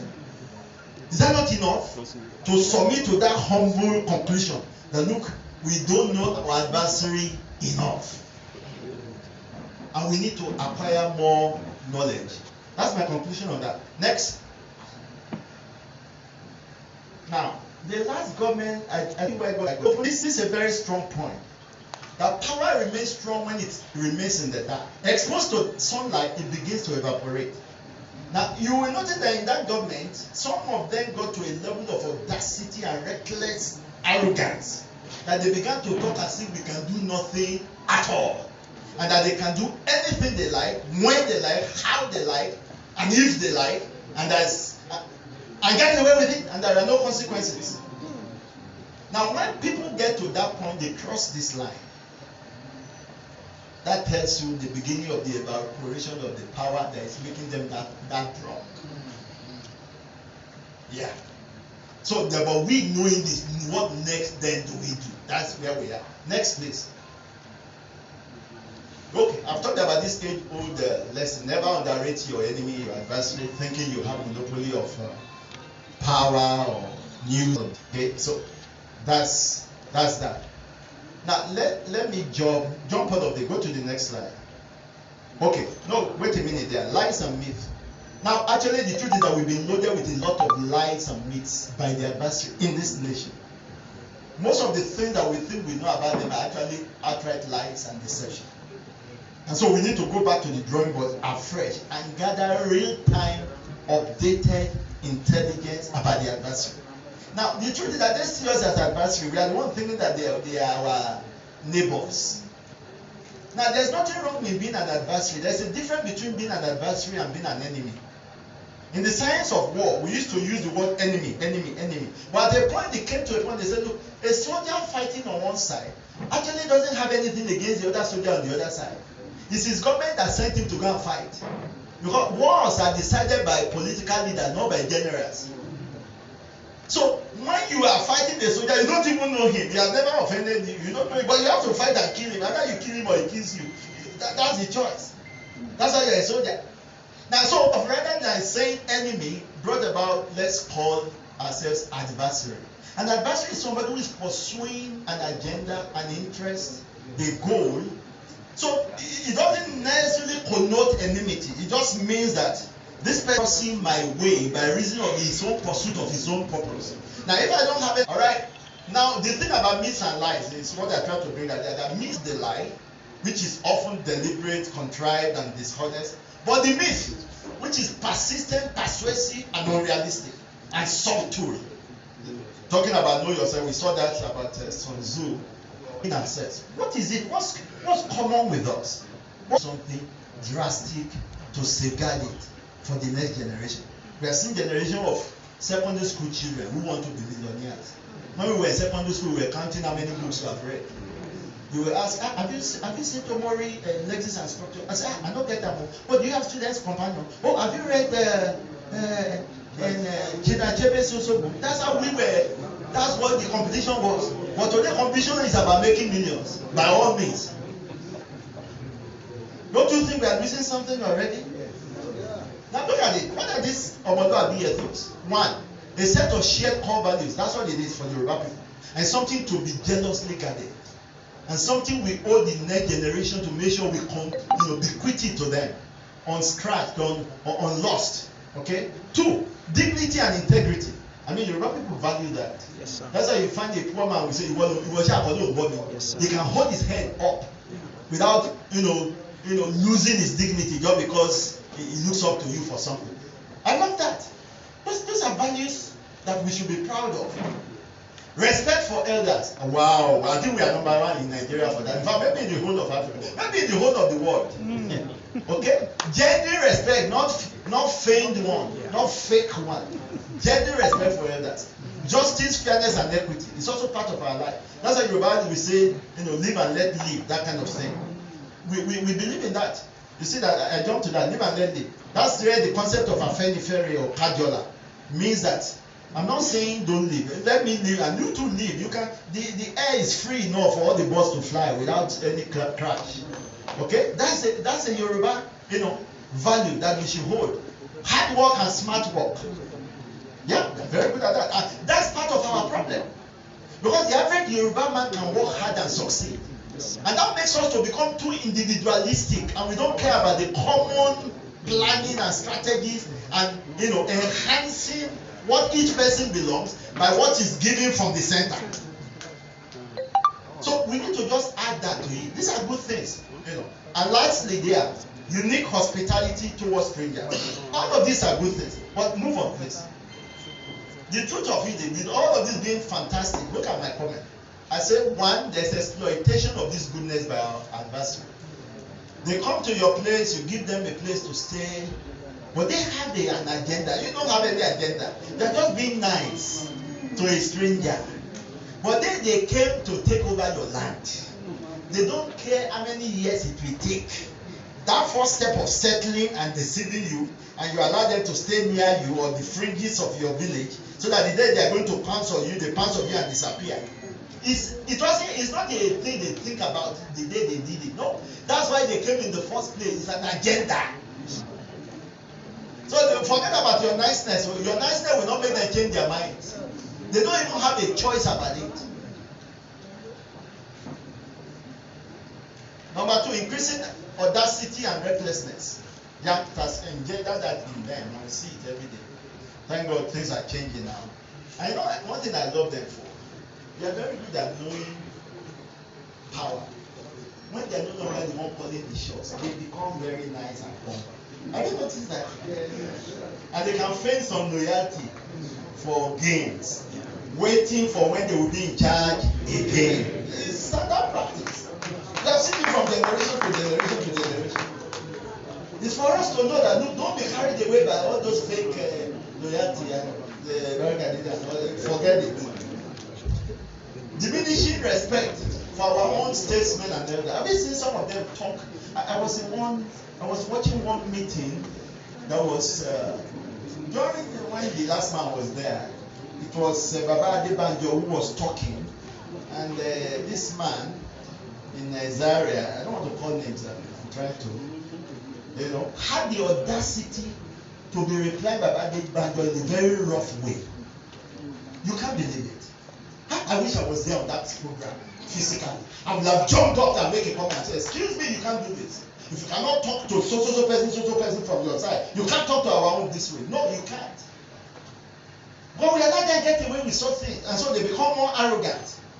As far as they are concerned, the only leaders in Nigeria are theirs, not ours. Ours, we don't have any leaders. And we are not going to get away with such ideology because we don't call their bluff when we need to do. We are either too nice or too timid or too docile to respond. Lastly, there, lack of strategic structure to match the adversary. They have certain standings. I can't call them in our open session, but you know them.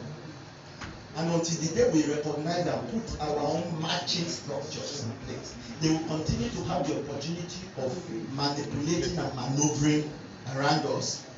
People will go to Abuja and sell us out and even have the audacity to come and show off the loot of going to sell their people out at the center. Until we put certain structures in place, when you know that if you go out to sell your people at the center, stay with them there, don't come back home. If you don't ever do that, it will continue to happen. Lack of strategy. Okay, good. Lastly, accentuated vulnerability on our own elite class. Yeah, we have people, we have elites, we have political elites and all the rest who want to succeed. And if the man holding the power can decide before you succeed, you got to bow. And that has been happening. And that's because we have not put the equivalent structures in place. So let's round up with that. Okay, so I put a last statement there. I say we thus have to put on our thinking cap for a deliberate conscientious and holistic response to this external situation. Not just some knee-jerk reactions, not just some instantaneous reactions. Deliberately well thought out responses that are carefully chosen, that are capable of bringing solution. All right, let's round up now.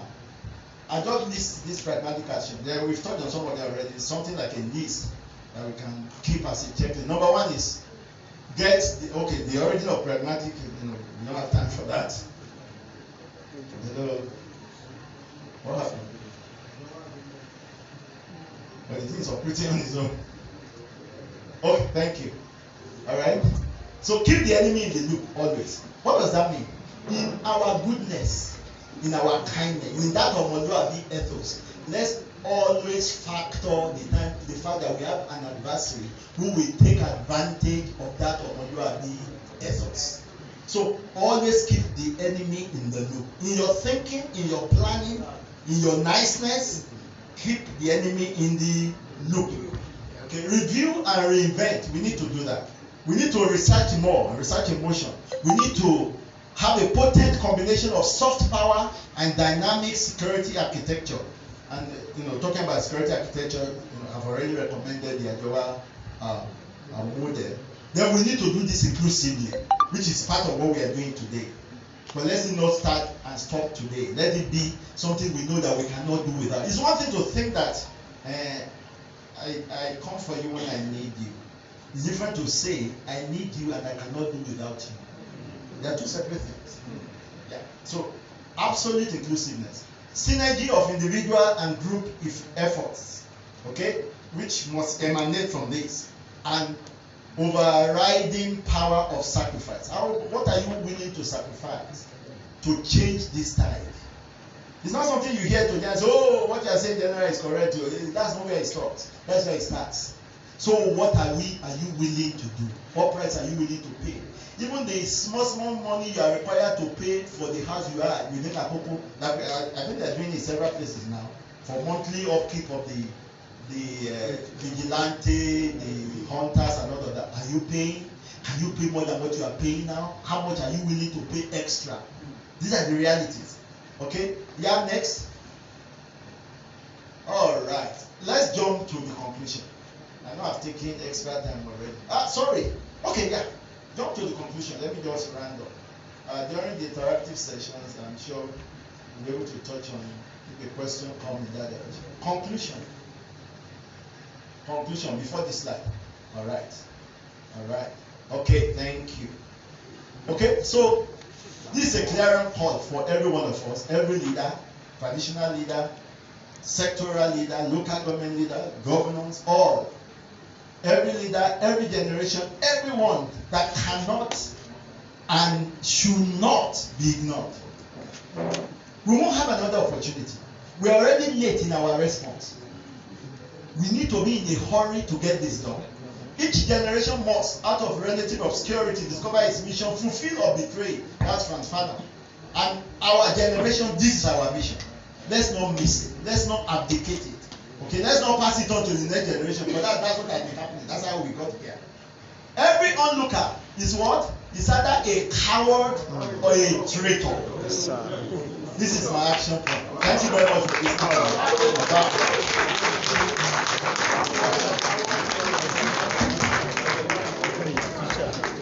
Thank you, sir, Mr. Speaker. More knowledge in Jesus' name. Yeah, Major General Henry Ayola. Now, the lecture was very, very nice. May God continue to bless you. So now let's go straight away to item number 13. That is the second presentation. Item number 13. We call that one should be harmonious relationship and development of Akoko land.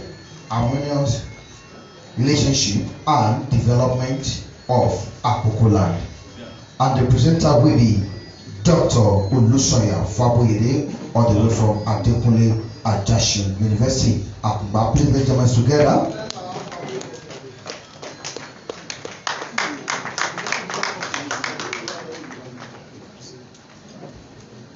Thank to please jam us together for Dr. Olusoya Faboyede for the second presentation on harmonious relationship and development of Akoko land.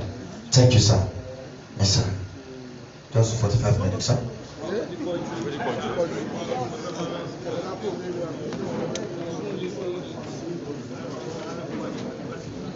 Permit me to stand on the existing protocols. I have to appreciate God for giving me the grace, the privilege, and to be here. And I have to thank our KBC, the Igbákejì Olùṣàs, and that has made me to particularly thank or recognize my KBC for my hometown, the Owagi of Oke Kingdom, Oba Ajudo, and I have to thank the representative of Ulufe of Kingdom. I have to thank the we of Aji Kingdom. So I have to speak on the leadership and development of Akoko land, and it has been divided into 5 or 6 subtitles. I have the introduction, conceptual analysis of some words, the place of Akoko origin, how the origin of Akoko has bring us together, and again I have to review the leadership we had in the past, the challenges and prospects of harmonious leadership towards Akoko development, and I provide some recommendations, and I conclude my speech.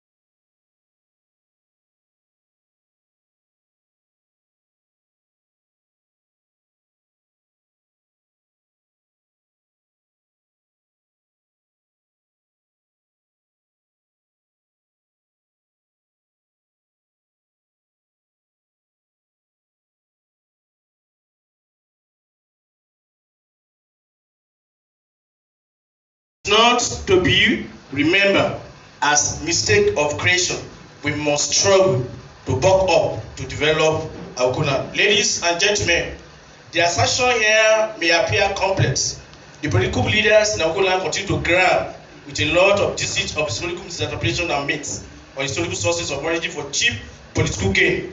Having said this, it is undeniable that Akoko people has lived through some kinds of peace, unity, and harmony since migration and settlement. And again, I want to make a reflections on the reality that surrounds Akoko history of origin and migration in the question whether we have the norms and values. And if we have norms and value, the question is, do we still have norms and value? And do we still honor our norms and value? If yes, how can we do it? No doubt, Akoko's social system is arguably built on collective responsibility. Where is the collective nature of the Akoko community? That emanated from the village family. But however, we have witnessed corruption of self-centeredness among our political class, which is a phenomenon that have raised many questions on the development of Akoko land. Development is a culture of necessity that have distorted that have visited the slow pace of Akoko land. Kinship and power politics remain significant in governance discourse in Akoko land. Different historical events portray the chieftain's institution as a subordinate agent during colonial period.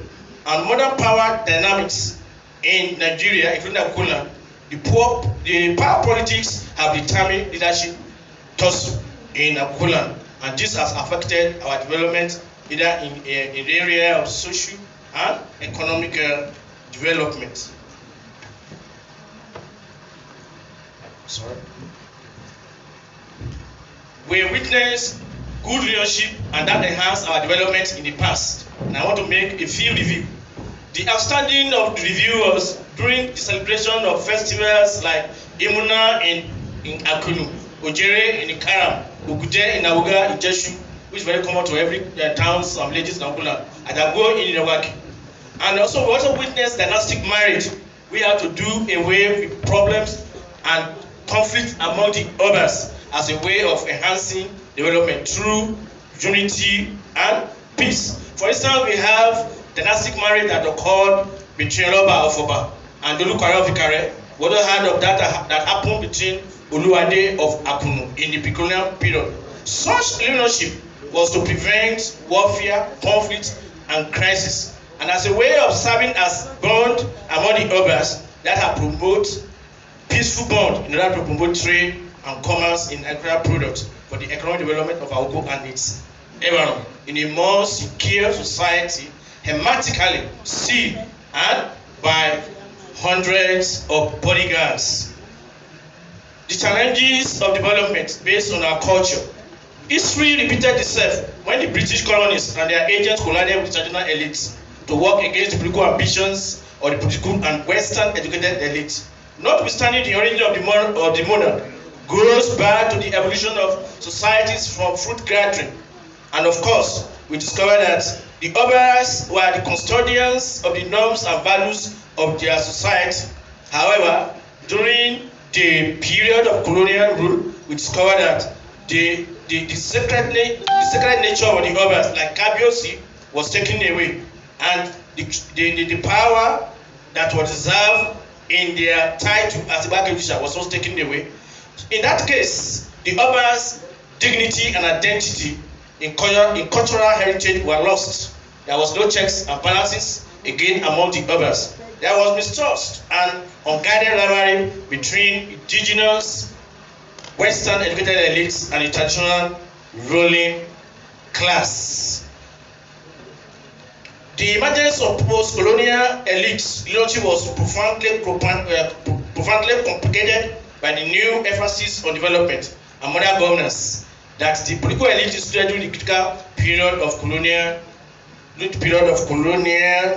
agents was embedded in chieftain's politics against common identity.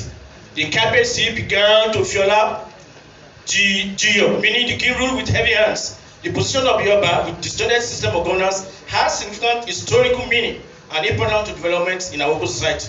We just have to be more sensitive if we are going to have a strong, progressive, and productive community. This kind of sensitivity shall be discussed.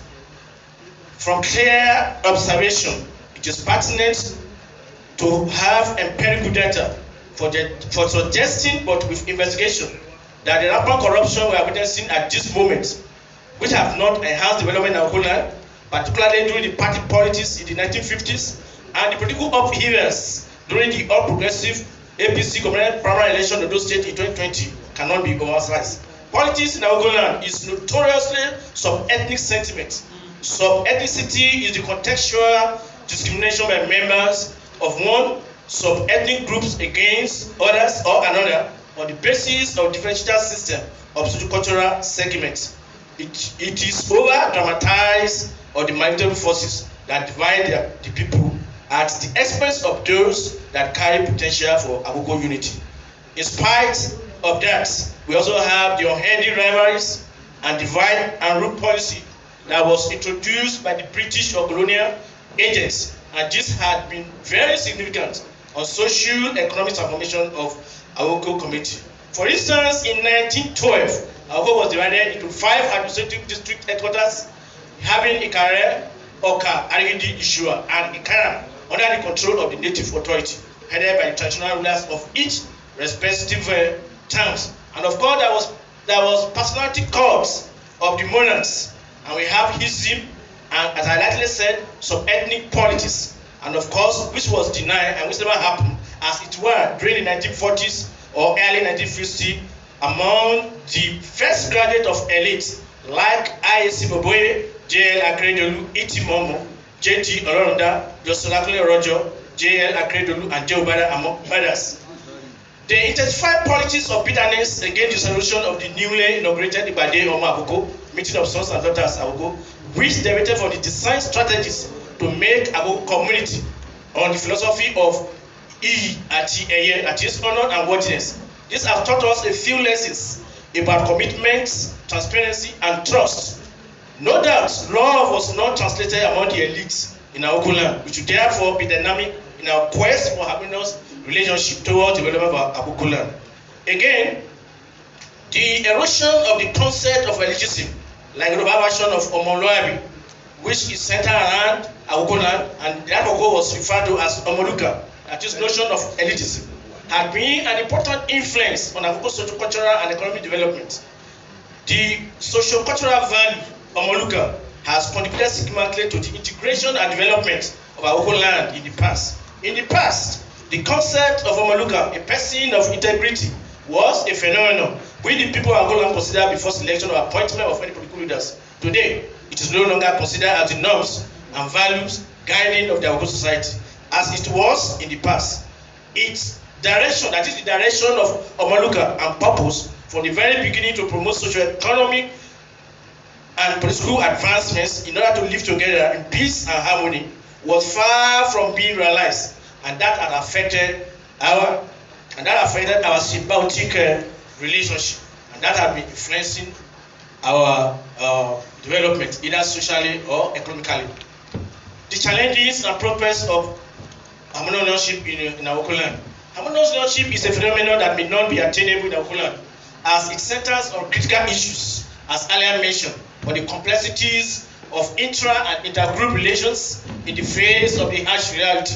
The flamboyant and corrupt leadership of political class have retarded developments in Akoko towns and villages. I think I'm in the right path to assess the whole ambitions of the political leaders to transform Akoko. I have said this because of my rural lifestyle.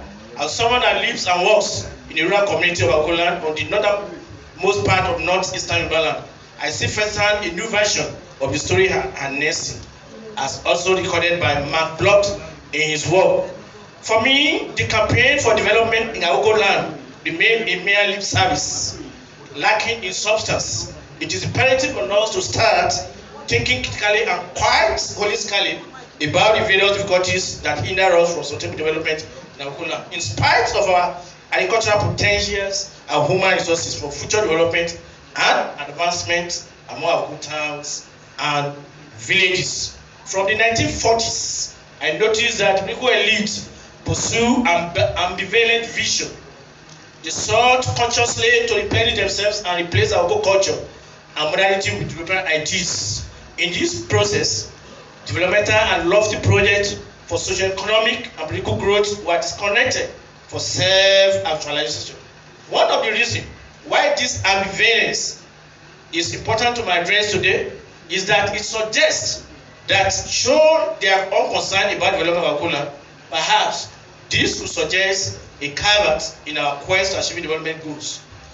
This then begs the question, are we not invariably acting the script for self-enrichment? That informs the need for us to discover what we actually want to do with our harmonious relationship for a better salvation of our land. And I made some recommendations and conclusions. Ladies and gentlemen, at this point, it is important to provide some insight into some of these notorious pursuits. In my research as a scholar, I have studied the important developments in the existence of society. When I visit advanced and civilized society, for me, this is an ideal value. In conclude this lecture, it shall be helpful to make a clear position on the way forward. This position takes me to another very extreme argument that believes the most of the industrial projects outlined for advancement may not serve the original purposes, but sharply different from its originality. At this critical moment of socio-economic development, more attention should be given to recreating Akoko through cohabitation of language that is quite relevant to its socio-economic development. Language is the archive of history, which could sustain our non-complete assimilation into colonial culture. We therefore need, as a group of people and as a community, to use our language as mode of communication and writing.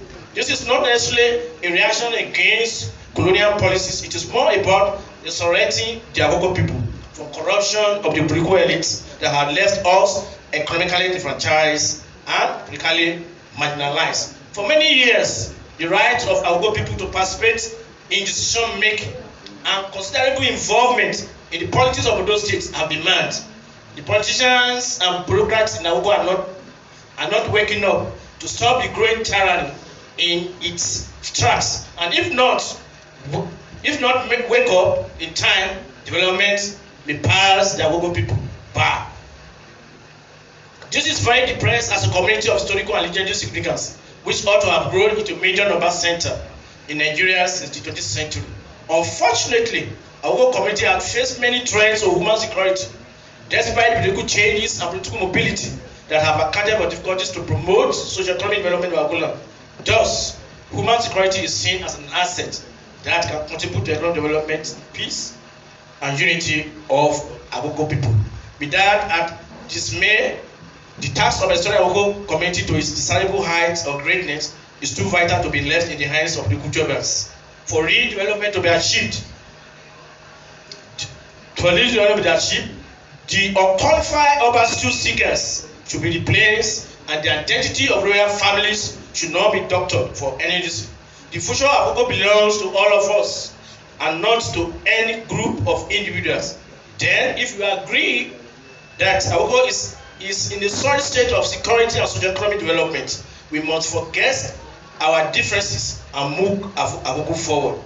And the soul of politically great community, whose greatness continually has in its latency. We know when we deviated from the paths of growing or developing.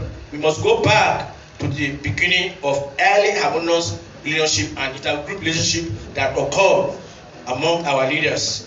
The political elite also need to rise up to the challenges of sustainable development so that understanding development could be favorably achieved due to smart leadership between the elites by giving good leadership direction through the philosophy of Iyi Atiyeye, honor and worthiness. Finally, it is important to appreciate you all, ladies and gentlemen.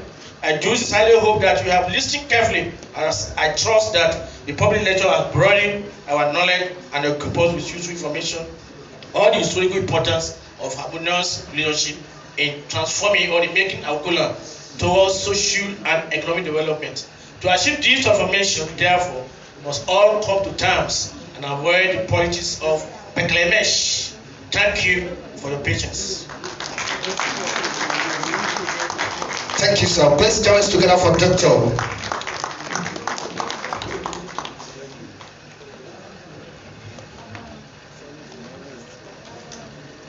Thank you, Dr. Olusoya Faboyede, all the way from Adekunle Ajashin University, for this wonderful and beautiful presentation. So we are going to the third presentation now. We are done with the first presentation, second presentation. So we are going straight away to the third presentation, which says annexing the potential of Akoko and its agriculture for growth and economic development. Who will be the one to present this? Permit me to bring onto the podium the man of honor and accountability man of humility, no other person than Dr. Charles Olonda, retired Deputy Director of the Central Bank of Nigeria. Please join us together as we have Dr. Charles Olonda, retired Deputy Director, CBN, Central Bank of Nigeria. That they work majestically. To be a director is not as a tax. You are welcome, sir.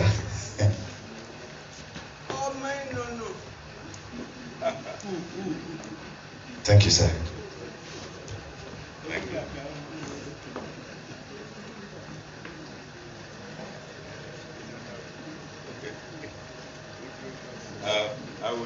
waste time on protocol.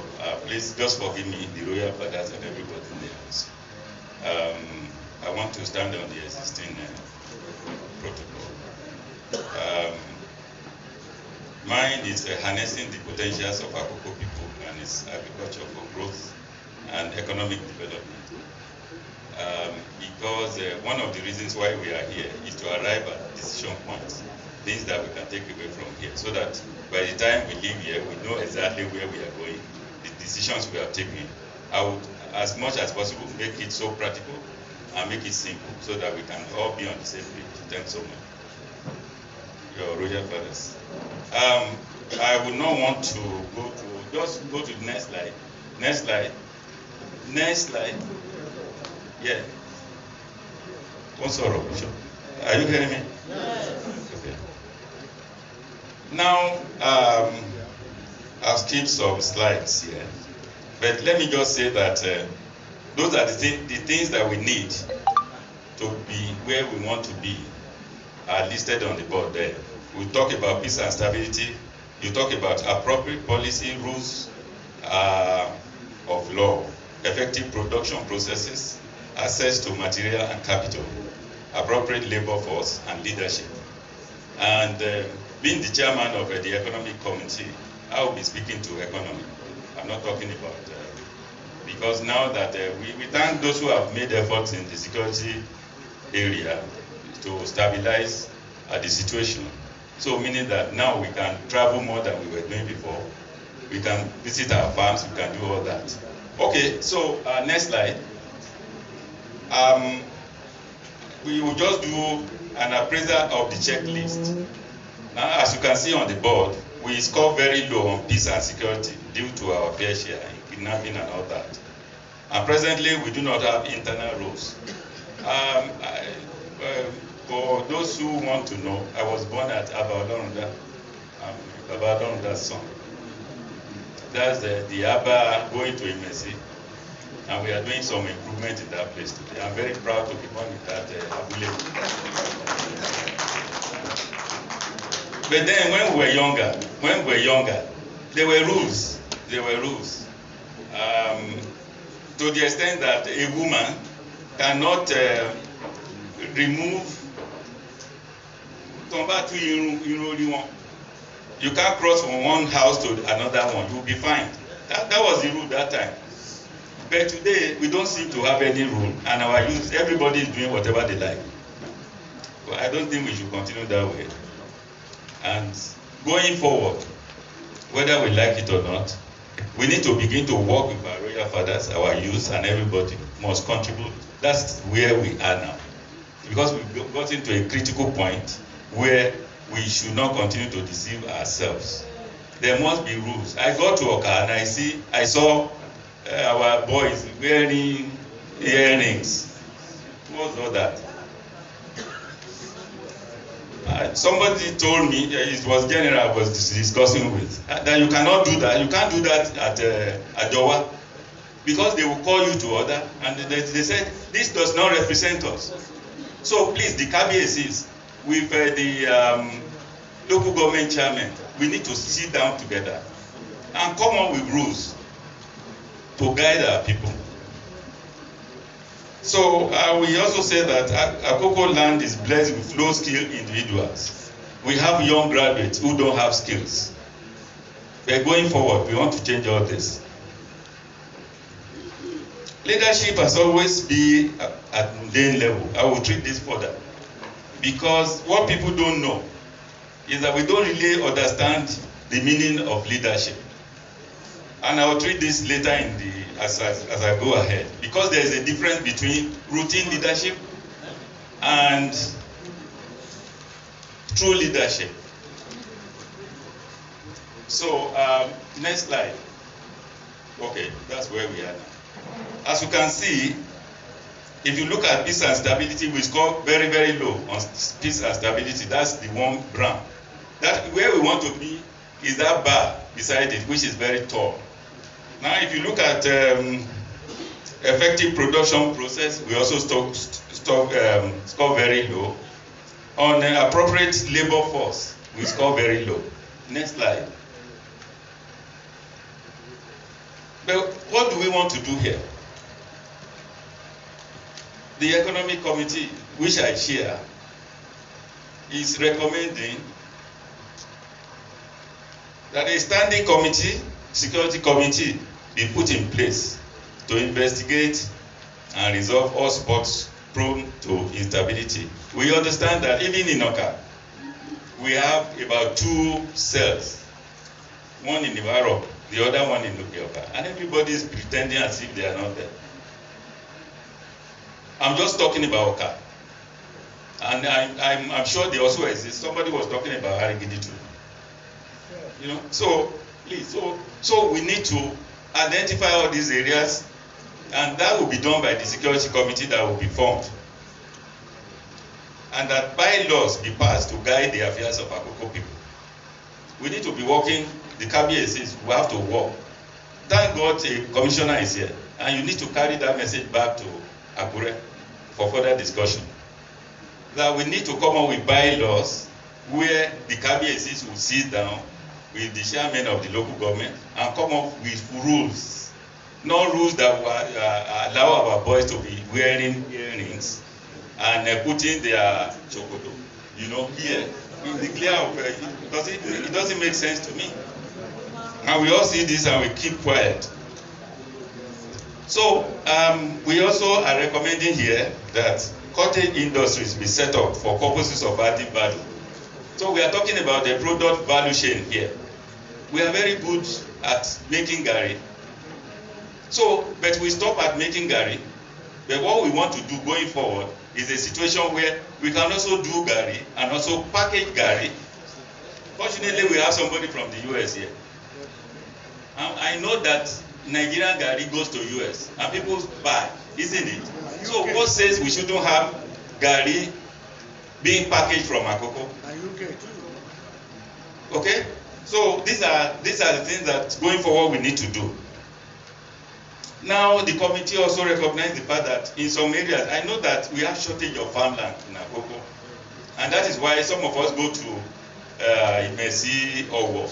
And that is why I've spent a lot of money. If you go to Abalon, that you see what I've given them a borehole. We've repaired the school that is there. Okay? And KBAC, the Oba of Imesi, seeing what we are doing, also gave us solar light in that village. Okay? So, and if you find that those who are in Abalon that today, farming, they are from Oka, Okiagbe, and not the rest of Akoko. So, it's to our benefit. So now, apart from that area, people going out to farm and all that, we also have arable land in areas like Akunu, Ajowa, Igashi, Auga, Ishe, and others. So what do we want to do? In the short run, because we have divided this into 3 runs, the short run, the medium run, and the long run. In the short run, what we want to do is that we want to engage our youth. For God's sake, and I've been talking to the cabinets, we need to engage our youths more. And going forward, what we are going to do when we leave here is each Oba, you need to recognize one youth association in every town that you'll be dealing with.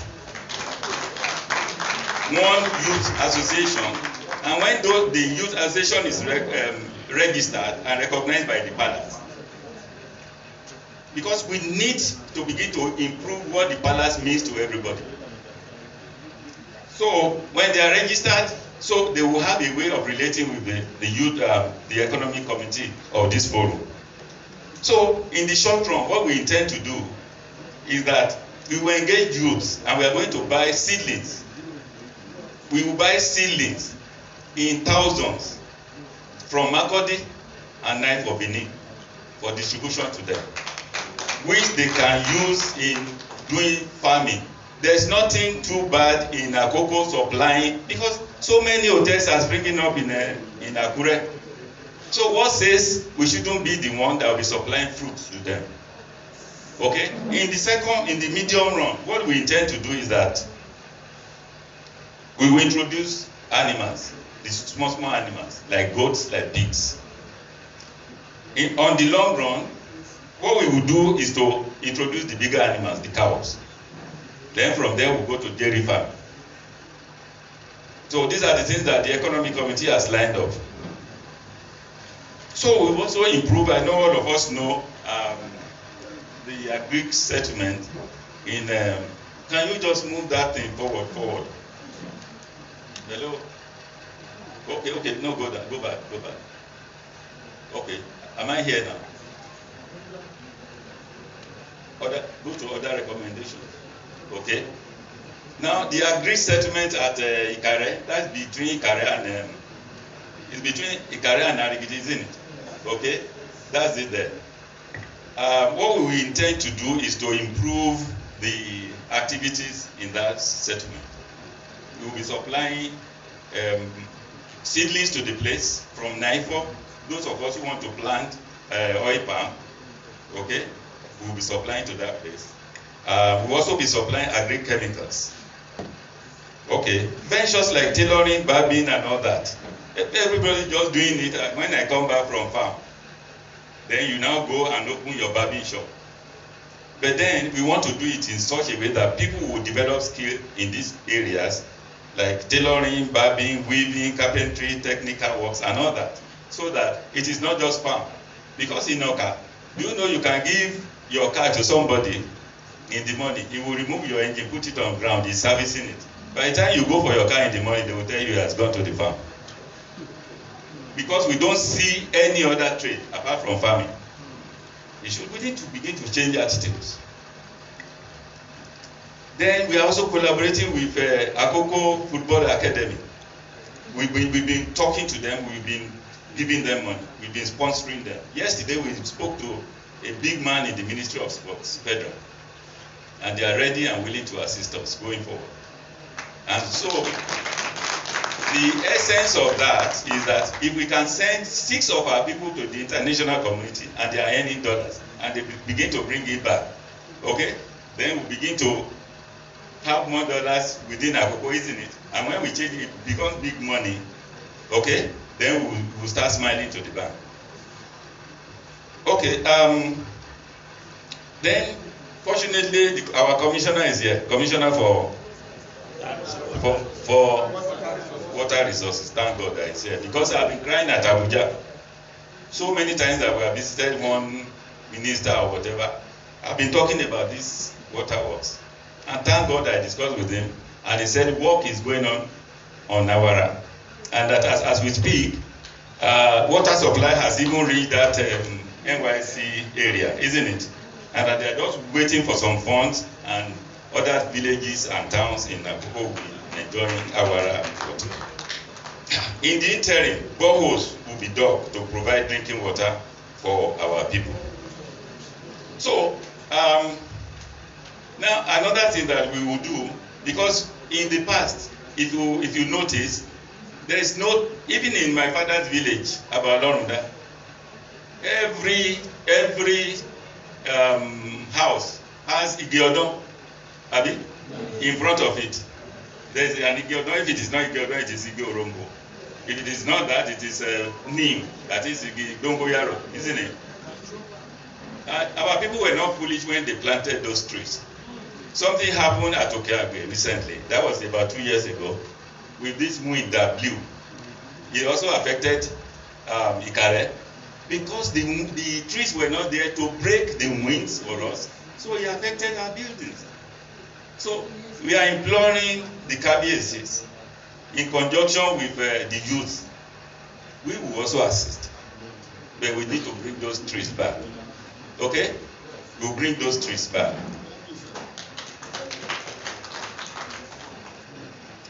Now, all the proposals that are put in place will cost money, isn't it? It will cost money. Okay, so, and that is why, before we go today, we are going to distribute a pledge form. Whatever you want to do for Akoko, just get one of the pledge forms. If you want to give us 2 boreholes, write it there. If you want the borehole to be in Ishua, put it Ishua. If you want it to be in Oka, put it Oka, and so on and so forth. Because we just need to move forward. If we decide to wait for Awara, we don't know when Awara will come on stream. So, but for ease of execution, if, for instance, you have promised you will give us 500 million, you can start with 200 million. You can pay by installment. Okay? Okay, can you just go to the next slide? Go to the next slide. Next slide. Okay, let me quickly talk about the activity mode or something, because what we want to do with our youth. Next slide. Now, as you can see, go back to the last one. Now, as you can see, for those of us who drive cars, okay, now it gets to a point when you see red, what do? You stop, isn't it? When you see amber, you prepare to move, isn't it? When you see green, that is movement, isn't it? But let me tell you, some people's lives are like this. Some people they are in red position all their lives. Go to red. Let's see the quality of the red people. Go to the next one. If you are a red person, it means you are a troublemaker, lacking in good attitude and acceptable behavior. Find it difficult to do independent brain mapping, unable to create or add value, very, very destructive. And this is where you will find many of our youths always on their knees, begging, perpetual state of dependence. They remain slaves to their peers all their lives. Let's go to the next one. Now, if you are in yellow, just consider yourself to be in a traffic situation. If you are in yellow, what it means is that you might be a money bag, you might be a politician, you might be a technocrat who travels. You see the good things in London, in the US and everything, but when you come back here, you do things that are worse. Okay? So the way I label them is that they are very knowledgeable, isn't it? But very docile. If you say Nigeria is going to hell today, they will follow you. They have very high potentials, they're full of unfulfilled dreams. They never do anything till they die. The only entitlement they have is a very good coffin when they die. They are very low in value creation and they work for others to eat. You'll be calling them permanent secretary. When governor calls them, they will be running like one elephant that is hungry, isn't it? And they like opening doors for people. They are rent seekers. Now the last segment, go to the green one. The green one, there are people who have ideas. They are creative and innovative, always adding value. Break all rules for better ones. See opportunities rather than problems in every situation. Very successful in life. And that's where Akoko wants to be, isn't it? Yes. They are industrialists and inventors, always thinking out of the box. Live on their own and others' ideas by drawing from their social capital. Social capital, what do I mean by social capital? Today, all the people who work with me, I'm telling you, and I'm not joking about this, if I call them here today and I tell them to call me Nikare, they should come here, they will make an attempt, even if they will get here. They will call me later in the day that they are already at a local there. That's social capital. You need to keep, Okay, having said all that, when you go to the last one, you need to know the last of the activity mode. Is that the next one? Okay, this one. This is where you need to query yourself and say, where am I on this activity mode model? I actually developed this model when I was doing my PhD program. Okay, there is something that has to do with the myths. I won't call that because you are what you believe. You cannot rise beyond your shadow. So now, if you believe that poverty is a killer, it will kill you. But many of us believe that poverty is a school. So you need to learn lessons from poverty when you are poor. So when you get rich, you know how to handle money. And that is why we see, I will continue because I'm sure you can hear me. Now, you will see a situation where somebody who is not well schooled, he becomes a minister. Now spends and gets all the money in this world. Okay? gets all the money in this world. By the time he leaves that position of minister, because he doesn't know how to manage money, give a minister 5 years, he goes back to where he started. Is that not what we have been seeing? That's what we've been seeing. He gets poor, he joins us again, isn't it? So it's not a way. Oh, of course, it is because he was not schooled. He didn't go through poverty. So to go through poverty is not a cause, it's a school. And you must learn lessons when you are poor. And let me also tell you that no one is born to serve others. So if you begin to, when you serve others, it's just your choice. If the politicians come and you want to be opening door for them and closing, it's your choice. Nobody has imposed it on you. God did not create anybody to serve others. It's your choice. So, but you can get out of it and be served in future. You need commitment and determination to succeed more than love. I know people who go to church from morning till night to the following day, and they are not doing anything.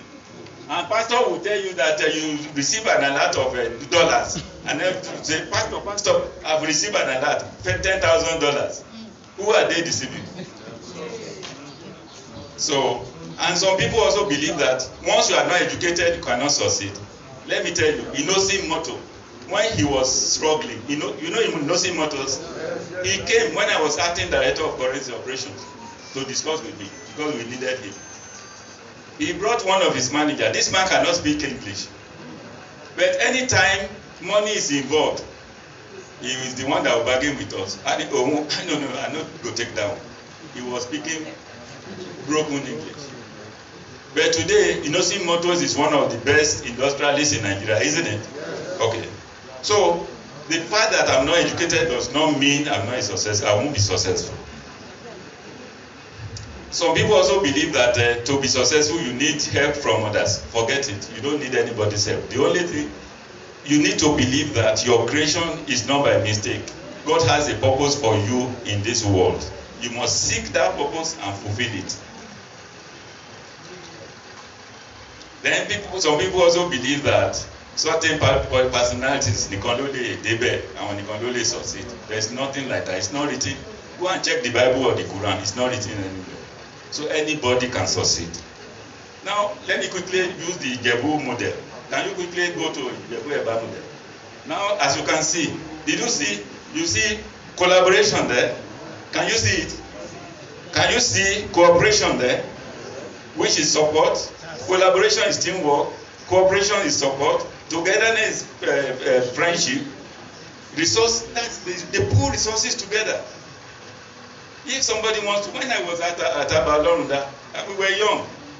If a lazy person wants to cultivate his farm, they will call everybody in Aba, isn't it? They will go to his farm. The only thing he will do is that he will go and do yam and roast it. Okay, but they will cultivate it for him. He will also have a farm, isn't it? Okay, when he wants to build his house, he will only set a day that I'm building the house. Everybody will not go to farm that day. Àwọn tó ń tẹ yẹ̀pẹ̀ máa máa tẹ yẹ̀pẹ̀ àbí?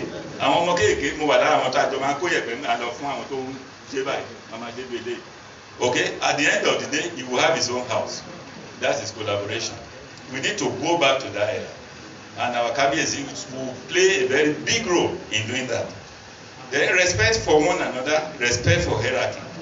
About 2 weeks ago, I saw Wizkid. We all know Wizkid. And we also know Kwanwan. You know Kwanwan? The two of them went to greet the Awujale. For the 1 hour that they were in front of the Awujale, they were on their knees. Do we do that in Akoko here? Do we do that? We want the Obas to kneel for us. We don't kneel for our Obas. And this is a man who can tell Wizkid, I want 50 million for you, and he will provide it. If he doesn't do it, he won't be allowed to come to the palace again. So we need to change that role. Call us. My Kabiyesi can call me anytime. He knows. Not minding the time. He can call me anytime. He knows.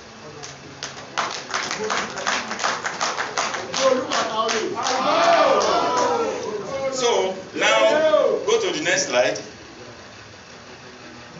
I want to compare the Akoko people with the Jebu people. When I was in CBN, starting from, what's the name of this man who was, in fact, from Ogun, Eba Jebu, we had a man that became head of state 2 times, isn't it? Okay. Then we had Shonekon as interim. Okay, in CBN, we had, what's the name of the first one? Was the deputy governor. From there, he passed it to Lemon. From there, he passed it to Amonde. As if the Ondo State people are sleeping. Why did they achieve that? It's through collaboration and cooperation. Okay? So, please, it's just an area that we really need to concentrate on. Then, go to the next slide. Let me explain this, because we always make this mistake.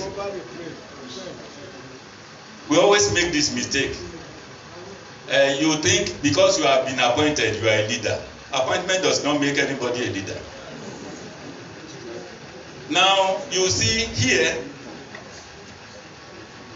what you have here in the red segment there, I wrote routine leadership, isn't it? That's routine leadership. If you are appointed, even as a KBAC, you are a routine leader. Because what you did yesterday is what you are going to do today, is what you will repeat tomorrow. If you are a permanent secretary, it's the same thing. You are just routine. You are doing routine things. You write memo, somebody approves it, you implement. That's routine. It's only when you become transformational that you begin to smell what leadership is all about. And when you add this routine leadership with transformational leadership, then what do you get? True leadership. Okay? So I'm almost finished. So now, let's go to the last slide. They are already giving me. Now, no. Yes, no. Yes. Let me quickly run through this one. I want to compare routine leadership with transformational leadership. If you are a routine leader, you lack vision. Occupied with routine duties, resists change, runs away from competition. And that is why when you see our senators or anybody, when they get there, the ladder with which they climbed up, they burn it or they destroy it because they cannot withstand competition. They don't appreciate the most important factor of production, which is the people. They do the same thing over and over and they expect different results. It won't happen. But if you are a transformational leader, this is what you have. You are visionary. You question the old rules that we can't continue to do it that way now. Let's do it new. Committed, selfless, and passionate. A very good team player. People developer, innovative, inspiring, daring, and open. Accept competition as a tool for growth. Always adding value. Well, in conclusion, let me just say that finally, if we are to achieve the big task we have set for ourselves as a people, we need more than ever before to adopt a new approach to doing things. 1. 2, to adopt a new behavior towards our people and the society. That's 2. Number 3, we need to begin to collaborate and cooperate. 4, we need to set new standards in all we do. And lastly, we need to invest in our people. Last slide. Thanks so much.